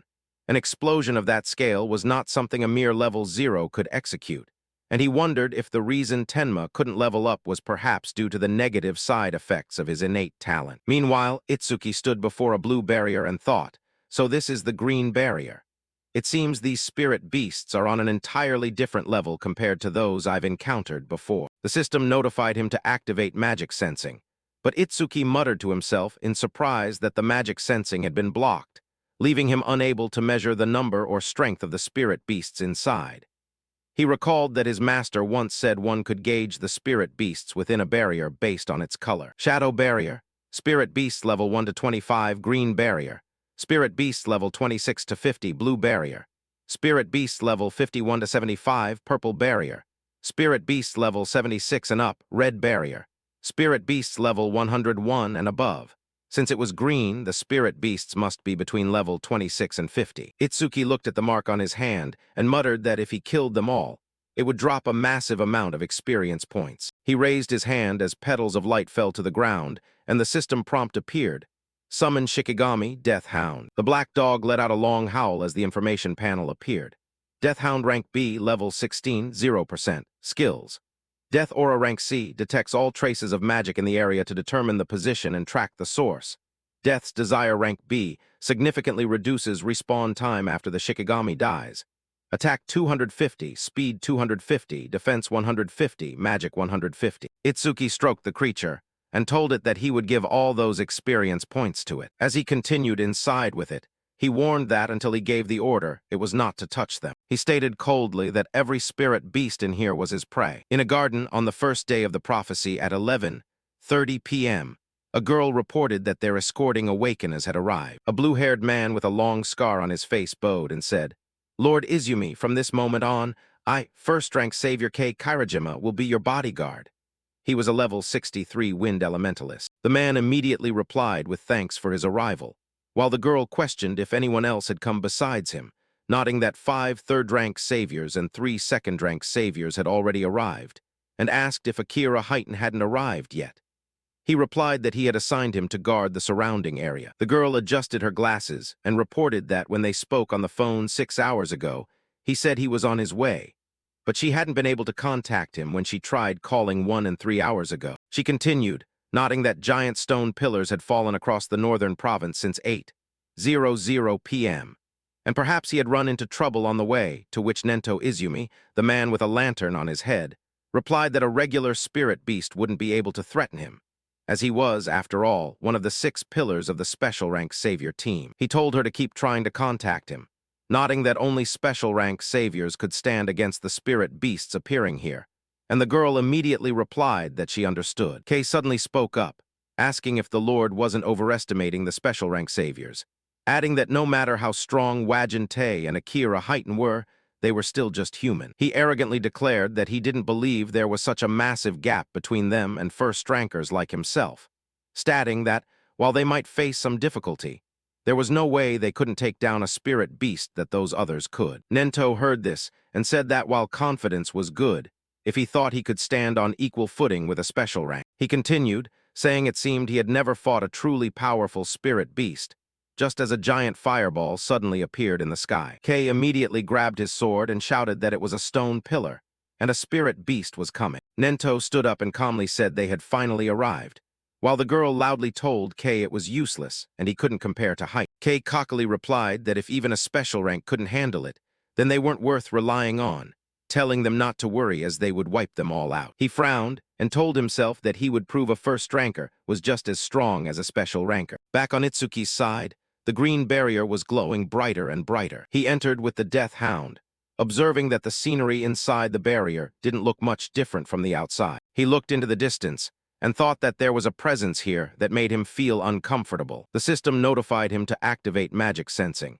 and Itsuki pondered that while he could feel the magic fluctuations inside the barrier from here, he definitely couldn't grasp the situation outside, as if the inside and outside of the barrier were separate spaces. The system appeared again, indicating magic sensing had detected 5 enemy units and restored 50% of his magic, leading Itsuki to think that he now had a rough idea of their positions. He ordered the Death Hound to wait there, telling it that if it saw any spirit beasts trying to escape, it could eat them, and the creature immediately sat down obediently. Itsuki praised it, and as a notification appeared to activate Lightning Break and Lightning Shockwave, he gave a faint smile and shouted that it was time for him to act as well. At that moment, 2 monsters were rushing toward him frantically. A bolt of blue lightning struck directly at them. Itsuki appeared and quickly wiped out the monsters, as a notification appeared to activate Black Wall and Black Ice Wall. Another bolt of lightning pierced through another monster. The bolts of lightning continuously tore the monsters' bodies apart. Itsuki lunged straight toward a large monster that was baring its claws. He leaped high into the air and created a dark purple sphere in his hand. The system announced the activation of Penetrating True Sphere,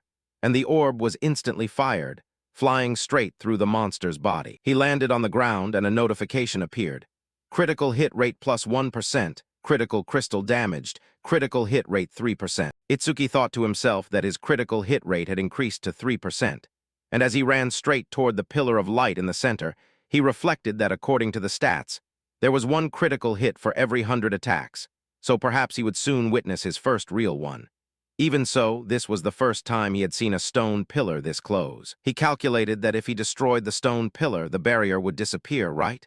He was sure 1 hit would be enough. The system suddenly appeared, stating that 1 enemy unit had been detected and 10% of his magic had been restored. Itsuki stopped abruptly, realizing there was still 1 more. He paused as a surge of electricity instantly wrapped around his body. Black tentacles struck directly at Itsuki. It stabbed down, and he quickly tilted his body to dodge. Itsuki thought that if he hadn't detected the magic fluctuations and stayed alert, he would have been pierced through just now. He looked toward the distant pillar of light and realized it had been hiding behind the stone pillar, and this was. A blurry figure appeared, and Itsuki assessed it as a different type of spirit beast compared to the ones from before. Iberia's eyes widened in confusion as he still hadn't recovered from the shock of the explosion.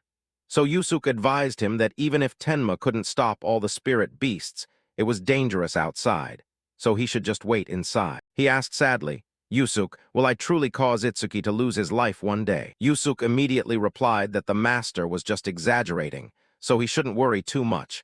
But Iberia hesitated, feeling that he seemed to be nothing but a burden. The man looked at the barrier and asked if he was confident in defeating a level 26 spirit beast, to which Iberia hung his head sadly and replied that he wasn't sure. Yusuke patted his shoulder and said not to be too sad, as he didn't mean he was weak.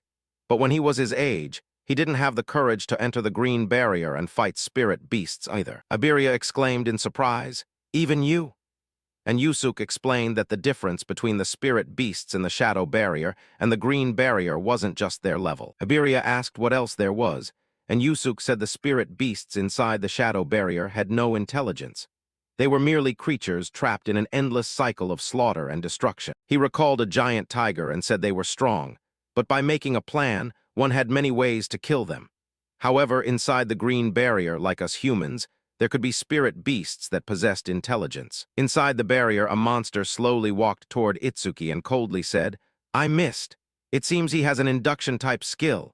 The system displayed, 4-Direction General, level 34. On this side, Yusuke said that among the young people in Tenma's generation, only a few could resist spirit beasts at that level, while Itsuki darkened and muttered that, as he thought, the spirit beasts in this barrier were different from the ones he had faced before. Yusuke explained that, therefore, the reason he was a burden to Tenma wasn't because he hadn't matured, but simply because the other guy was too strong. Itsuki spoke coldly, nodding that it saw through his skills in seconds, and furthermore, it could speak human language.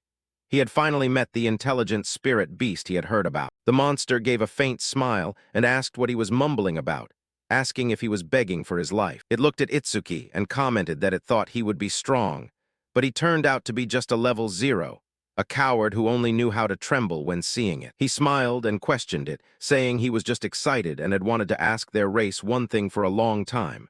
Since it could talk, why didn't it give him an answer? It stepped forward and replied that fine. If that was his final wish, it would grant it to him. A flame flared up from Itsuki's body as his eyes flashed a bright red, and he asked loudly, "Do you know how to feel pain?" Hearing the declaration of war, the four-direction general sneered. "A mere human wants to make me feel pain? Don't be arrogant." He forcefully declared that causing pain was their sole privilege. Next, the four-direction general launched tentacles as sharp as knives, sweeping through everything they touched. Meanwhile, Itsuki was looking for a way to get close to him. Quick as lightning, he launched a surprise attack that pushed the four-direction general back a distance. Itsuki asked himself if he had fallen yet, only to realize his magic was flaring up even more. He keenly noticed that his tentacles were becoming faster, too. However, Itsuki believed that when it came to speed, he still had the advantage. While he was distracted, the monster quietly brought a tentacle behind Itsuki to ambush him. Luckily, he dodged in time, cursing under his breath that his strength was too weak. He couldn't even chop off its head, and his attacks caused almost no damage. The four-direction general was quite surprised, nodding that at this level, he shouldn't be that fast, and asked what his real level was. Even so, he still scoffed that it didn't matter. No matter how fast he was still just an insect to him. As he attacked, the four-direction general continuously provoked him, saying that even if he hit him 100 times with that strength, it wouldn't be enough to scratch an itch. But if he took one hit from him, he would die. Contrary to the monster's leisure, Itsuki was having to dodge attack after attack. Tentacles were attacking from multiple directions, including from behind. He blocked one only to be struck from the side. Finally, he couldn't withstand it and was knocked down painfully. Itsuki was pressed hard against the base of a tree by a tentacle. Even so, he escaped and challenged it. "If you can do it, then try." The four-direction general immediately realized that the state he was in was just a speed-boosting skill, and wondered how long it would be before he ran out of magic. After observing, Itsuki estimated that those tentacles weren't a skill but a part of its body, which was why super simulation hadn't been triggered. He sighed in his heart, wondering how many hits that was.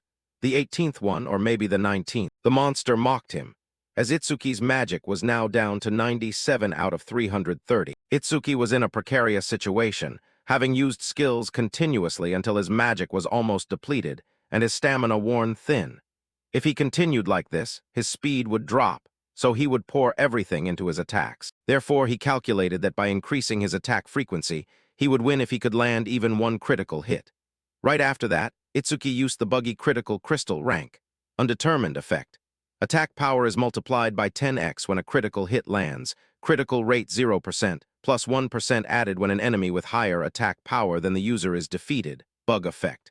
Critical rate resets to 0 every time the user levels up. He told himself that he had to keep attacking to land a critical hit. He just needed to keep swinging his fist. Next, Itsuki tried to take advantage of an opening to strike directly at the four-direction general. It immediately retaliated by stabbing a tentacle into his stomach. Beside that, the four-direction general mocked him, saying that repeatedly lunging at him like that was truly stupid. He teased him, asking what was wrong, and if he didn't intend to make him feel pain. Seeing Itsuki still moving, the four-direction general praised him for still being alive, nodding that his defense stat seemed quite high. It seemed to be a trap Itsuki had set when he spoke up. "You've finally arrived." At that moment, the system appeared with a notification from the buggy critical crystal that his next attack would be a critical hit. Sure enough, the destructive power of Itsuki's punch was completely different. A horrific scream was uttered from its mouth. A single punch sent the four-direction general flying far away. It couldn't believe it, asking what had just happened and why he had suddenly punched so hard. He was just as surprised, nodding that it was stronger than he had imagined. Not only that, but after the critical hit, all kinds of emotions were surging from deep within his chest. Satisfaction, focus, and contentment. He had never felt like this before. Furthermore, even though blood was flowing from his stomach, he didn't feel any pain at all. Beyond that, Itsuki felt truly comfortable. Only then did he ask the four-direction general if it felt pain after that blow. It couldn't accept it, wondering what was wrong with this guy, as humans were supposed to be low-level, fragile creatures. He was clearly over level 40, and showing fake stats was just cheating.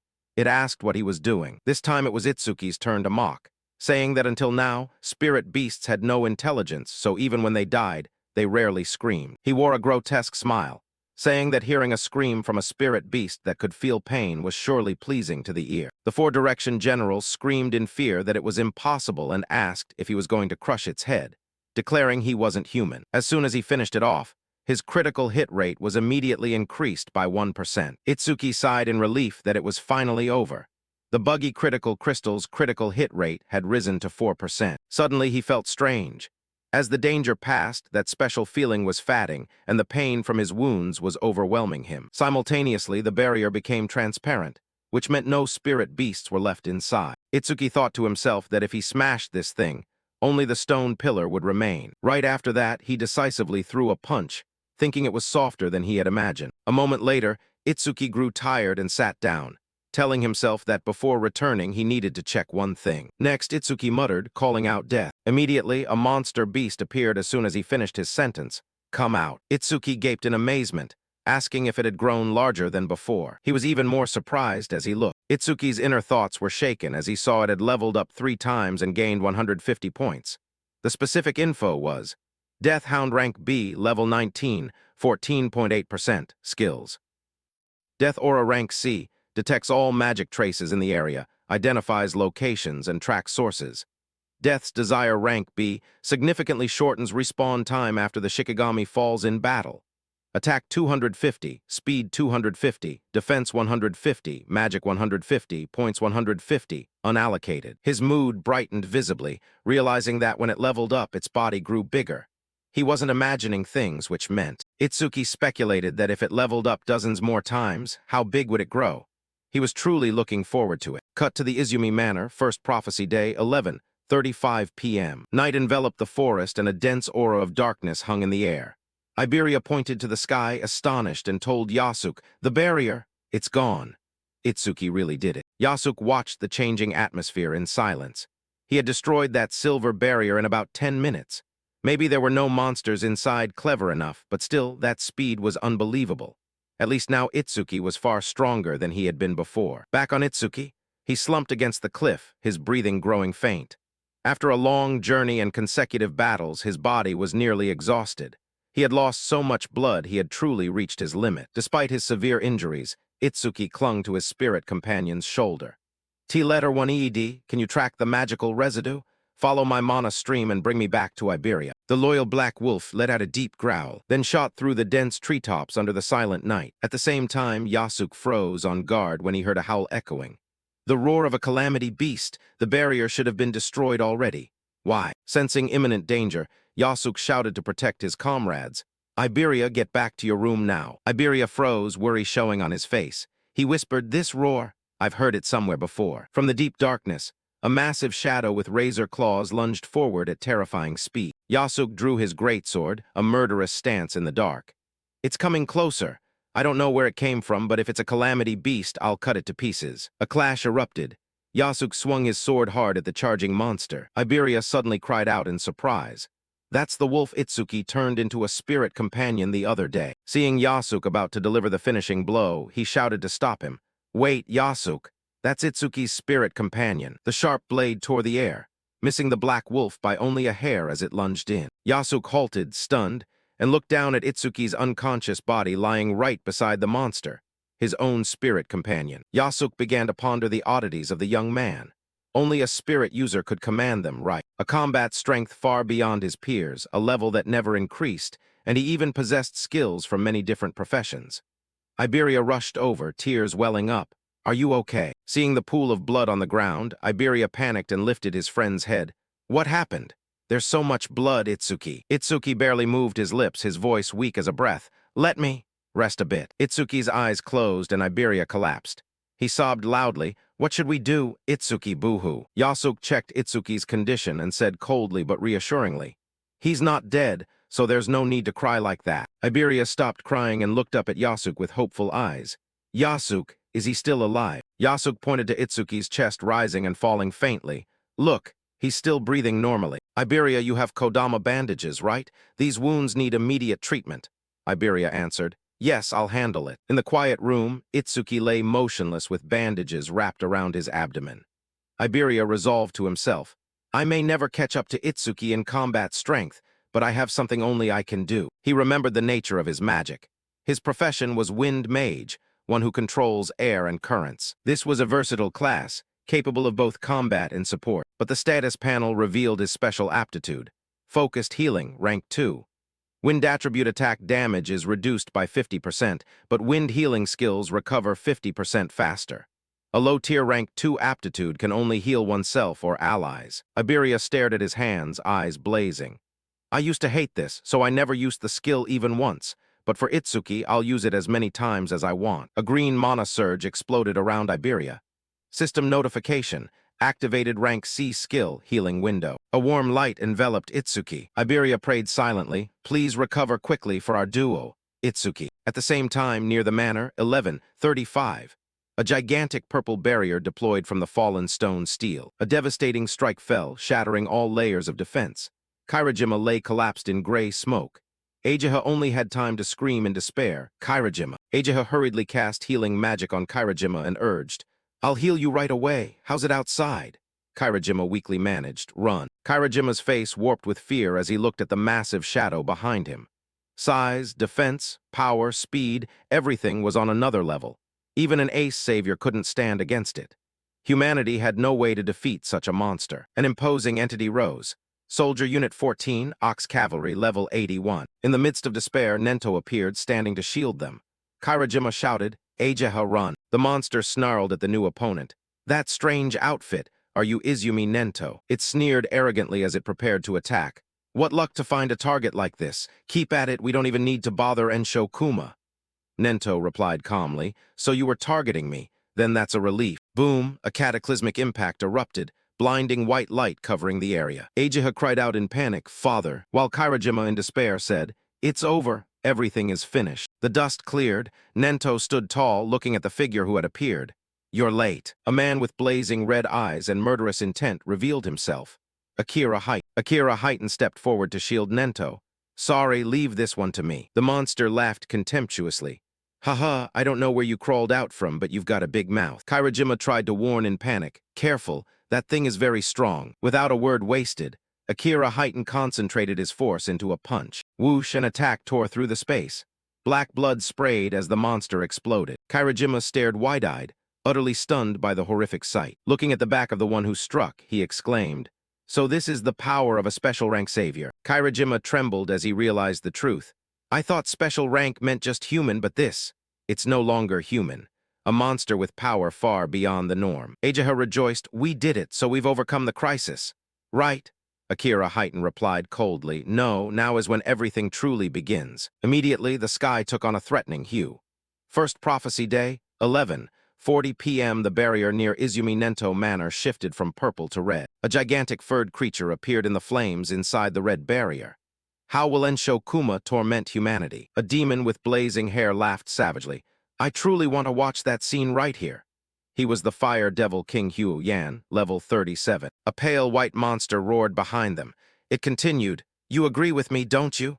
The other was White Demon, level 49. A masked figure of authority ordered, Don't do anything unnecessary. Our mission is to capture that one. If you fail, you know the consequences, right? The powerful leader revealed himself. Demon General Muguang, level 87. The Fire Demon asked in confusion, Why were we sent to the same barrier as Ensho Kuma instead of the target? Demon General Muguang calmly explained, If the three of us are in the same barrier, it will turn purple and draw attention away. The red barrier Ensho Kuma created will attract strong humans nearby. That way, we can complete Ringa's mission without interference. One of the 8 Demon Kings, Ensho Kuma. The Demon Kings looked toward the manor, while Ensho Kuma drew attention, moved straight to the destination. You know where the destination is, right? The Demon King affirmed, It's fine. Ringa will guide us via the demon eye left in the human realm. Of course, he can see the demon eye's coordinates, and he can even peek at what it sees. And right now, that demon eye is at the same location as our target. The clock struck first prophecy day. 11:35 p.m. Itsuki lay motionless. In his subconscious, he saw himself as a child standing before his mother. Mother, I've finally found a calamity beast that feels pain like we do. Young Itsuki smiled brightly innocent. I crushed its head, now Mother's revenge will. His mother looked at him with sad eyes. No, Itsuki, she gently taught, there are things more important than revenge. Itsuki froze. Something more important than wiping out all calamity beasts. His mother smiled softly. Power isn't for revenge, it's to protect the ones you love. Itsuki bowed his head. Darkness enveloped the boy. That's impossible. He screamed in pain. I will never forgive the calamity beasts that killed father and mother. Young Itsuki's eyes suddenly glowed red with hatred. I will definitely wipe them all out. His mother quietly looked away, her face filled with sorrow at the path of hatred her son had chosen. She smiled sadly and began to fade. It's time for me to go. Where are you going? I still have so much to say to you. She touched his cheek lightly, giving one last admonition. Itsuki, please don't let hatred consume you. Young Itsuki wailed, stretching his small hands into the air. Mother, but those hands only managed to touch sparks that vanished into nothing. Itsuki's face was stunned, tears streaming, as he realized his mother had truly gone. Suddenly, a mocking voice echoed from the darkness within his mind. Mourning the dead, typical behavior of weak creatures. Itsuki clenched his teeth, his eyes flaring red with rage. Bastard! He screamed in hatred at the shadow, enveloping his soul. A powerful demon appeared amid a sea of blood. The demon of destruction snarled, finally awake? Seems you only become a child when you're with her. Itsuki tensed, murderous intent erupting around his body. You despicable bastard! He charged to attack the enemy in the illusion with a roaring cry. I will kill you. The mysterious figure dispelled it easily. He whispered threateningly, calm down, I'll let you feel it again soon. He struck a fatal blow into his mind. True despair. Itsuki screamed in despair as he was flung away.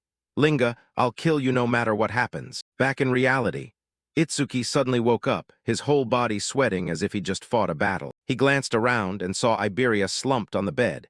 He wondered to himself if it was a dream. My eyes, they're not even injured, so why do they hurt so much? At that, Itsuki seemed to realize something, suddenly remembering. My wounds have healed, and I was in critical condition. Did Iberia use Kodama healing bandages to treat me? Is he sleeping in a place like this again? Oh right, he said he was going to rest for a bit. I should make sure Tu doesn't bark so he can sleep. Thinking of this, Itsuki turned to signal the wolf, but when Su saw his master wake up, he barked loudly out of joy, which caused Itsuki's face to darken. Damn it, he whispered to himself, and sure enough this woke Iberia up. Subconsciously, this friend shouted out, Spirit Beast, I have to protect Itsuki. Itsuki blinked his eyes, looking at the faint breeze around him. A little breeze like this can't even scare a disaster spirit beast. Iberia cheered excitedly when he saw him move. You're awake, Itsuki. He lunged to hug Itsuki tightly, making him feel embarrassed and think to himself. Thank goodness. It seems my healing spell was actually effective, still hugging me whenever he gets excited as usual. How long have I been unconscious? Iberia let go and answered. Not long, maybe about 3 hours. Itsuki calculated. 3 hours. So it's about 3:00 a.m. on the second day of the prophecy. Are Yusuke and Aiden safe? Iberia smiled radiantly, reassuring him. Yeah, no disaster spirit beasts appeared after that. Itsuki was still dazed, remembering the voice in his dream. Don't be in a hurry, I'll let you feel it again soon. Although it was just a dream, those words kept haunting him. It felt too real to just be a dream. The disaster spirit beasts are definitely plotting something. The clock pointed to day 2 of the prophecy, 3:30 a.m. Itsuki woke up from his coma. He stood up decisively. I can't let my guard down. Iberia looked at him with admiration. Great, you look like you've fully recovered. Itsuki walked quickly to the door, not forgetting to instruct. Master said reinforcements will be here soon. I'm going to check the situation with Yusuke. On the way, Iberia asked curiously about the black wolf. Itsuki, what's the name of that dog, Shikigami? Is it just a dead house? Iberia excitedly suggested. You don't know. Shikigami users can give them any name they want. Do you want me to give it a really cool name? I'm really good at naming things. Itsuki replied bluntly. I'm not a Shikigami user. Iberia pouted in disappointment. Oh, too bad. I really wanted to name it. Itsuki broke out in a cold sweat, thinking to himself, no way am I letting him name it. Itsuki looked at the iron golem in the yard, secretly assessing his healed wounds. Kodama bandages alone couldn't have healed me completely this quickly. It seems Iberia finally used his true power. Itsuki looked at Iberia with surprise. I thought you never used skills. Are you a healer? Iberia replied confusedly.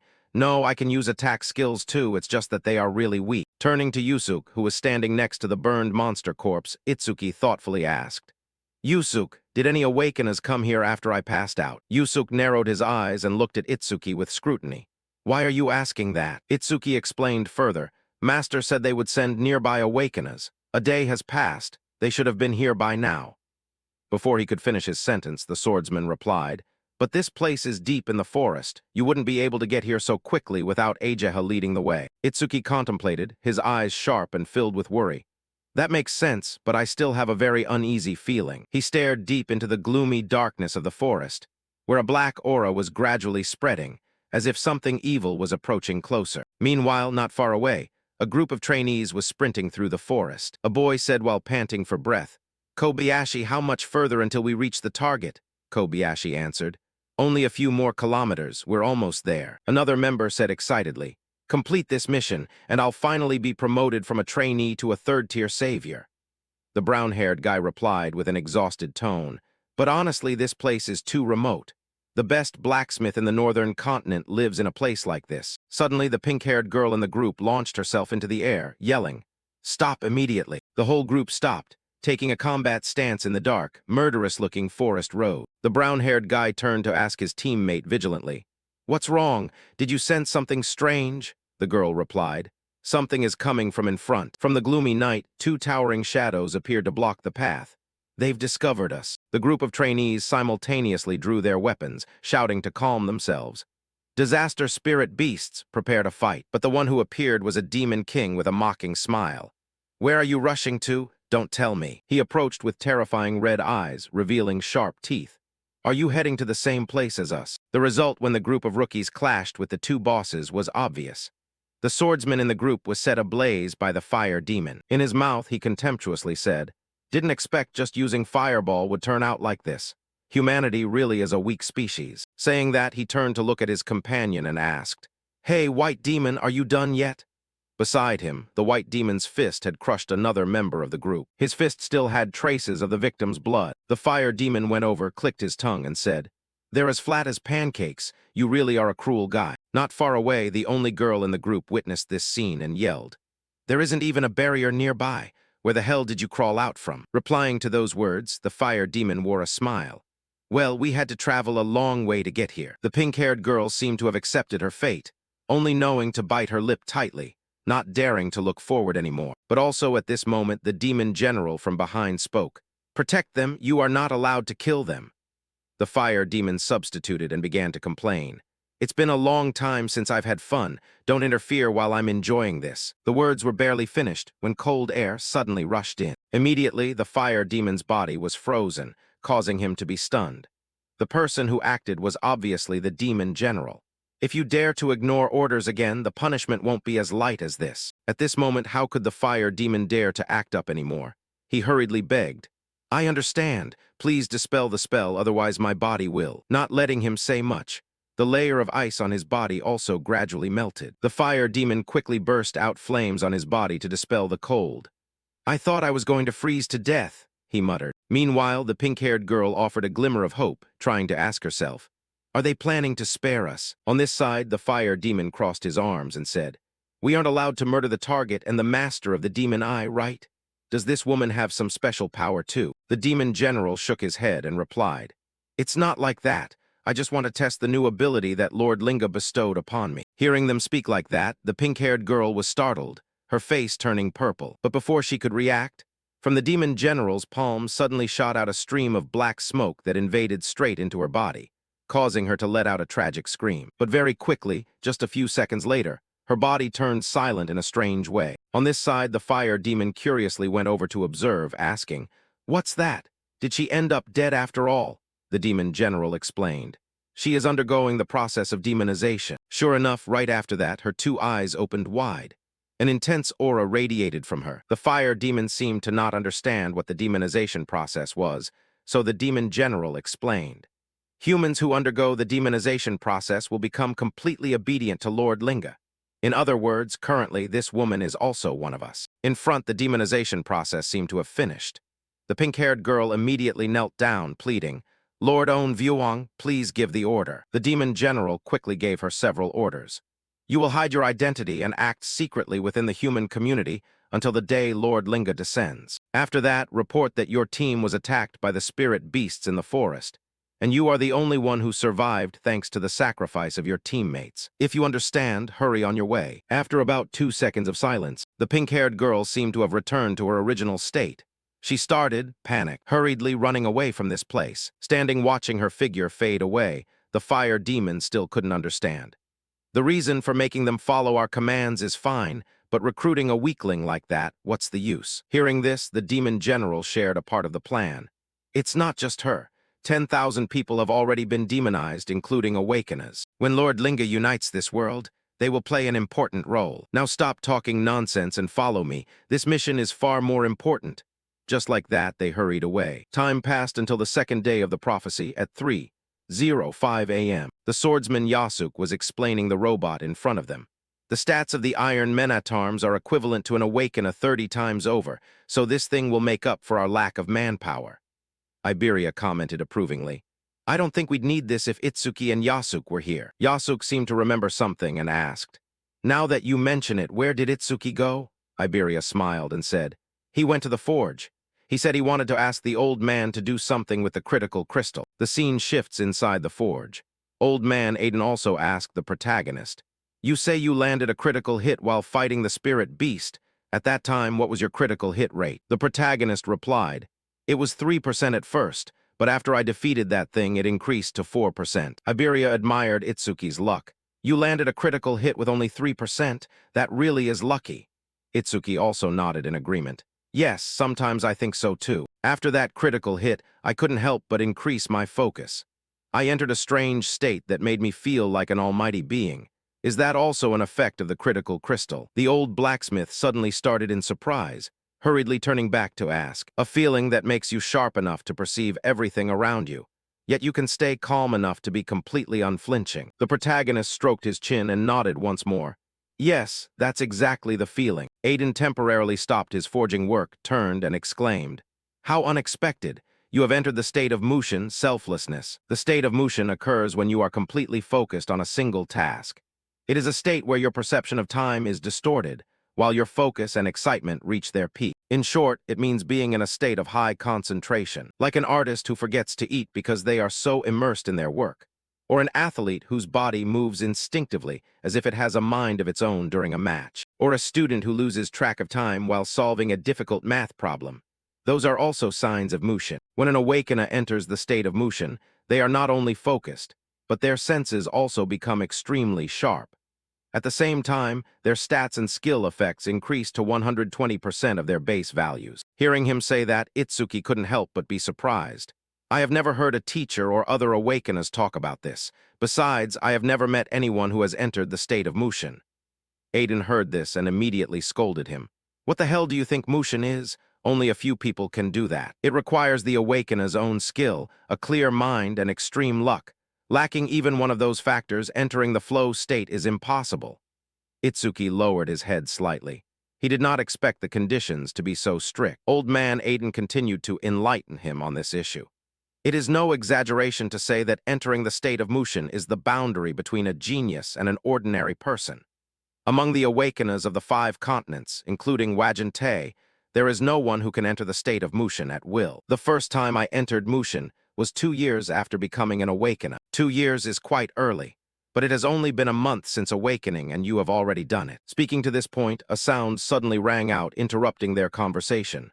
"Wait, do you hear that?" Aiden asked, and Itsuki's expression also became darker. He explained, "There are 3 entities with terrible magic energy approaching."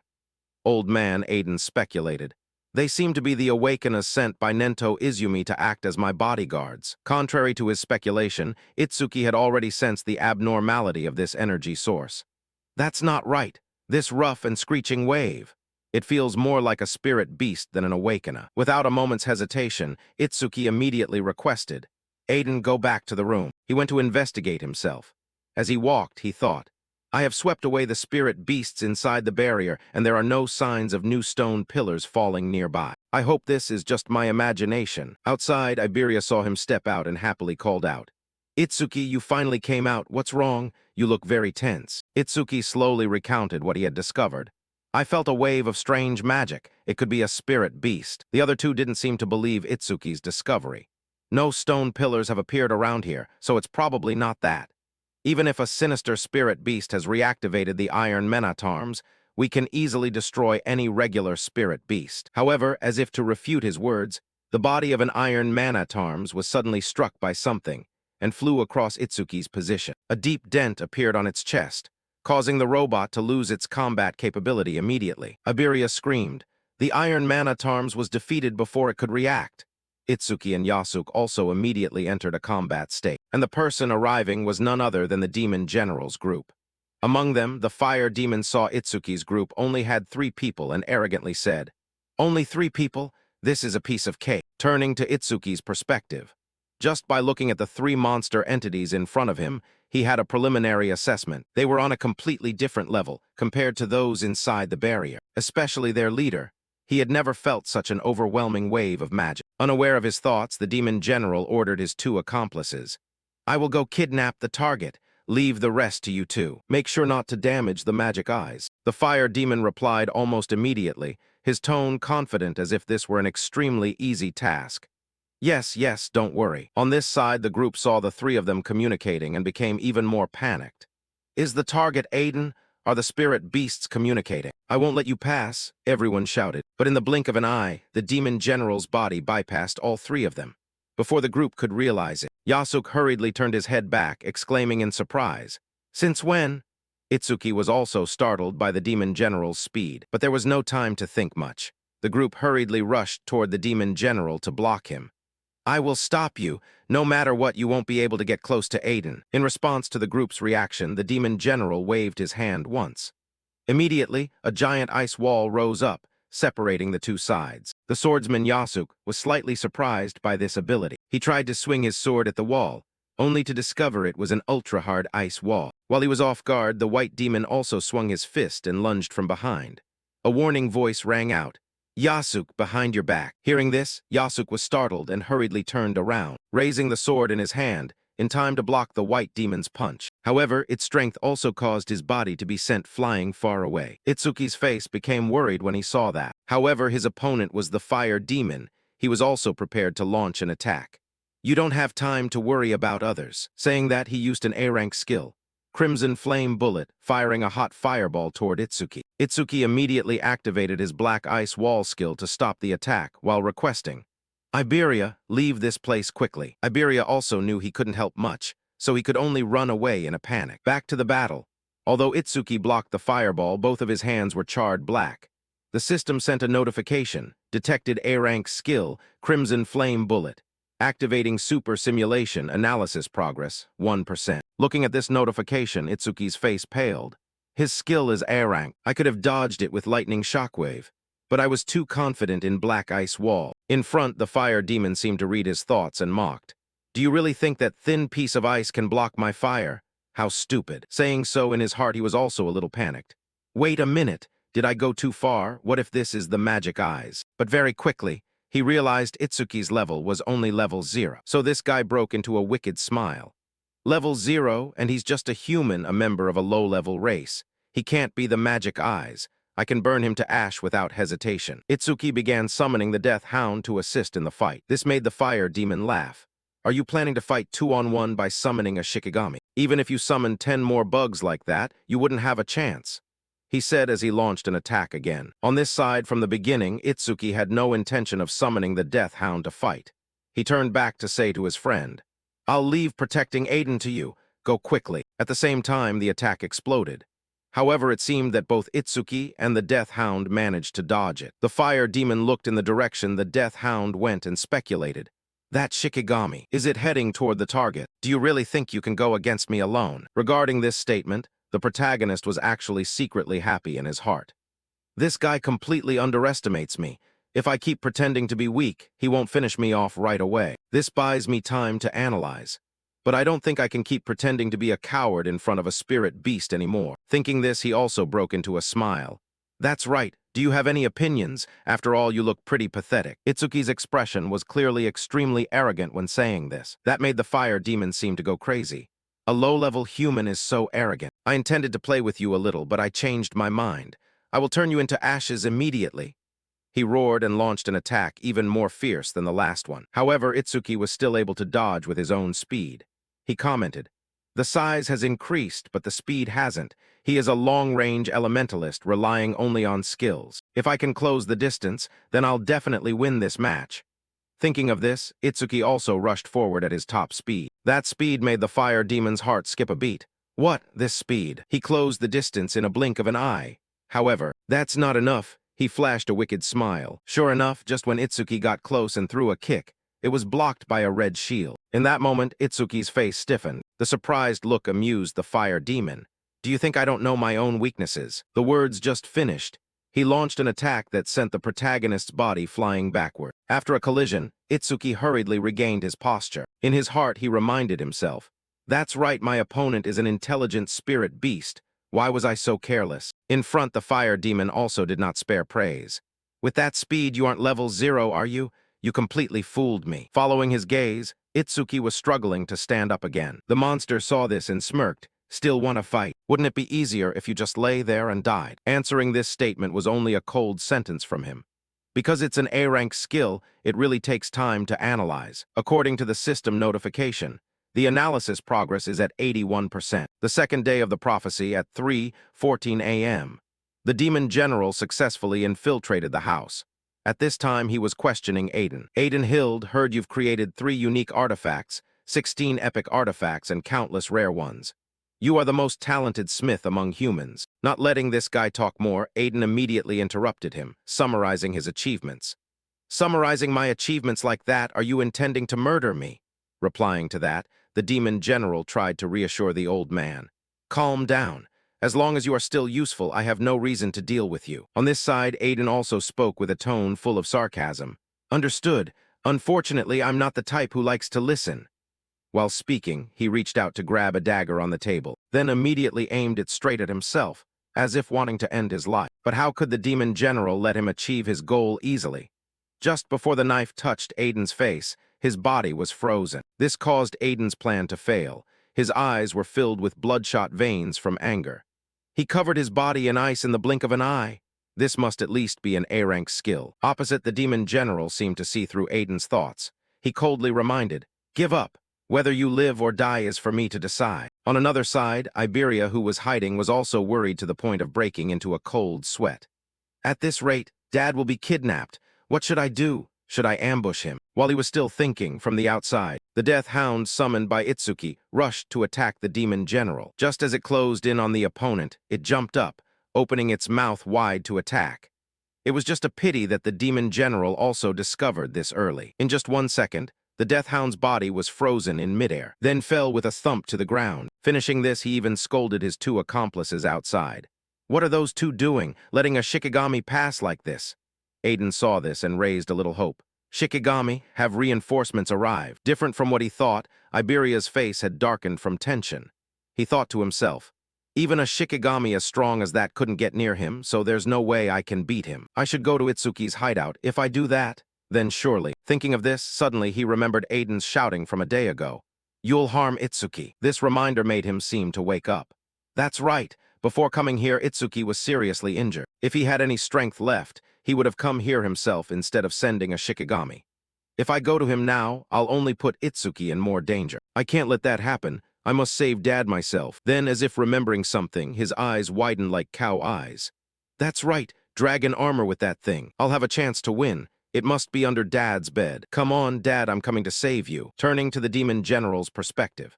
With his senses, he naturally discovered Iberia's existence, but he only despised. Seems like someone was hiding, but he ran away instead of helping. Truly a coward.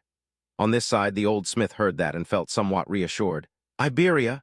Good. This must be an opponent that even Itsuki or Yasuk cannot defeat. No matter what you do, don't come back." Ignoring his thoughts, the demon general had achieved his goal, so he prepared to turn back. "Now I'll take you away. We'll leave the cleanup for those 2. Back to the battle between Itsuki and the fire demon. He used the Crimson Flame Bullet skill again. Meanwhile, Itsuki also activated the Black Ice Wall skill to stop the attack. "I'll use the Black Ice Wall to wrap the burned leg. That will help me move a little." With this thought in his mind, as soon as the giant fireball rushed toward him, he also activated the Lightning Shockwave skill to gently dodge to the side. However, the fire demon still coldly said, "With a crippled body like that, you're still dodging? Truly a stubborn guy, but your speed has decreased significantly. Let's see how long you can dodge." Saying that, he launched a barrage of crimson flame bullets, firing countless fireballs forward. The protagonist was slightly surprised that he used both hands to use the skill at the same time. The fire demon was still firing skills like a machine gun, without stopping for a second. A rain of skills made Itsuki's face pale. All the fireballs were aimed precisely at him, making it extremely difficult for Itsuki to dodge these skills. He thought to himself, "There are too many projectiles to observe. Normally I could dodge them all, but in this condition." Just as he finished this thought, a fireball hit Itsuki's chest, causing his body to lose momentum. Seizing that opportunity, all the other fireballs also began to rush in, shooting the protagonist like a torn sack. Finally, his body had been burned black to coal. In a daze, Itsuki seemed to remember the image of his mother burning just like that. Opposite him, the fire demon wore a smile. He gathered another fireball with greater power and fired it straight ahead. "Die, piercing crimson flame bullet," he let out a loud laugh. However, as if Itsuki's life wasn't meant to end yet, at the most dangerous moment, the analysis process reached 100%. His body suddenly emitted a stream of blue light. The crimson flame bullet fired through this stream of light and exploded behind him. The unexpected mutation caused the fire demon's expression to change slightly. "What was that?" he muttered. Meanwhile, after completing the analysis, Itsuki himself received some enhancements. Analysis complete. Crimson flame bullet. Obtained Black Ice Wall Level 3. Black Ice Wall Level 3. Active effect, when activated, continuously creates ice on the body's surface by consuming mana. Capable of blocking fire attribute skills of A rank and below. Passive effect, defense plus 15%. When blocking fire attribute skills of A rank and below, currently plus 50%. All stats plus 50%. Removes all negative effects. Heals all wounds. Looking at this notification screen, Itsuki felt a bit more reassured. Just as I thought. I didn't get a new skill, just a simple upgrade to Black Ice Wall. All my stats increased by 50%, which is equivalent to leveling up 4 times compared to a normal Awakener. No way. I don't have to fear his crimson flame bullet anymore. Once I close the distance, I'll win. Back to the fire demon. Seeing his skills suddenly become ineffective, he gritted his teeth and questioned. "Crimson flame bullet didn't even scratch you. Is this a defensive skill or something? Either way, you can't maintain it for long in your current condition." Immediately after, the lotus-shaped light surrounding Itsuki slowly opened up. Seeing this, the fire demon let out a cold laugh. "I knew it, playing around is enough. Let's finish this." No sooner had he finished speaking, his expression did a 180-degree turn, and he started sweating profusely. Because by now, Itsuki's body had recovered without a single wound left. This left the fire demon almost unable to believe his eyes. "What is this? Your body was just shattered, and now you've fully recovered." Replying, Itsuki said in a frigid tone, "I had intended to ignore you and go save Aiden, but your flames brought back some unpleasant memories, so I've changed my mind. I'm going to crush you first." As he said that, Itsuki's face was filled with murderous intent. Scene shift to the battle of the swordsman Yasuke. Just at this moment, his body was also sent flying by the white demon. "He's so strong. If I hadn't blocked that hit with my artifact, I would have been done for long ago." Thinking of this, he thrust his sword hard into the ground to stop himself from sliding further. After regaining his stance, he thought to himself, "How far was I blown away? None of these guys are normal. I have to get back as quickly as possible." Thinking of this, suddenly a powerful figure landed right in front of him. Yasuke narrowed his eyes, observing ahead. "That guy followed me all the way here. Even better. This will make it easier for Itsuki to handle. Itsuki can escape on his own, but the real problems are the Master and Iberia. I'll stay here to clear this mess as fast as I can and return to provide support. Please hold on until then," he prayed inwardly. Scene shift to Iberia's position. A moment ago, he was still searching for the dragon armor. "I think it's somewhere around here." He reached under the bed to search. Very quickly, Iberia's hand touched a box. His eyes widened with joy. Opening it, sure enough, inside the box was a suit of armor. "There it is, dragon armor. With this I can fight." In front of his eyes, Iberia quickly recognized the information about this armor. Attack plus 100, speed plus 100, epic effect. For every 1 minute equipped, speed and attack increase by 20%. The limit is 15 minutes. With no time to think much, Iberia immediately put on this armor and promised himself, "Itsuki, just focus on the opponent in front of you. This time I won't be a burden. Father warned me that if I wear it for more than 15 minutes, I will suffer an additional disastrous side effect. I can save father within those 15 minutes, no matter what happens. Just like that, he rushed out of the room like a race car. Back to the demon general. Right now, he was carrying Aiden away from here. During that time, Aiden also tried to talk to him to find more information. Is relaxing like this truly wise? They will catch up to you soon. Replying to those words, the demon general was extremely confident in his own strength. Among humans, only one special rank savior can pose a threat to me. But right now he's busy with the demon king. His words made the old man realize something. If even a demon king was sent, they must have another goal. Should I trick him into revealing it? Thinking it, the old man opened his mouth.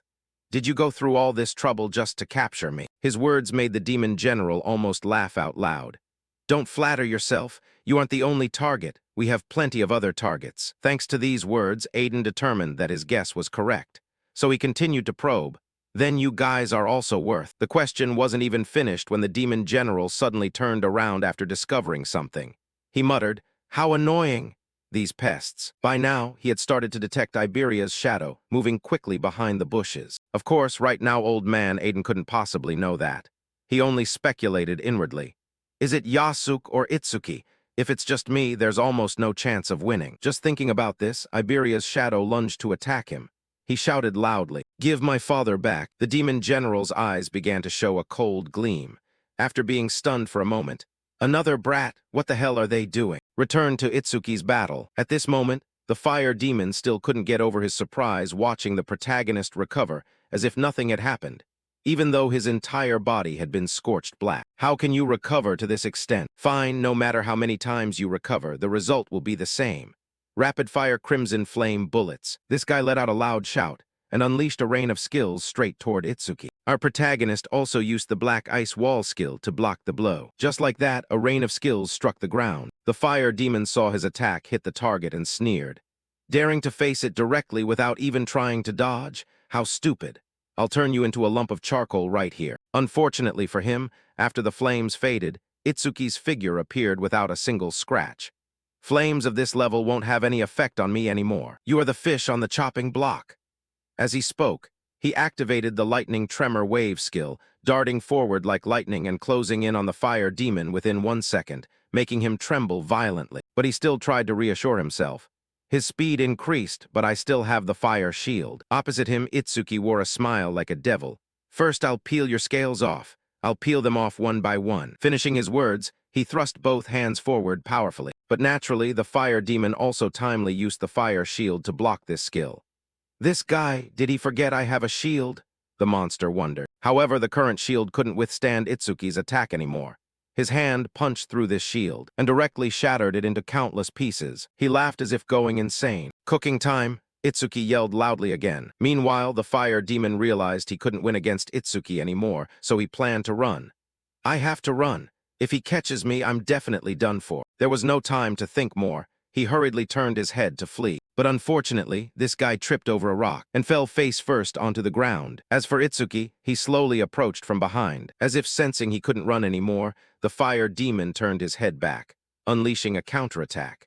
I never thought I'd be overpowered by a lowly human like a level 0. Itsuki tilted his head, easily dodging this attack. The fire demon was now completely desperate. Compared to a level 0, you're a monster. The protagonist channeled his power into his fist. The system notified. Notification from faulty critical strike crystal. The next attack has a 100% chance of causing a critical strike. The fire demon himself felt the danger from this attack. He was so scared he was about to pee his pants. Following that, without needing to think much, Itsuki yelled out, "You devil!" Then he gave him a lightning punch. The punch instantly shattered his face into pieces. The fire demon's body also collided with the ground, creating a rather significant explosion. In the end, his head had been completely crushed. Itsuki looked at his body, speaking in a tone overflowing with coldness. Why did a critical strike happen right at this moment? I wanted to torture him a bit more. Now I'm entering the state of Muga. No self again. It activated right after that critical strike, just like last time. Could it be that landing a critical strike automatically triggers the state of Muga? He observed the system screen for a moment and realized his state was being overclocked to 120%. Then he thought, between my weapon and my passive skills, my total stats have surpassed 2,000. Thinking of this, he suddenly saw a green light rise from the fire demon's body. Is this the orb created from the karma of the spirit beast that died? Before Itsuki could even react, this green light suddenly split into two and flew in two different directions. The protagonist quickly made his speculation. It flew toward the forest. That karma is seeking out Yasuke. He looked in the other direction. Is that wooden house over there the blacksmith shop? Because Tsu and Aiden are both there. The orb should have split in two, so why is it still intact? As long as I don't dispel the summon, it will be immortal as a Shikigami. Don't tell me Aiden has. Scene shift to Iberia's battle. Right at this moment, he lunged a punch forward but was blocked by the demon general's ice layer. This caused Iberia's body to pause for a beat. He had to ask himself, even a full-force blow enhanced by the dragon armor can't penetrate his defense. If one hit isn't enough, I'll keep throwing hits until it shatters. Opposite him, the demon general's sarcastic voice echoed. What a foolish child. You still can't close the power gap between us. Beside him, old man Aiden quickly recognized the identity of the person wearing that armor. Iberia, you idiot. I don't need your help. Take that dragon armor off immediately. I told you wearing that armor would come at a high price. If you don't take it off, I'll disown you. Replying to these words, Iberia lunged to attack once again, then yelled loudly. Even if I'm thrown away, I'll still save you. Saying that, he reminded himself. If Itsuki were here, he would definitely do the same. Old man blacksmith, who was still intending to give his son a few more words of advice, but immediately his mouth was frozen shut by the demon general. He said in a cold voice, "Is this what you call love? Such a pathetic and disgusting mortal act. I don't have time to play with you anymore." Just like that, he gently raised his hand in the air and was able to easily freeze Iberia, who was in the middle of a lunge. Then he turned to leave, letting out a final warning. "Know your place, brat." Aiden turned his head, trying to look at his son one last time with bloodshot eyes. At this moment, Iberia's dragon armor equipment time had reached 3 minutes. Elsewhere, thanks to Itsuki destroying that fire demon, Tsu also benefited. It increased from level 19 to level 20, and immediately broke out of the ice that was imprisoning it. At the same time, Itsuki had just run to the house. It leveled up again. It seems Tsu is the one who absorbed all that karma. Thinking of this, he turned his head to ask, "What happened to Aiden and that spirit beast?" Tsu only turned his head toward the back, as if signaling for Itsuki to check the situation himself. And just with one glance, his eyes widened. What the hell happened here? This terrifying mana wave. I can't wait for Yasuke anymore. With no time to think much more, he immediately rushed toward the mana source at his fastest speed. Meanwhile, the swordsman Yasuke had just succeeded in cutting off the white demon's hand, but it didn't seem to feel any pain and swung its hand to counterattack immediately, forcing Yasuke to raise his sword to block. But even so, his body was still pushed backward. Seizing that opportunity, the severed hand of the white demon healed in just a few seconds. Yasuke's eyes narrowed, carefully observing the situation. The wound I just created has healed already. A spirit beast with too fast a regeneration speed. As expected, it's the worst matchup for me. Thinking, he also felt a green aura spreading out in all directions. Is that karma? Itsuki destroyed the other one. Then I have to take care of myself too. It can regenerate, but it continuously uses its hands to cover its head and the back of its neck. That must be its weak point. Now I can finish it, Yasuke thought while swinging his sword relentlessly. First, I'll cut off its hands. It takes at least 1 second for it to regenerate. That means within that 1 second, its weakness will be exposed. The moment he severed both of the monster's hands, Yasuke's eyes turned blood red. In a flash, he swung his sword with all his might directly at its body, causing the monster's head to be severed from its neck. Blood poured out profusely. In the end, its large body collapsed to the ground. As for Yasuke, he reproached himself. I can't believe a dim-witted spirit beast cost me this much effort. I need to regroup with Itsuki as fast as possible. That ice-controlling spirit beast is the real trouble. With this thought in mind, the swordsman also rushed toward the blacksmith shop. The scene shifts to the demon general. Realizing Aiden seemed to want to say something, he paused. It seems you've been wanting to say something for a while now. Fine, go ahead. He waved his hand, dissolving the layer of ice over Aiden's mouth. The old man lowered his voice, negotiating. I will accept any demand, so please spare my child. To that request, the demon general replied gently. From this distance, I can no longer control the ice block to receive your words. Besides, sooner or later, you will have to listen to us anyway. Regardless, I knew it from the moment I saw it. The armor that the brat is wearing, you forged it from the Demon Dragon clan, didn't you? The Demon Dragon clan possesses incredibly resilient vitality. Even after death, a part of their consciousness still lingers within their skin, blood, and scales. That residual will persist within any equipment crafted from them. If that equipment is worn for too long, The user's consciousness will gradually be devoured. Eventually, the entire body will be usurped, and he will become a true dragon. As if to prove the demon general's words, at this very moment, the shape of Iberia's armor has completely changed. He has been completely consumed by the dragon armor. The scene flashes back to the day of the prophecy. While Itsuki was heading elsewhere, Iberia looked up at the sky, his heart only wishing for Itsuki's safety. Beside him, Yasuk quietly observed that reaction and realized the intense admiration Iberia had for Itsuki. Iberia did not deny it, admitting that he truly wanted to become someone like Itsuki. Yasuk was slightly surprised upon hearing this, and immediately asked in return. He pointed out that Iberia had met no shortage of outstanding people. Aiden Taiwan, Izumi Nento. Yasuk himself also had a reputation and combat experience far superior to Itsuki's. So why was Iberia so insistent on becoming like Itsuki? Caught off guard by the sudden question, Iberia was completely surprised and didn't know how to answer. Seeing his awkward expression, Yasuk placed a hand on Iberia's shoulder, smiling slightly and saying it was just a casual question. No need to be serious. Iberia then fell silent, his heart sinking back into thought. He suddenly realized he had never really thought carefully about why he admired Itsuki so much. The more he thought, the less clear his own motivation became. The scene shifts further back into the past by 10 years. At this time, Iberia is overjoyed with the new wooden sword he just received. His mother walked over, smiling and asking if he liked the birthday present. Iberia nodded repeatedly, his eyes shining. He held the sword, admiring it for a while, then solemnly gave it a majestic name. The undefeated heroic sword of justice. His mother paused for a moment, but still nodded and complimented the good name. Iberia was extremely excited, holding the sword up, imagining himself as an awakened warrior preparing to confront disaster monsters. He cheered with excitement and ran outside, wanting to show off the sword to everyone. His mother reminded him to be careful before he disappeared.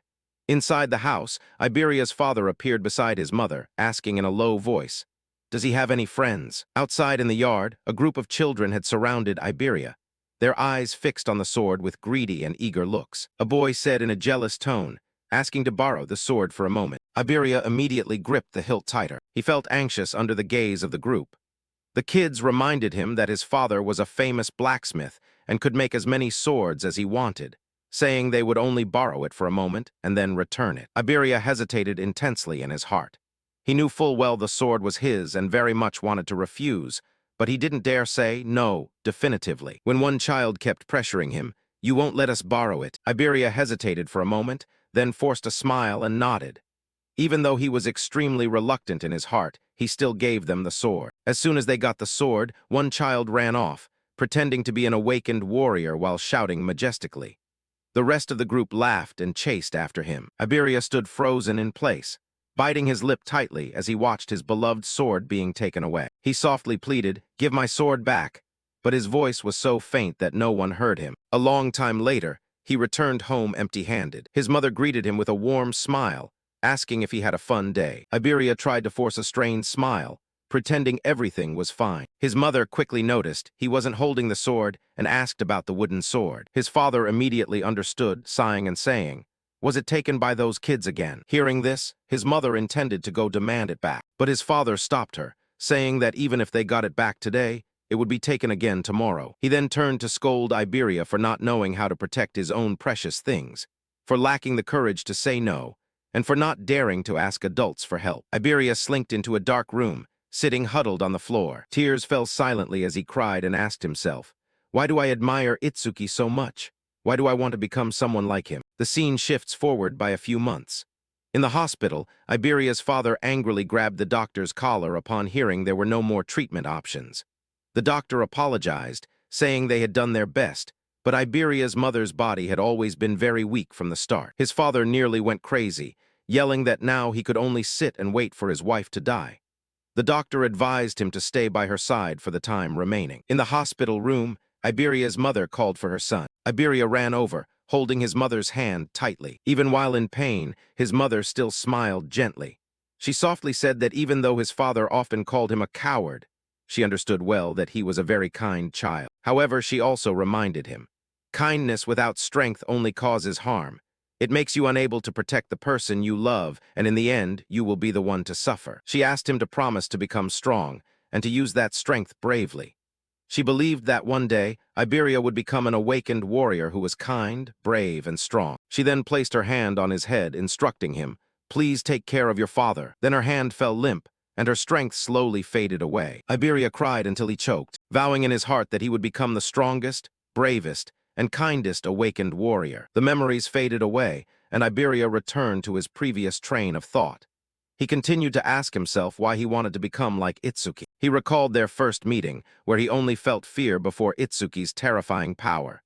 Initially, he thought this alliance was only temporary, but the longer he stayed, the more he changed. Itsuki was not only strong, but he also possessed absolute courage.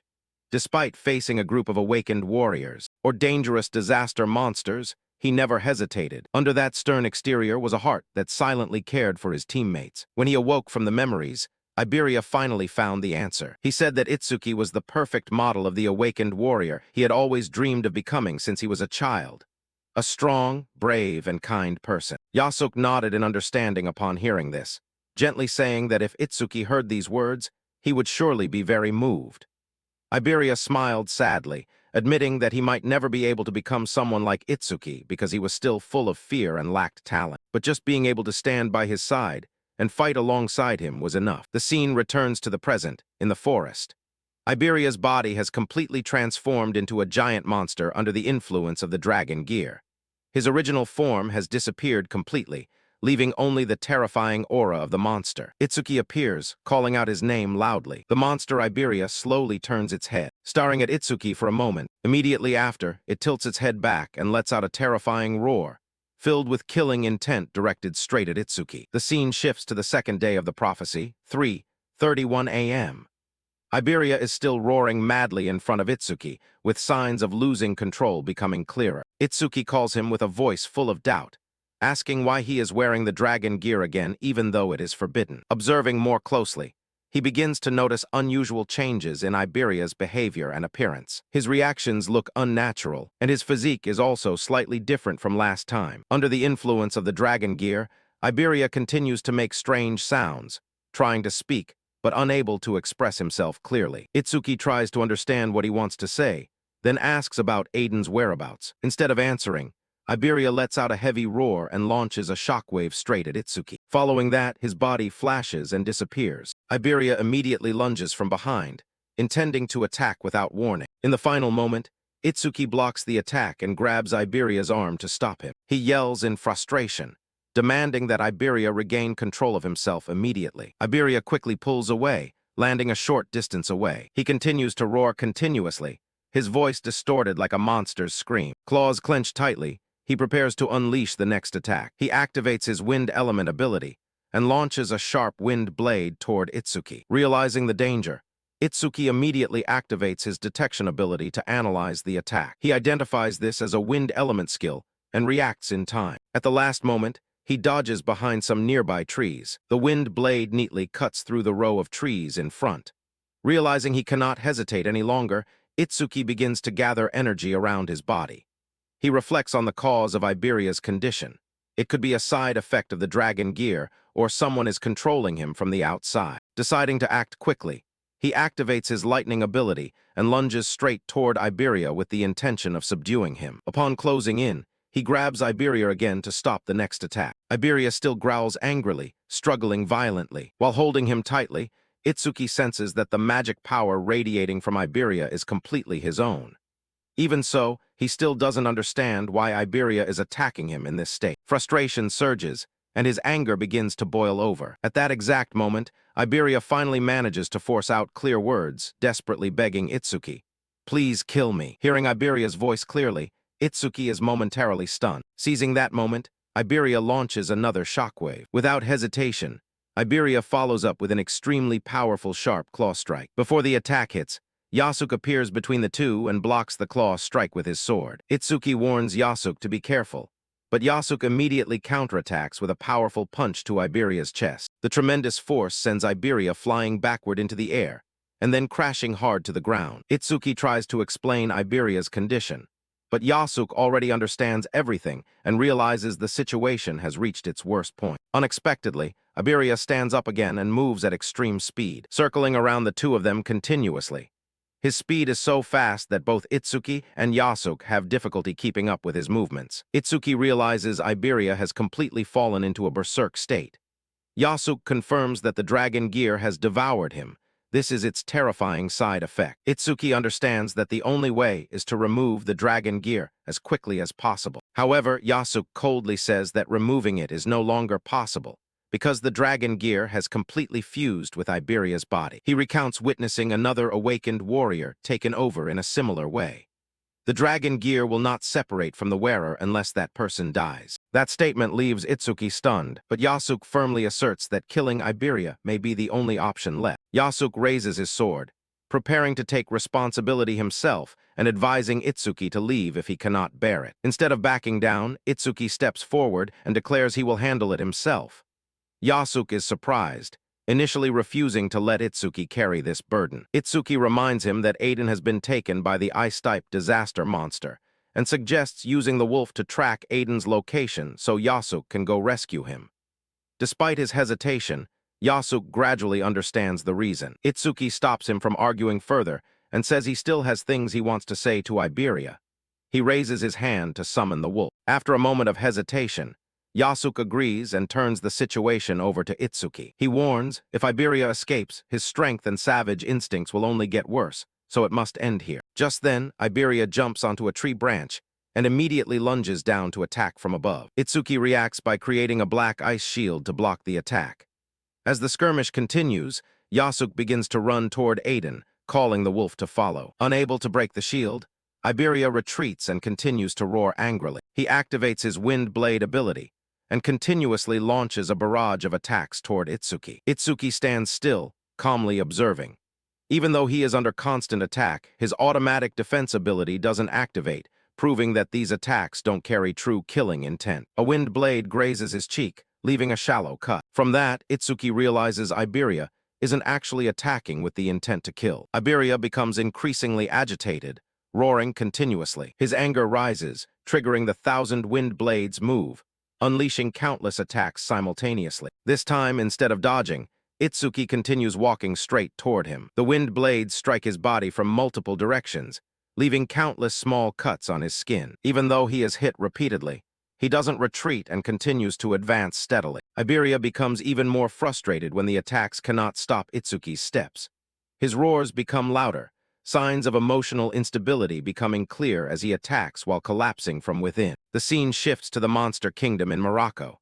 Imaraku stands before his lord and reports the mission results. He confirms that Aiden has been successfully captured, but also reports that the Red Flame Demon King and the White Demon have been destroyed by humans. Linga listens calmly, saying that in this world there are many warriors capable of defeating those at that level, and simply capturing Aiden is already considered a mission success. Imaraku continues his report, mentioning that Sashikoma seems to be having trouble in battle. Linga replies that the situation is still within an acceptable range, as Saru Shikoma was never expected to eliminate Izumi Nento.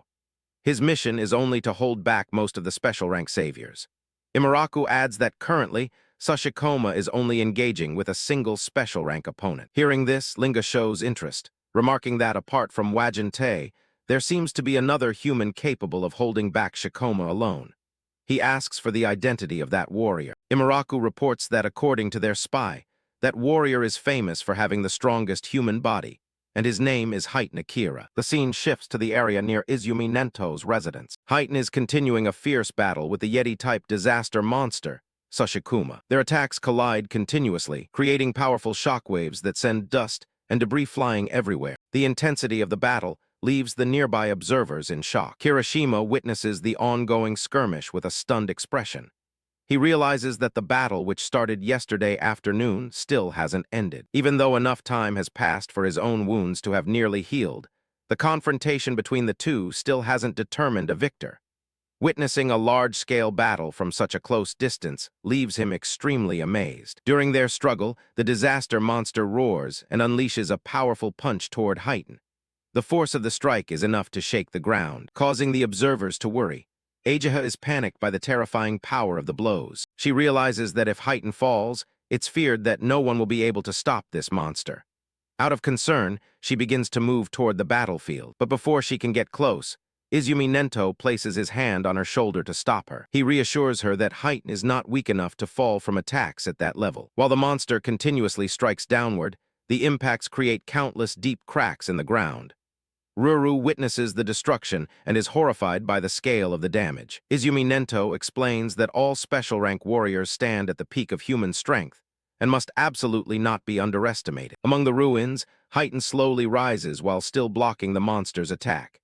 He uses terrifying strength to push back the giant fist, preventing it from pressing down any further. Unable to overwhelm him, the giant monster begins to show clear signs of restlessness. Heighten stood tall, holding the monster's fist firmly with just one hand, completely dominating the tug-of-war. Witnessing this scene, Izumi Nento murmured that it had been a very long time since he last saw Heighten in his second form.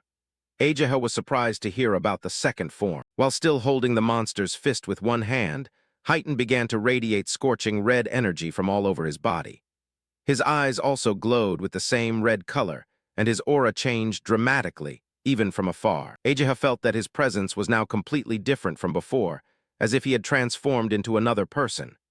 Izumi Nento explained that when entering this state, all of Heighten's abilities skyrocketed in an astonishing manner. However, his personality also became extremely brutal and ruthless. As energy continued to surge, Heighten let out a terrifying roar and forcefully shoved away the monster's giant fist, completely asserting his dominance. Izumi Nento, prepared to reveal the nickname associated with this transformation state. Filled with rage, Heighten rocketed into the air, his entire body radiating immense energy. With incredible speed, he lunged straight at the giant monster and pierced directly through its chest. The terrifying force created a massive hole as he tore through the monster's body. After flying out the back, he landed on the ground. The monster stood still for a moment before losing its balance and collapsing. Heighten slowly stood up and walked calmly in another direction. From afar, Ageha watched him walk away and looked confused, wondering where he was heading.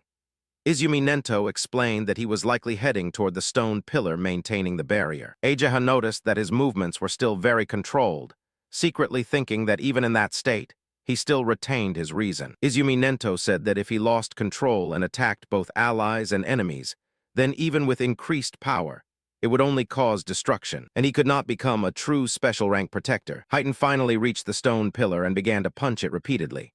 With powerful, relentless blows, he smashed the pillar's structure to pieces. As the pillar collapsed, the red light in his eyes gradually faded, and his condition stabilized. The brutal state vanished, and he regained his composure. Clenching his fist, he wondered inwardly why he was here and if the enemy had been dealt with. He realized that the presence had appeared again during the transformation.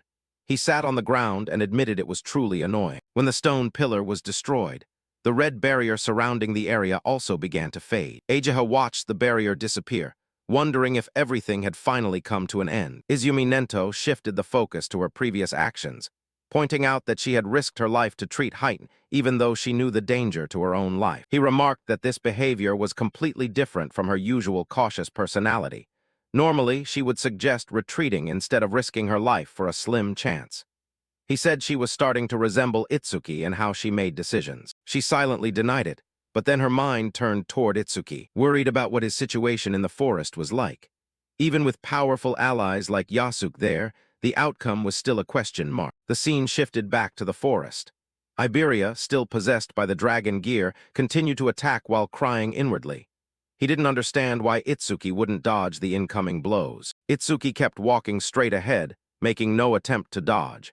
He intentionally let the attacks strike him because he understood that physical pain could suppress his hesitation and help him maintain focus. A series of wind blades constantly struck his body, leaving cuts all over his flesh.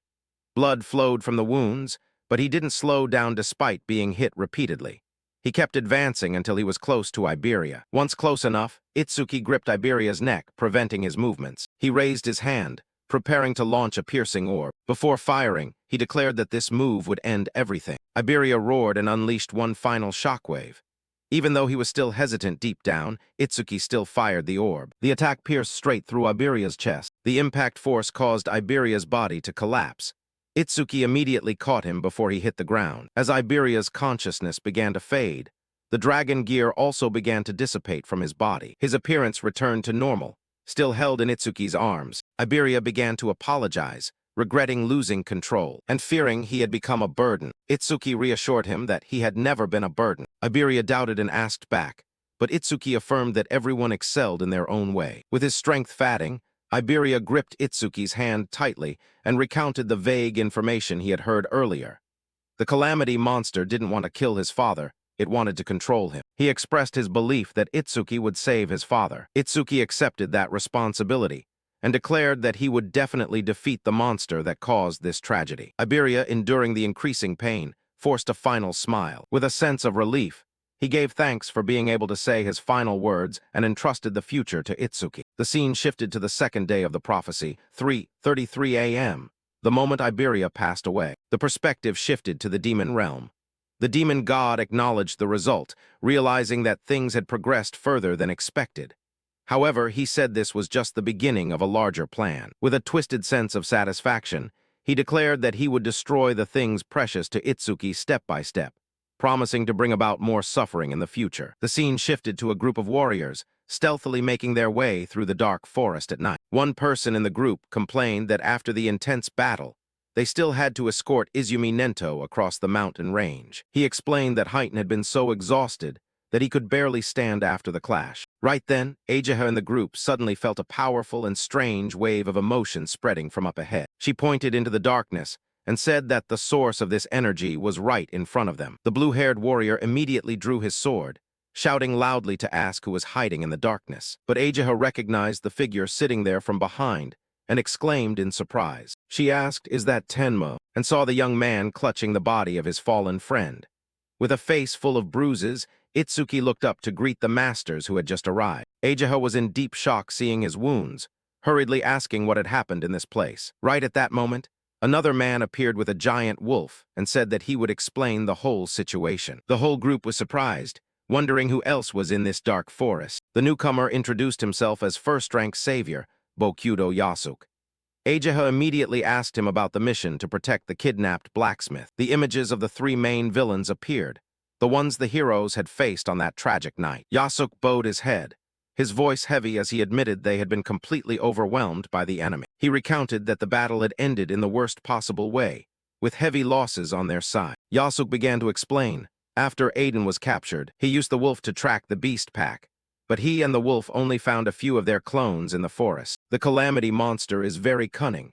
It intentionally left behind copies to distract us. Nento asked anxiously about Itsuki's condition at this moment. She replied that it was just a few scratches, and the bleeding had stopped, but he stubbornly refused treatment. Ageha worriedly said that she could feel a flame of rage burning more fiercely than ever in Itsuki's heart, and feared that if this continued, their friend's heart would be completely consumed by hatred. Alone in the room, Itsuki silently looked at the family photo of Iberia placed on the table. In the photo, the blonde boy was smiling very happily beside his parents on a beautiful sunny day. Looking at the photo, he recalled the first time he met Iberia, the boy who had introduced himself in an extremely excited manner. He also remembered the day he carried his tired friend on his back after a long journey. Other memories came flooding back, the blonde friend saying he would never leave his side, even for a single step. Itsuki still remembered clearly the moment his friend excitedly insisted on nomming his wolf Shikigami. Back to the present, the expression on Itsuki's face was a mixture of sorrow and silent rage. He stood up, calling the wolf's name in a low, murderous voice.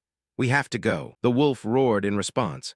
Its level 20 stats appeared along with its terrifying attack and speed stats. Itsuki turned to his companion and declared he would hunt down the calamity monster that had caused all this tragedy. His eyes burned red, vowing to crush the enemy with all his power. Itsuki left the room, the wolf followed behind, but his path was blocked by someone.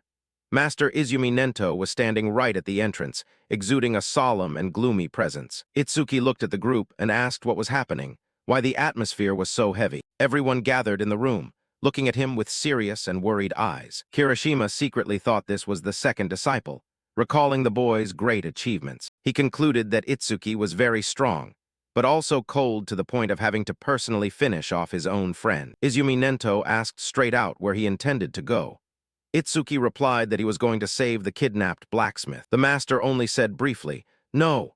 Itsuki got angry, asking the reason why he was being stopped. Master Nento explained that the Alliance had classified this incident as a special danger level. To participate in the rescue mission, One had to be a second-rank savior or higher. Finally, he said that Itsuki currently didn't have enough qualifications.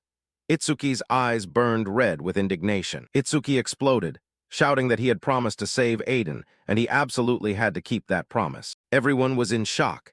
Ageha begged her father not to be so harsh on him at this moment. Izumi Nento asked straight out, "Can you accept someone having to die because of you?" Itsuki was stunned, speechless. The master continued that he understood how he felt, and blamed himself for being negligent in protecting Aiden. He also said that the enemy wouldn't easily kill the blacksmith, and chasing after them right now was just a foolish act. Itsuki was still tense and extremely annoyed, clenching his fist until his knuckles turned white. But the master comforted him, saying that Itsuki's potential was infinite, and he was fully capable of surpassing the special rank. He promised that when he was strong enough, he would push the Alliance to assign the rescue mission to him. With a determined gaze, Itsuki asked what he had to do to surpass the special rank. At this moment, Master Nento finally revealed the best way was to join the Apex camp. Itsuki repeated the name with a confused look, not understanding what it was. The master explained that the top 10 of the national tournament qualifiers would be invited to participate. Those who survived the training camp would become the key force of humanity, and the next Apex camp would begin in 3 days. The scene continued. Izumi Nento was still speaking in a calm voice. If you pass the challenges there, you won't just rank high in the tournament, but you could also become a special rank savior much faster. That is the shortcut. Itsuki heard that and immediately nodded, his voice filled with determination.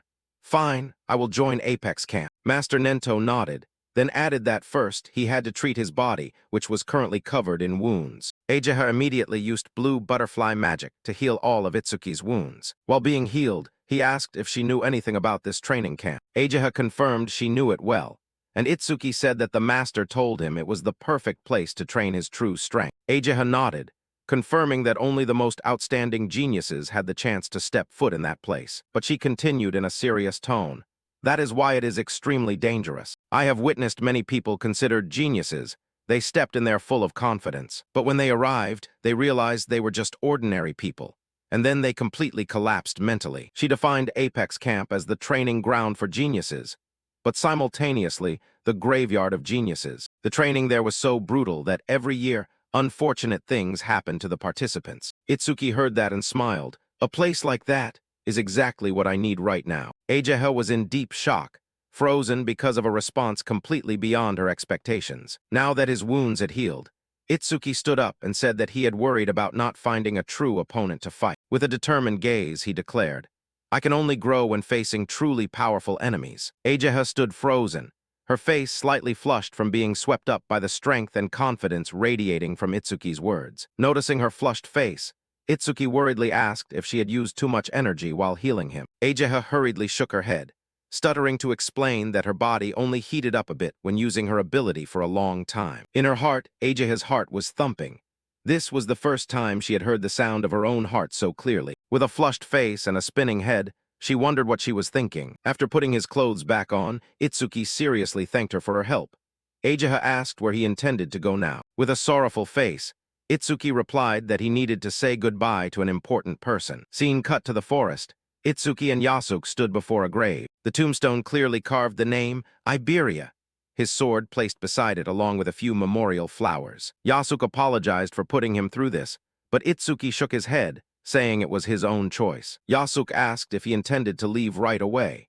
Itsuki nodded, confirming he would head to the training camp to hone his strength for revenge. Itsuki turned to ask Yasuke what he intended to do, and Yasuke said, If I hadn't met the master, I probably would have been murdered by a monster long ago, and never could have become an awakened person. This armor and this sword, even my life was gifted by the master. So no matter what happens, I will find the master, he said in a voice filled with determination. Itsuki reached out to make a promise to the master, his eyes full of determination. He took a step back, pointing at Yasuke and warning, Don't you dare die before we meet again. Clenching his fist, he swore, I will become a savior and help the master save Aiden. Yasuke stood still, secretly impressed by the young man's attitude, thinking to himself that there was no way he could act any cooler than this. By Iberia's grave, Yasuke smiled in response. I'll wait for your return. The two touched fists, using a comrade's gesture to deepen their promise and trust. From afar, Izumi Nento and his daughter Ageha silently watched the entire scene with eyes full of admiration. Ageha remarked that although he was heartbroken just a few hours ago, Itsuki had managed to get back on his feet quite quickly. Izumi Nento then revealed that Itsuki had temporarily locked all his negative emotions deep within his heart. He stated that the attack had many suspicious aspects, and he would convene a meeting with the commanders to discuss it. In the meantime, he entrusted Itsuki to his daughter's care to handle everything. Ageha smiled confidently and accepted, saying, "Father, don't worry, I'll take care of it." Seeing Ageha beaming, Itsuki asked why she was making such a serious expression. He called her sensei and asked where they were going next, but Ageha replied that the information was a secret. She explained that she would be his guardian for this trip. Itsuki, not liking to be treated like a child, impatiently asked what she was going to do.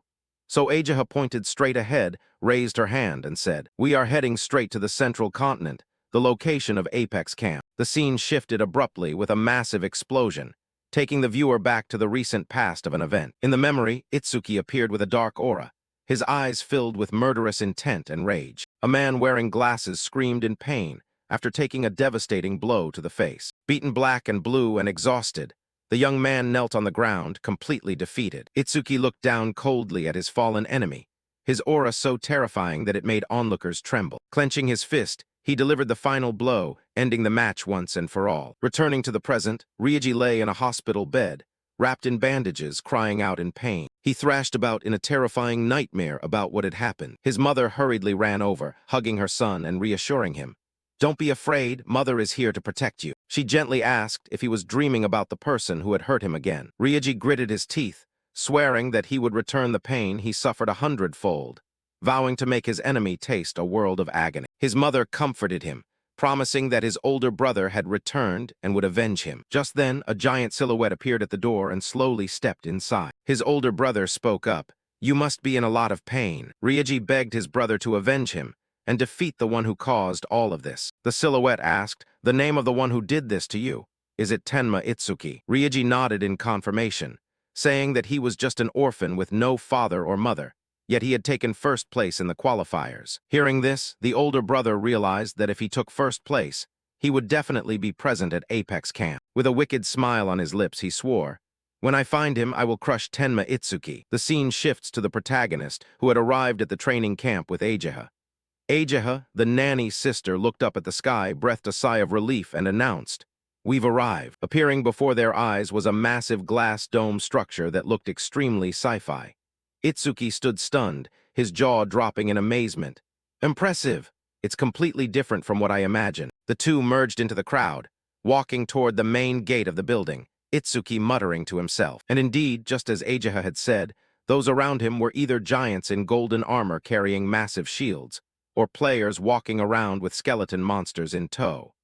Itsuki silently assessed that everyone here seemed very proud of themselves. While walking, Ageha suddenly stopped, pushed up her glasses, and gave a serious warning. "I can't go inside, so you have to take care of yourself from here on." Itsuki nodded curtly. "Understood." She took out a modern-looking bracelet and handed it to him. "This is your registration bracelet that I've been keeping for you. You'll need it for this training." The young man took it and gave a dry thanks. "Thanks." Looking at the bracelet resting in Itsuki's palm, Ageha didn't forget to add a heartfelt warning. "Listen, try not to do anything that draws too much attention.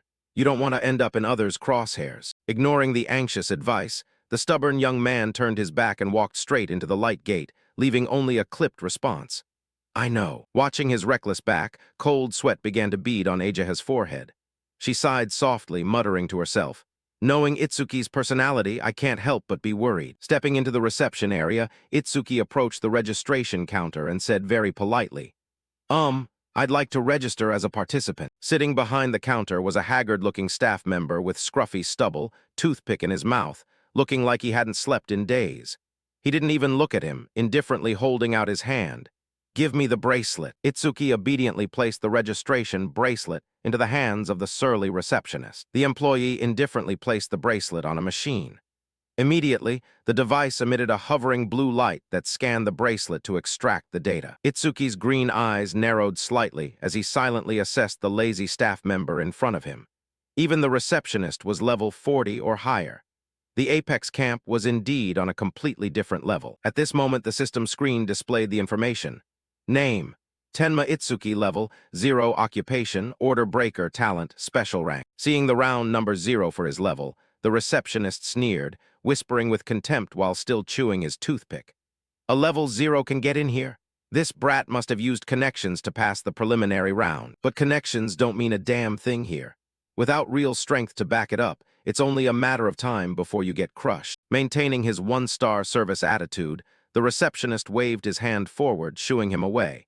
Hey, after picking your room, go pay the housing fee. Hearing the receptionist's bold declaration, Itsuki froze for 5 seconds, sweat pouring down like rain, stammering with an incredulous expression. I have to pay to stay here. The employee glanced at him disdainfully, spitting out a brutally cold line. Obviously, this isn't a charity organization. Itsuki's face darkened instantly as if the sky were about to fall. He hung his head, sighing in despair. Ajaha, why didn't you tell me? I don't have a single penny. Seeing him standing there like a statue, the employee tapped his finger on the desk, urging him impatiently. Hey, hurry up and pick a room. People are waiting. Thinking he had caught a fool, the receptionist started the introductory lesson on the camp's currency.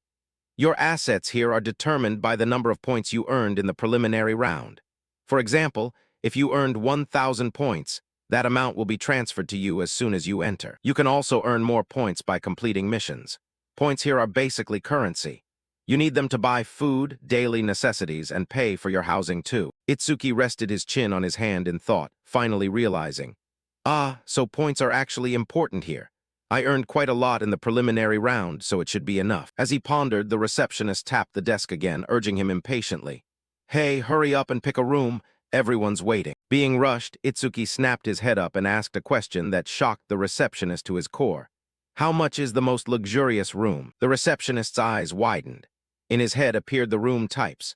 Regular room 35M2 for 100 points month, premium room 75M2 for 500 points month, Villa 200M2 for 2,000 points month. Meanwhile, Itsuki was weighing the pros and cons. A regular room is fine for me, but I also have to bring it along. We wouldn't fit in a cramped room. After a moment of deliberation, the young man made a decision that burned through points at an extreme rate. I'll take the villa. The receptionist's jaw dropped in shock, hurriedly trying to advise him like a kind, older brother. What did you say? Kid, you might have a lot of points now, but you shouldn't waste them. Points get eaten up everywhere in daily life here. Ignoring the sincere advice, Itsuki placed his hand on the counter and replied, I've decided, please process it quickly. Seeing the stubborn brat couldn't be swayed, the receptionist grumbled irritably while clattering away at his keyboard. HMPH, a kid who knows nothing. Don't come crying to me later. He reluctantly handed the activated bracelet back to Itsuki. Before he left, he didn't forget to warn him about an important rule. Once you enter the camp, everyone's stats will be hidden, and you won't be able to check other people's names, skills, or levels anymore. Itsuki nodded. Understood. Watching Itsuki's back fade away, the receptionist rested his chin on his hand in thought. Choosing the villa. HMPH, just how many points did that brat earn in the preliminaries anyway? Curiosity piqued. He moved the mouse on his computer screen. Then his eyes rolled back, cold sweat broke out, and his jaw dropped speechless. What? He rubbed his eyes repeatedly, muttering in panic. Is this not a system error, that brat's points? The computer screen displayed an unbelievable number. Points. 106,600. The receptionist shouted in horror. Over 100,000 points. I only have 1,600 points. Outside, Itsuki was strolling along. As he walked, he suddenly stopped, his face darkening. He pulled at his ear, a bead of sweat the size of a bean running down his cheek, cursing his goldfish memory. I forgot to ask where the villa is. Sighing, the dejected young man with the goldfish brain had no choice but to turn back toward the reception desk. Just after turning around, he was blocked by 2 guys who looked very friendly. Itsuki looked up at the 2 strangers, asking coldly, Need something? A big guy and a blonde kid grinned ear to ear. The big guy spoke first. We're awakeners from the southern continent and just arrived yesterday. You look lost, right? We'll show you the way. Where do you want to go? Seeing some kind people helping, Itsuki didn't hesitate. I'm trying to get to the villa area. Do you know where it is? The big guy scratched his head. The villa area? I think it's over there, isn't it? The blonde kid chimed in. Yes, right over there. But as soon as they heard the words, villa area, both of them suddenly froze, their eyes widening and mouths agape as if they had just seen a ghost. Itsuki tilted his head in confusion. Is something wrong? The blonde guy hurriedly waved his hands, stammering. Wait a second, I'm trying to remember the exact location right now. Seeing the 2 stealthily looking at each other and whispering, Itsuki frowned suspiciously. Why are you being so sneaky just to remember a location? Are you plotting something? At the same time, not far away, a cat-eared girl with a hot body and a black cat sitting on her shoulder appeared. That was Akagami-shin. Just by taking one look, she understood what was happening. They're trying to scam points off a newcomer again under the guise of showing the way. I wonder which fool is about to become their next victim. But then, as she looked closer at the victim, her purple eyes widened in shock. That person was... She immediately recognized him. The monster who had won over 100,000 points in the qualifiers. She licked her lips, her eyes flashing with interest. This is starting to get interesting. Jack was whispering, saying he heard he was living in a villa. I think he's the one who took first place in the qualifiers from some northern continent. Even if he is the top-ranked, no one is crazy enough to toss away 2,000 points just for rent. Jack judged that he was a wealthy, rich brat, the kind who knows nothing about the value of points. He was curious what his partner meant. Jack concluded that rich brats pampered from a young age are always the most cowardly, weak wretches. He's the perfect prey. We're going to strip every last point he has. Itsuki asked from behind. Can't remember, then I'll go find it myself. Both of them smiled brightly and said, We remembered, let us take you over there. The training camp was currently packed with people. In the distance, someone recognized them. Aren't those the ones kicked out of the southern continent, Jace and Jack? It looks like the kid in the middle fell for their trap. He looks weak enough and now he's getting his points shaken down. Truly pathetic. At this moment, Itsuki brushed past someone and he recognized him. Isn't that the kid who asked the weird questions before the qualifiers? Out of all the people. Why did he get involved with that pair? Well, whatever, not my business. I only have one goal, and that is to surpass the top-ranked from the northern continent, that guy named Itsuki. The pair led him to a place. This really was a large villa area. Right behind Itsuki, both were wearing scheming smiles. Jack clenched his fist. All right, time to pay the guidance fee. He replied, That's right, you guys have been showing me the way the whole time. The least I can do is give a little tip. Both were stunned. He agreed that easily. Itsuki asked them, How much do you want? Jace blurted out, At least 500. Jack raised the price. You idiot, 1,000, give us 1,000 points. Itsuki replied, 1,000 points, a bit steep, but whatever, that's fine. He asked back in disbelief. Are you sure? He looked blankly. How do I transfer points to someone else? Jack whispered into his partner's ear. He's actually willing to pay 1,000 points just for directions. He's not just a cowardly, weak wretch, but a total idiot.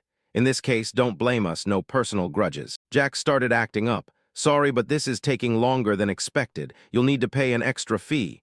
Jace shouted the price. That's right, 5,000 points total. Jack demanded. If you don't have enough, just hand over everything you've got. Itsuki had discovered their scheme. The aura radiating from him made them fearful. What the hell is with this guy? It feels like his whole being just changed. Both of them got defensive. So what? If you want to be mad, blame yourself for letting your guard down. Hand over the points quickly, otherwise you're going to get hurt. He warned, Now I'm really pissed off, so whatever happens, don't go whining about it. Jack activated his power. I'll let you know. I was ranked 6th in the Southern Continent's qualifiers. There's no way I'll lose to trash like you. He threw a punch. You idiot, I'll turn you into ash with my lightning fist. B-rank skill lightning fist. As the fist touched Itsuki's chest, a notification displayed. Absorbed B-rank lightning element skill via lightning shockwave 3. Agility plus 10%. Remaining absorption slots, 2-5. Agility 475 increased from lightning shockwave 3, 25%. Jack was stunned, didn't even flinch. He slapped this guy, sending him flying far backward. Jace was in deep shock. He's too fast. I'm staring right at him, but my eyes can't keep up with his movements at all. He launched an attack to confront a speed type. He needed to finish him off in one hit. A rank skill, physical enhancement. With his right fist clenched, muscles bulging, he lunged toward Itsuki. Seeing him block it, he was surprised. An ability to transform his own body. Is this guy the same as me? He's an order breaker. Jace raised his other hand. I'm enhancing both hands. Let's see if you can take this hit. Punches rained down like rain. Itsuki blocked them all. He thought to himself, too slow. The sound of boxing rang out as both exchanged blows. Jace's fingers were beaten to the point of deformation. He exclaimed, Impossible. After enhancing, both my attack and defense stats are near 300. What kind of freak are you? Itsuki teleported in front of him. Even with enhancement, your stats are still way too far behind mine. Jack retreated in fear. You're not an amateur. Who the hell are you? Which continent are you from? He raised his fist and lunged forward. Itsuki from the northern continent. A powerful punch landed. Notification from broken critical crystal. Your next attack has a 100% chance of becoming a critical hit. The punch stopped right in front of him. Jack was stunned. Stop. He pulled his hand back, thinking to himself, if a critical hit landed directly, it would definitely blow his head off. I almost did something irrevocable. Itsuki glared at them. Get lost. Both ran for their lives. Run, he's a monster. Shin observed this scene and marveled. I thought he'd have to struggle a bit since his opponents were 5th and 6th in the Southern Continent qualifiers. But I didn't expect the match to end with such a crushing victory for him. He really is a terrifying one. An announcement from the loudspeaker rang out. All candidates are requested to gather at Apex Plaza immediately. The Apex Camp selection test will begin in a few minutes. Shin called her spirit beast. Let's go, min time to get to work. The announcement repeated. The Apex Camp selection test will begin in a few minutes. He remembered that, according to what Aha said, 50% of candidates would be eliminated in this stage alone. I have to go all out. Upon arriving at the square, it was very crowded. Itsuki marveled. So these are the elites from all over the continents. Looks like a top-tier lineup. A hand patted Itsuki's shoulder from behind. He instinctively swung his hand. Itsuki's hand stopped in time when he saw her. He greeted his old friend in surprise. Seiya. She teased, what's wrong? What a surprising greeting. Horino added, you dare punch Seiya? You've got guts, huh? Itsuki said apologetically, sorry, I thought you were an enemy. Seiya worried, goodness, why so tense? Horino asked curiously, where's Iberia? You two are always like inseparable friends, right? Itsuki's expression grew somber when he thought of his old friend. Seiya hesitantly asked if there was a possibility he had been injured during the recent attack. You had hidden Iberia at home. Horino put his arm around Itsuki's shoulder. Don't be so gloomy. If he's injured, a little rest will set him right. Horino continued. More importantly, listen, ever since that attack happened, Seiya has been so worried about you that she's been distracted throughout all the training sessions. Caught red-handed, Seiya gave Horino a knock on the head that left a bump. Itsuki spoke up. That attack made me realize just how weak I truly am. I'm going to improve my skills here with everything I've got. Horino couldn't believe his ears. Weak, Itsuki? Seiya turned toward the spectator stands. Both fell silent as they walked. The enlistment exam was about to begin. From the podium, a powerful voice roared, silence. Before your life at Apex Camp begins, there is one thing you absolutely must know. Here, all information except for your name will be kept strictly confidential. In other words, no matter what glory you achieved in the past, you will have to start completely from zero. Horino was surprised. All information except our names is hidden. I'll show you my status board to see if that's true. He glanced at his information board. Name, Horino level, undisclosed, talent, undisclosed, skills, undisclosed, status, undisclosed.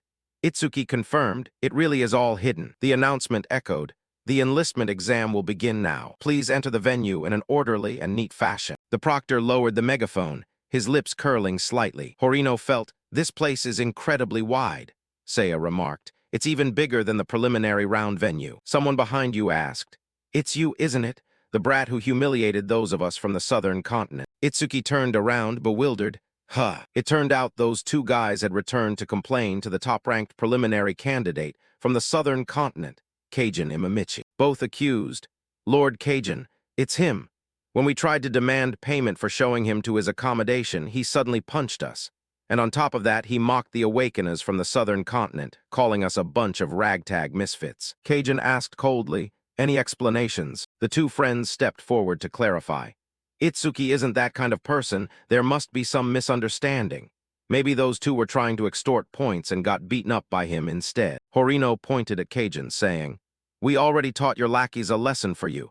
Instead of getting angry, you should be thanking us. The aura radiating from Kajin made Horino stagger. Kajin warned, don't you dare touch me with those filthy hands or I'll tear you apart. Just as Horino was about to lose his temper, Itsuki patted his shoulder to calm him down. He stepped in front of his opponent. I don't intend to explain everything in detail. More importantly, don't you dare touch my friends or I will kill you. Both were clashing with murderous intent. Seiya advised, both of you stop. The exam has started. Jack also warned, Kajin, if you cause trouble here, you'll be penalized. Kajin spoke up. I heard there's a training ground in Apex Camp where trainees can fight without penalties. After the exam finishes, why don't we go there and settle this? Itsuki agreed. Whatever you want. Suddenly, the area turned pitch black. Only the light from the gate remained. Whispers arose, that gate. There are no lights here, it's so dark. What kind of exam is this? What are we supposed to do in this darkness? A spotlight shone down from above. A man stepped out and said, I'm happy to see everyone this excited. I hope you keep this enthusiasm until the exam ends. Next, I will explain the rules of the enlistment exam. That was just a figure of speech. There wasn't actually much to explain, because in this exam, there are no rules at all. Everyone was astonished. What do you mean no rules? I've never seen an exam like this before. The instructor introduced. Now you will enter the 4 rooms behind me one by one to perform 4 different tests. The order of the rooms is for you to decide. There are no restrictions on equipment, items, or skills. The goal is very simple. Push your stats as high as possible to pass the test. Scores will be evaluated based on your performance. Scoring 80 points or higher will be recognized as an elite trainee and receive additional bonus points. Scoring between 60 and 80 points will put you on the watch list and require additional training. Scoring below 60 points will result in direct elimination, and you will be forced to leave. Everyone rejoiced. No restrictions on equipment or items. Is there actually such a sweet deal in this world? This should be as easy as eating candy. Horino regretted. If I knew, I should have asked Master for some high-end gear before coming. Being empty-handed like this is a real disadvantage. Seiya reassured him. We've trained extremely hard for this exam, so it'll surely be fine. He asked Itsuki, which stat test do you think we should do first? Itsuki replied, whatever, we have to take all of them anyway. Let's just go into the closest room for now. Horino was speechless. You're really confident, huh? Just picking the closest room like that. He marveled as he looked at the room in front of them. This is perfect. It's the defense room, Horino said confidently. I'm a metal attribute mage, so I'm quite confident in my defensive capabilities. The proctor was already waiting inside. Horino pointed at his opponent and asked, is that the proctor? He looks really strict. The proctor introduced himself. Welcome, everyone. I am the proctor in charge of the defense test, a level 40 Earth attribute elementalist. Now I will attack you with 5 different types of stones, with the difficulty increasing from 1 to 5, and you must defend against all of them. The trio was ready. The proctor asked them, which trainee is called? Step forward. First is Horino from the northern continent. He pointed at himself in surprise. Huh, I'm the first one. Seiya encouraged him. Good luck. Horino replied, don't worry, this bunch of rocks is nothing to me. The proctor announced, the test is about to begin. You may use skills first. Horino reinforced his body. Then I'll go all out from the start. C-rank skill, metallic defense, plus 50%. He declared, bring it on. At this moment, his defense reached 258. The proctor took out the first spirit crystal, difficulty level 1. He threw it toward Horino. He crossed his arms to block it. Is that all? Didn't feel a thing. The proctor, how boring. Let's go straight to level 2. The proctor condensed a larger sphere. It shot toward him, catching Horino off guard. He used both hands to block it. Horino managed to maintain his defensive line. Seiya asked worriedly, Horino, are you okay? He gave a thumbs up. No problem at all. Itsuki silently activated mana sensing. Those weren't ordinary stones. They were magic stones created from the proctor's own mana. Their hardness was on a completely different level than regular stones, and the damage was immense. Looking at Horino's hand trembling, he didn't really believe Horino was truly okay. He felt that even though he had reinforced himself with metallic defense, his arm was still going numb. It hit harder than he expected. The proctor asked, do you want to continue the challenge? Horino agreed. Of course, next go up to difficulty level 3. He wasn't entirely sure. Just 1 level higher it should be fine, right? The proctor had condensed a stone larger than before. Horino was ready. Don't think that just because it's a bit bigger I'll be scared. The stone flew toward him and shattered. Horino's entire body leaned backward. Seiya covered her mouth in shock watching this scene. Horino had collapsed, his entire body covered in injuries. Both ran over worriedly to ask, Horino, are you okay? He replied, I'm fine. That was pathetic. I didn't expect difficulty level 3 to be that strong. It's at least 3 times stronger than level 2. The proctor praised. Taking a level 3 hit and not passing out is impressive. You'll surely get a high score. He continued the roll call. Next, Itsuki of the northern continent step up. He first helped his friend stand up. Horino whispered his advice. Listen, every time the difficulty increases by 1 level, the stones get many times stronger. Don't push yourself too hard. Itsuki replied. I understand. The proctor asked, so what difficulty level do you want to start with? Itsuki thought inwardly. Even with metallic defense, Horino's defense must be under 300, but thanks to my black ice wall, it's already 627. The proctor misunderstood, thinking he was scared after seeing what just happened. Can't really blame him. He said benevolently, if you don't choose, I'll start from level 1. He interrupted. 5. The proctor was startled. What did you just say? Itsuki held up 5 fingers. I want to try difficulty level 5. Horino shouted worriedly. Hey, I already told you not to push yourself. Using metallic defense, level 3 was already my limit. Level 5 is crazy. Others were stunned. Starting from level 5, what rank was that guy in the preliminaries? What a show-off. Isn't the Northern Continent's top ranker also the national top ranker? It seems his name is Itsuki. Don't tell me that's him. No way someone who looks that weak could be the national top ranker. The proctor was provoked, creating a stone bigger than a person. Every year there are guys like you, reckless show-offs. The outcome is ending up severely injured or unconscious and unable to participate in other tests, and finally being forced to leave the camp. He lifted the giant rock. If that's what you want, I'll oblige. Everyone believed that. Is the difficulty level 5 stone really that big? Getting hit by that thing is an instant end. Now I understand why Apex Camp is considered dangerous. The proctor allowed, you may use skills first. Itsuki's voice was strangely calm. I don't have any skills to use, so just like this is fine. Hearing this, the proctor became even angrier. Is this guy looking down on us? He threw the stone toward the target. It flew straight toward Itsuki. A shockwave erupted violently. The aftershock made those waiting lose their footing. Thick smoke billowed, blocking their vision. Someone was curious. That power is no different from a meteorite. He's definitely dead. The proctor sighed. What a fool. He picked up the radio. Emergency rescue medical team. Someone is severely injured. Someone pointed forward. Look, a figure. The proctor glanced over in astonishment. Seeing he was still standing firm, he was surprised. That guy is still standing. The voice from the radio came through. This is Medical Team Leader 1. Report the location of the injured person. Hearing no response, the other side pressed. Hello. Itsuki brushed the dust off his shoulder. Was that difficulty level 5 just now? The proctor was in deep shock. I've been a proctor for 3 years and tested hundreds of trainees, but someone who could withstand a level 5 magic stone without using skills and remain unscathed. This is the first time I've seen this. Itsuki of the Northern Continent truly is a top-tier monster, even compared to all trainees from the past until now. He spoke up. May I be excused? As he left, everyone was bewildered. Maybe that guy really was the national top ranker in the preliminaries. His aura is completely different. Earlier, everyone backed away quickly. Itsuki was curious when he saw their expressions. Why is everyone avoiding me? 2 friends stepped forward to congratulate him. That was epic, Itsuki. I thought I could beat you in defense, but you've widened the gap again. Itsuki said humbly, there's no such thing as a perfect awakener, right? I'm sure there are things Horino can beat me at. He excitedly believed it. Really? Like what? Seeing Itsuki couldn't think of anything. Horino knew he was just being hopeful, so he let it go. The next roll call, Seki Saraj of the Eastern Continent to the floor.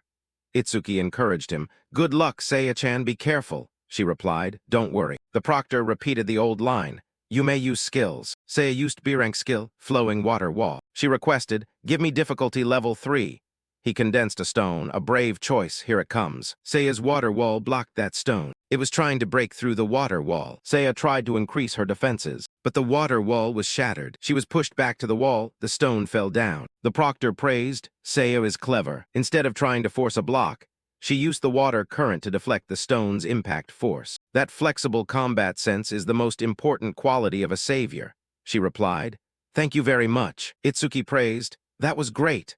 The proctor read the name. Next, Mana Magaru of the Eastern Continent to the floor. Seiya teased Itsuki. He, getting a compliment from Itsuki. Leaving the defense room, Horino was curious. What test should we do next? I guess the room next door is the attack power test area, right? In the attack power test area, it was already packed with people. The proctor there spoke up. It seems the second group has gathered enough. Listen up, you brats, listen carefully. In the attack power test, you will be graded based on the impact of your strikes. Horino was curious. Who do we have to attack? Don't tell me it's the instructor. Seiya reminded him. You idiot, you talk way too much. He revealed, good question. Of course, your target won't be me, but rather my Shikigami. B-rank Shikigami Tonma appeared as a giant bear. Its tattered appearance made them exclaim. What the hell is that? It looks so cheap. Yet in Itsuki's eyes, he found it quite cute. The examiner declared, you can use your bare hands or weapons. Attack this thing with all your might. Others asked confidently. That Shikigami looks like a punching bag. Instructor, what if we accidentally destroy it? He warned, you guys, even a level 50 Awakener isn't guaranteed to destroy it, so don't worry. Also, Tonma will grade you based on the power of the attack it receives. The examiner demonstrated by punching Tonma. Its body bent backward. Tonma announced, points received 50 points. He continued, the grading criteria were preset so that the punch just now is equivalent to 50 points. A perfect score is 100 points. He thought to himself, Although, theoretically, the highest score possible is 99, to achieve a perfect score, you'd have to be at least at my level, which is around level 40. No matter how much you level 10 brats struggle. The examiner sat in a chair nearby and announced, "All right, the test begins." Someone spoke up. First person, Gyro Hanma from the Eastern continent. If that casual punch got 50 points, going all out will easily net 100. Horino whispered, "That Shikigami looks weak as hell." Itsuki warned, "Don't be fooled by his flashy appearance. That examiner is over level 40. Even a normal punch from him has power far beyond us." The examiner was level 44, a Shikigami user class, and he spoke up. "When you're ready, just attack Tanma. I won't say it again." The first person stepped up, feeling a bit guilty about attacking a Shikigami that looked so harmless. Gyro Hanma threw a punch. "I need to stay at Apex Camp, so don't hold it against me. At the very least, just return to dust." The punch landed squarely on Tanma's stomach. It read the score, 37 points. Gyro Hanma was surprised. "Only 37, but I clearly used my punch enhancement skill." The examiner called out, "Stop whining, next." The second person gave it their all and only got 28 points. The third person swung a sword and got 49 points. The fourth person reached 77 points. The examiner called out again, "Next, Gaku of the Northern Continent." He spoke contemptuously. "Can't even reach 80 points, how pathetic." Gaku inwardly concluded that this Shikigami must be quite sturdy. He slammed his weapon down. "But I have complete confidence in my own power." The hammer in his hand released a burst of flames that struck Tanma's stomach. The examiner looked up from the magazine he was reading and praised. "Not bad." Tanma reported the score, 91 points. Gaku was regretful, didn't reach 100. He boasted, "Anyway, no one here can beat me in strength, so 91 points is good enough." Gaku was curious about Itsuki. "Where are you, Itsuki? How many points will that guy score?" The examiner read out, "Next, Itsuki of the Northern Continent." Gaku froze for a moment. He turned his head to look. "So you're here. Finally, I get to see your strength with my own eyes." Itsuki walked up to the testing area. Gaku watched Itsuki's back. "That's the guy who got 100,000 points in the qualifiers. But no one can beat me in strength when I'm wielding this mace." The item info displayed. Unique rank mace, attack effect plus 100 unique personal effect. He was confident. Even if he topped the qualifiers, his attack power probably just matches mine. Itsuki faced Tanma, a wave of guilt rising. "I'll feel bad about landing a critical hit on such a cute creature." But the examiner was thinking, another loser scoring under 50, how boring. Itsuki raised his fist. His eyes flashed, and veins appeared on his face. A powerful punch was unleashed, energy surging as he struck Tanma. Its head was instantly sent flying off. The examiner was still focused on his magazine. "This girl has a great figure." A shockwave coming from behind startled him. The examiner couldn't believe it. "What?" He tore Tanma apart with his bare hands. "Is this guy really a trainee?" Itsuki thought to himself. So the critical hit from earlier was still stored up. He was surprised. "You're still alive." Tanma's head wore a pitiful expression. Itsuki patted its head and asked, "What is my score?" It replied, 100 points. Everyone was shocked. A perfect score? Isn't that Shikigami supposed to be indestructible even for a level 50? Even using his bare hands, he scored 9 points higher than Gaku did with his hammer. Gaku turned pale. No, it's not just a 9-point difference. He only got 100 points because the scoring system can't go any higher. That casual punch easily surpassed all of my power. What, no one can beat me in strength? I'm truly too arrogant. The examiner walked over to inspect Tanma. I designed it so only power above level 50 could achieve 100 points. He turned back to look at Itsuki. Could it be that this guy? Itsuki panicked. Is the instructor angry because the Shikigami was destroyed? Best to slip away while I can. He said sorry, then he bolted. He announced, "The test is temporarily suspended. Wait 10 minutes. Seiya came to congratulate him. "That was awesome, not just defense, but your power is also incredible." Itsuki was humble. "I just got lucky. I can't generate that much power all the time." Horino patted his chest. "Don't be so humble. What about the guy earlier who said Itsuki wouldn't even score 30? See that? He got 100 points. Seiya laughed. "Why are you acting so proud? You aren't the one who scored." Itsuki felt that at this rate, it would take a while for the test to continue. Seiya reminded him, "Itsuki, why don't you go do another test first? We'll wait here." He instructed, "Meet at the plaza after everything is done. Next is the magic power test, I suppose." Itsuki arrived at the magic power test room. The examiner inside was level 42 crafter class. She announced, "Magic power test location. It seems everyone has gathered, so I will explain the contents of the test." Other young men were blushing, staring longingly at the examiner.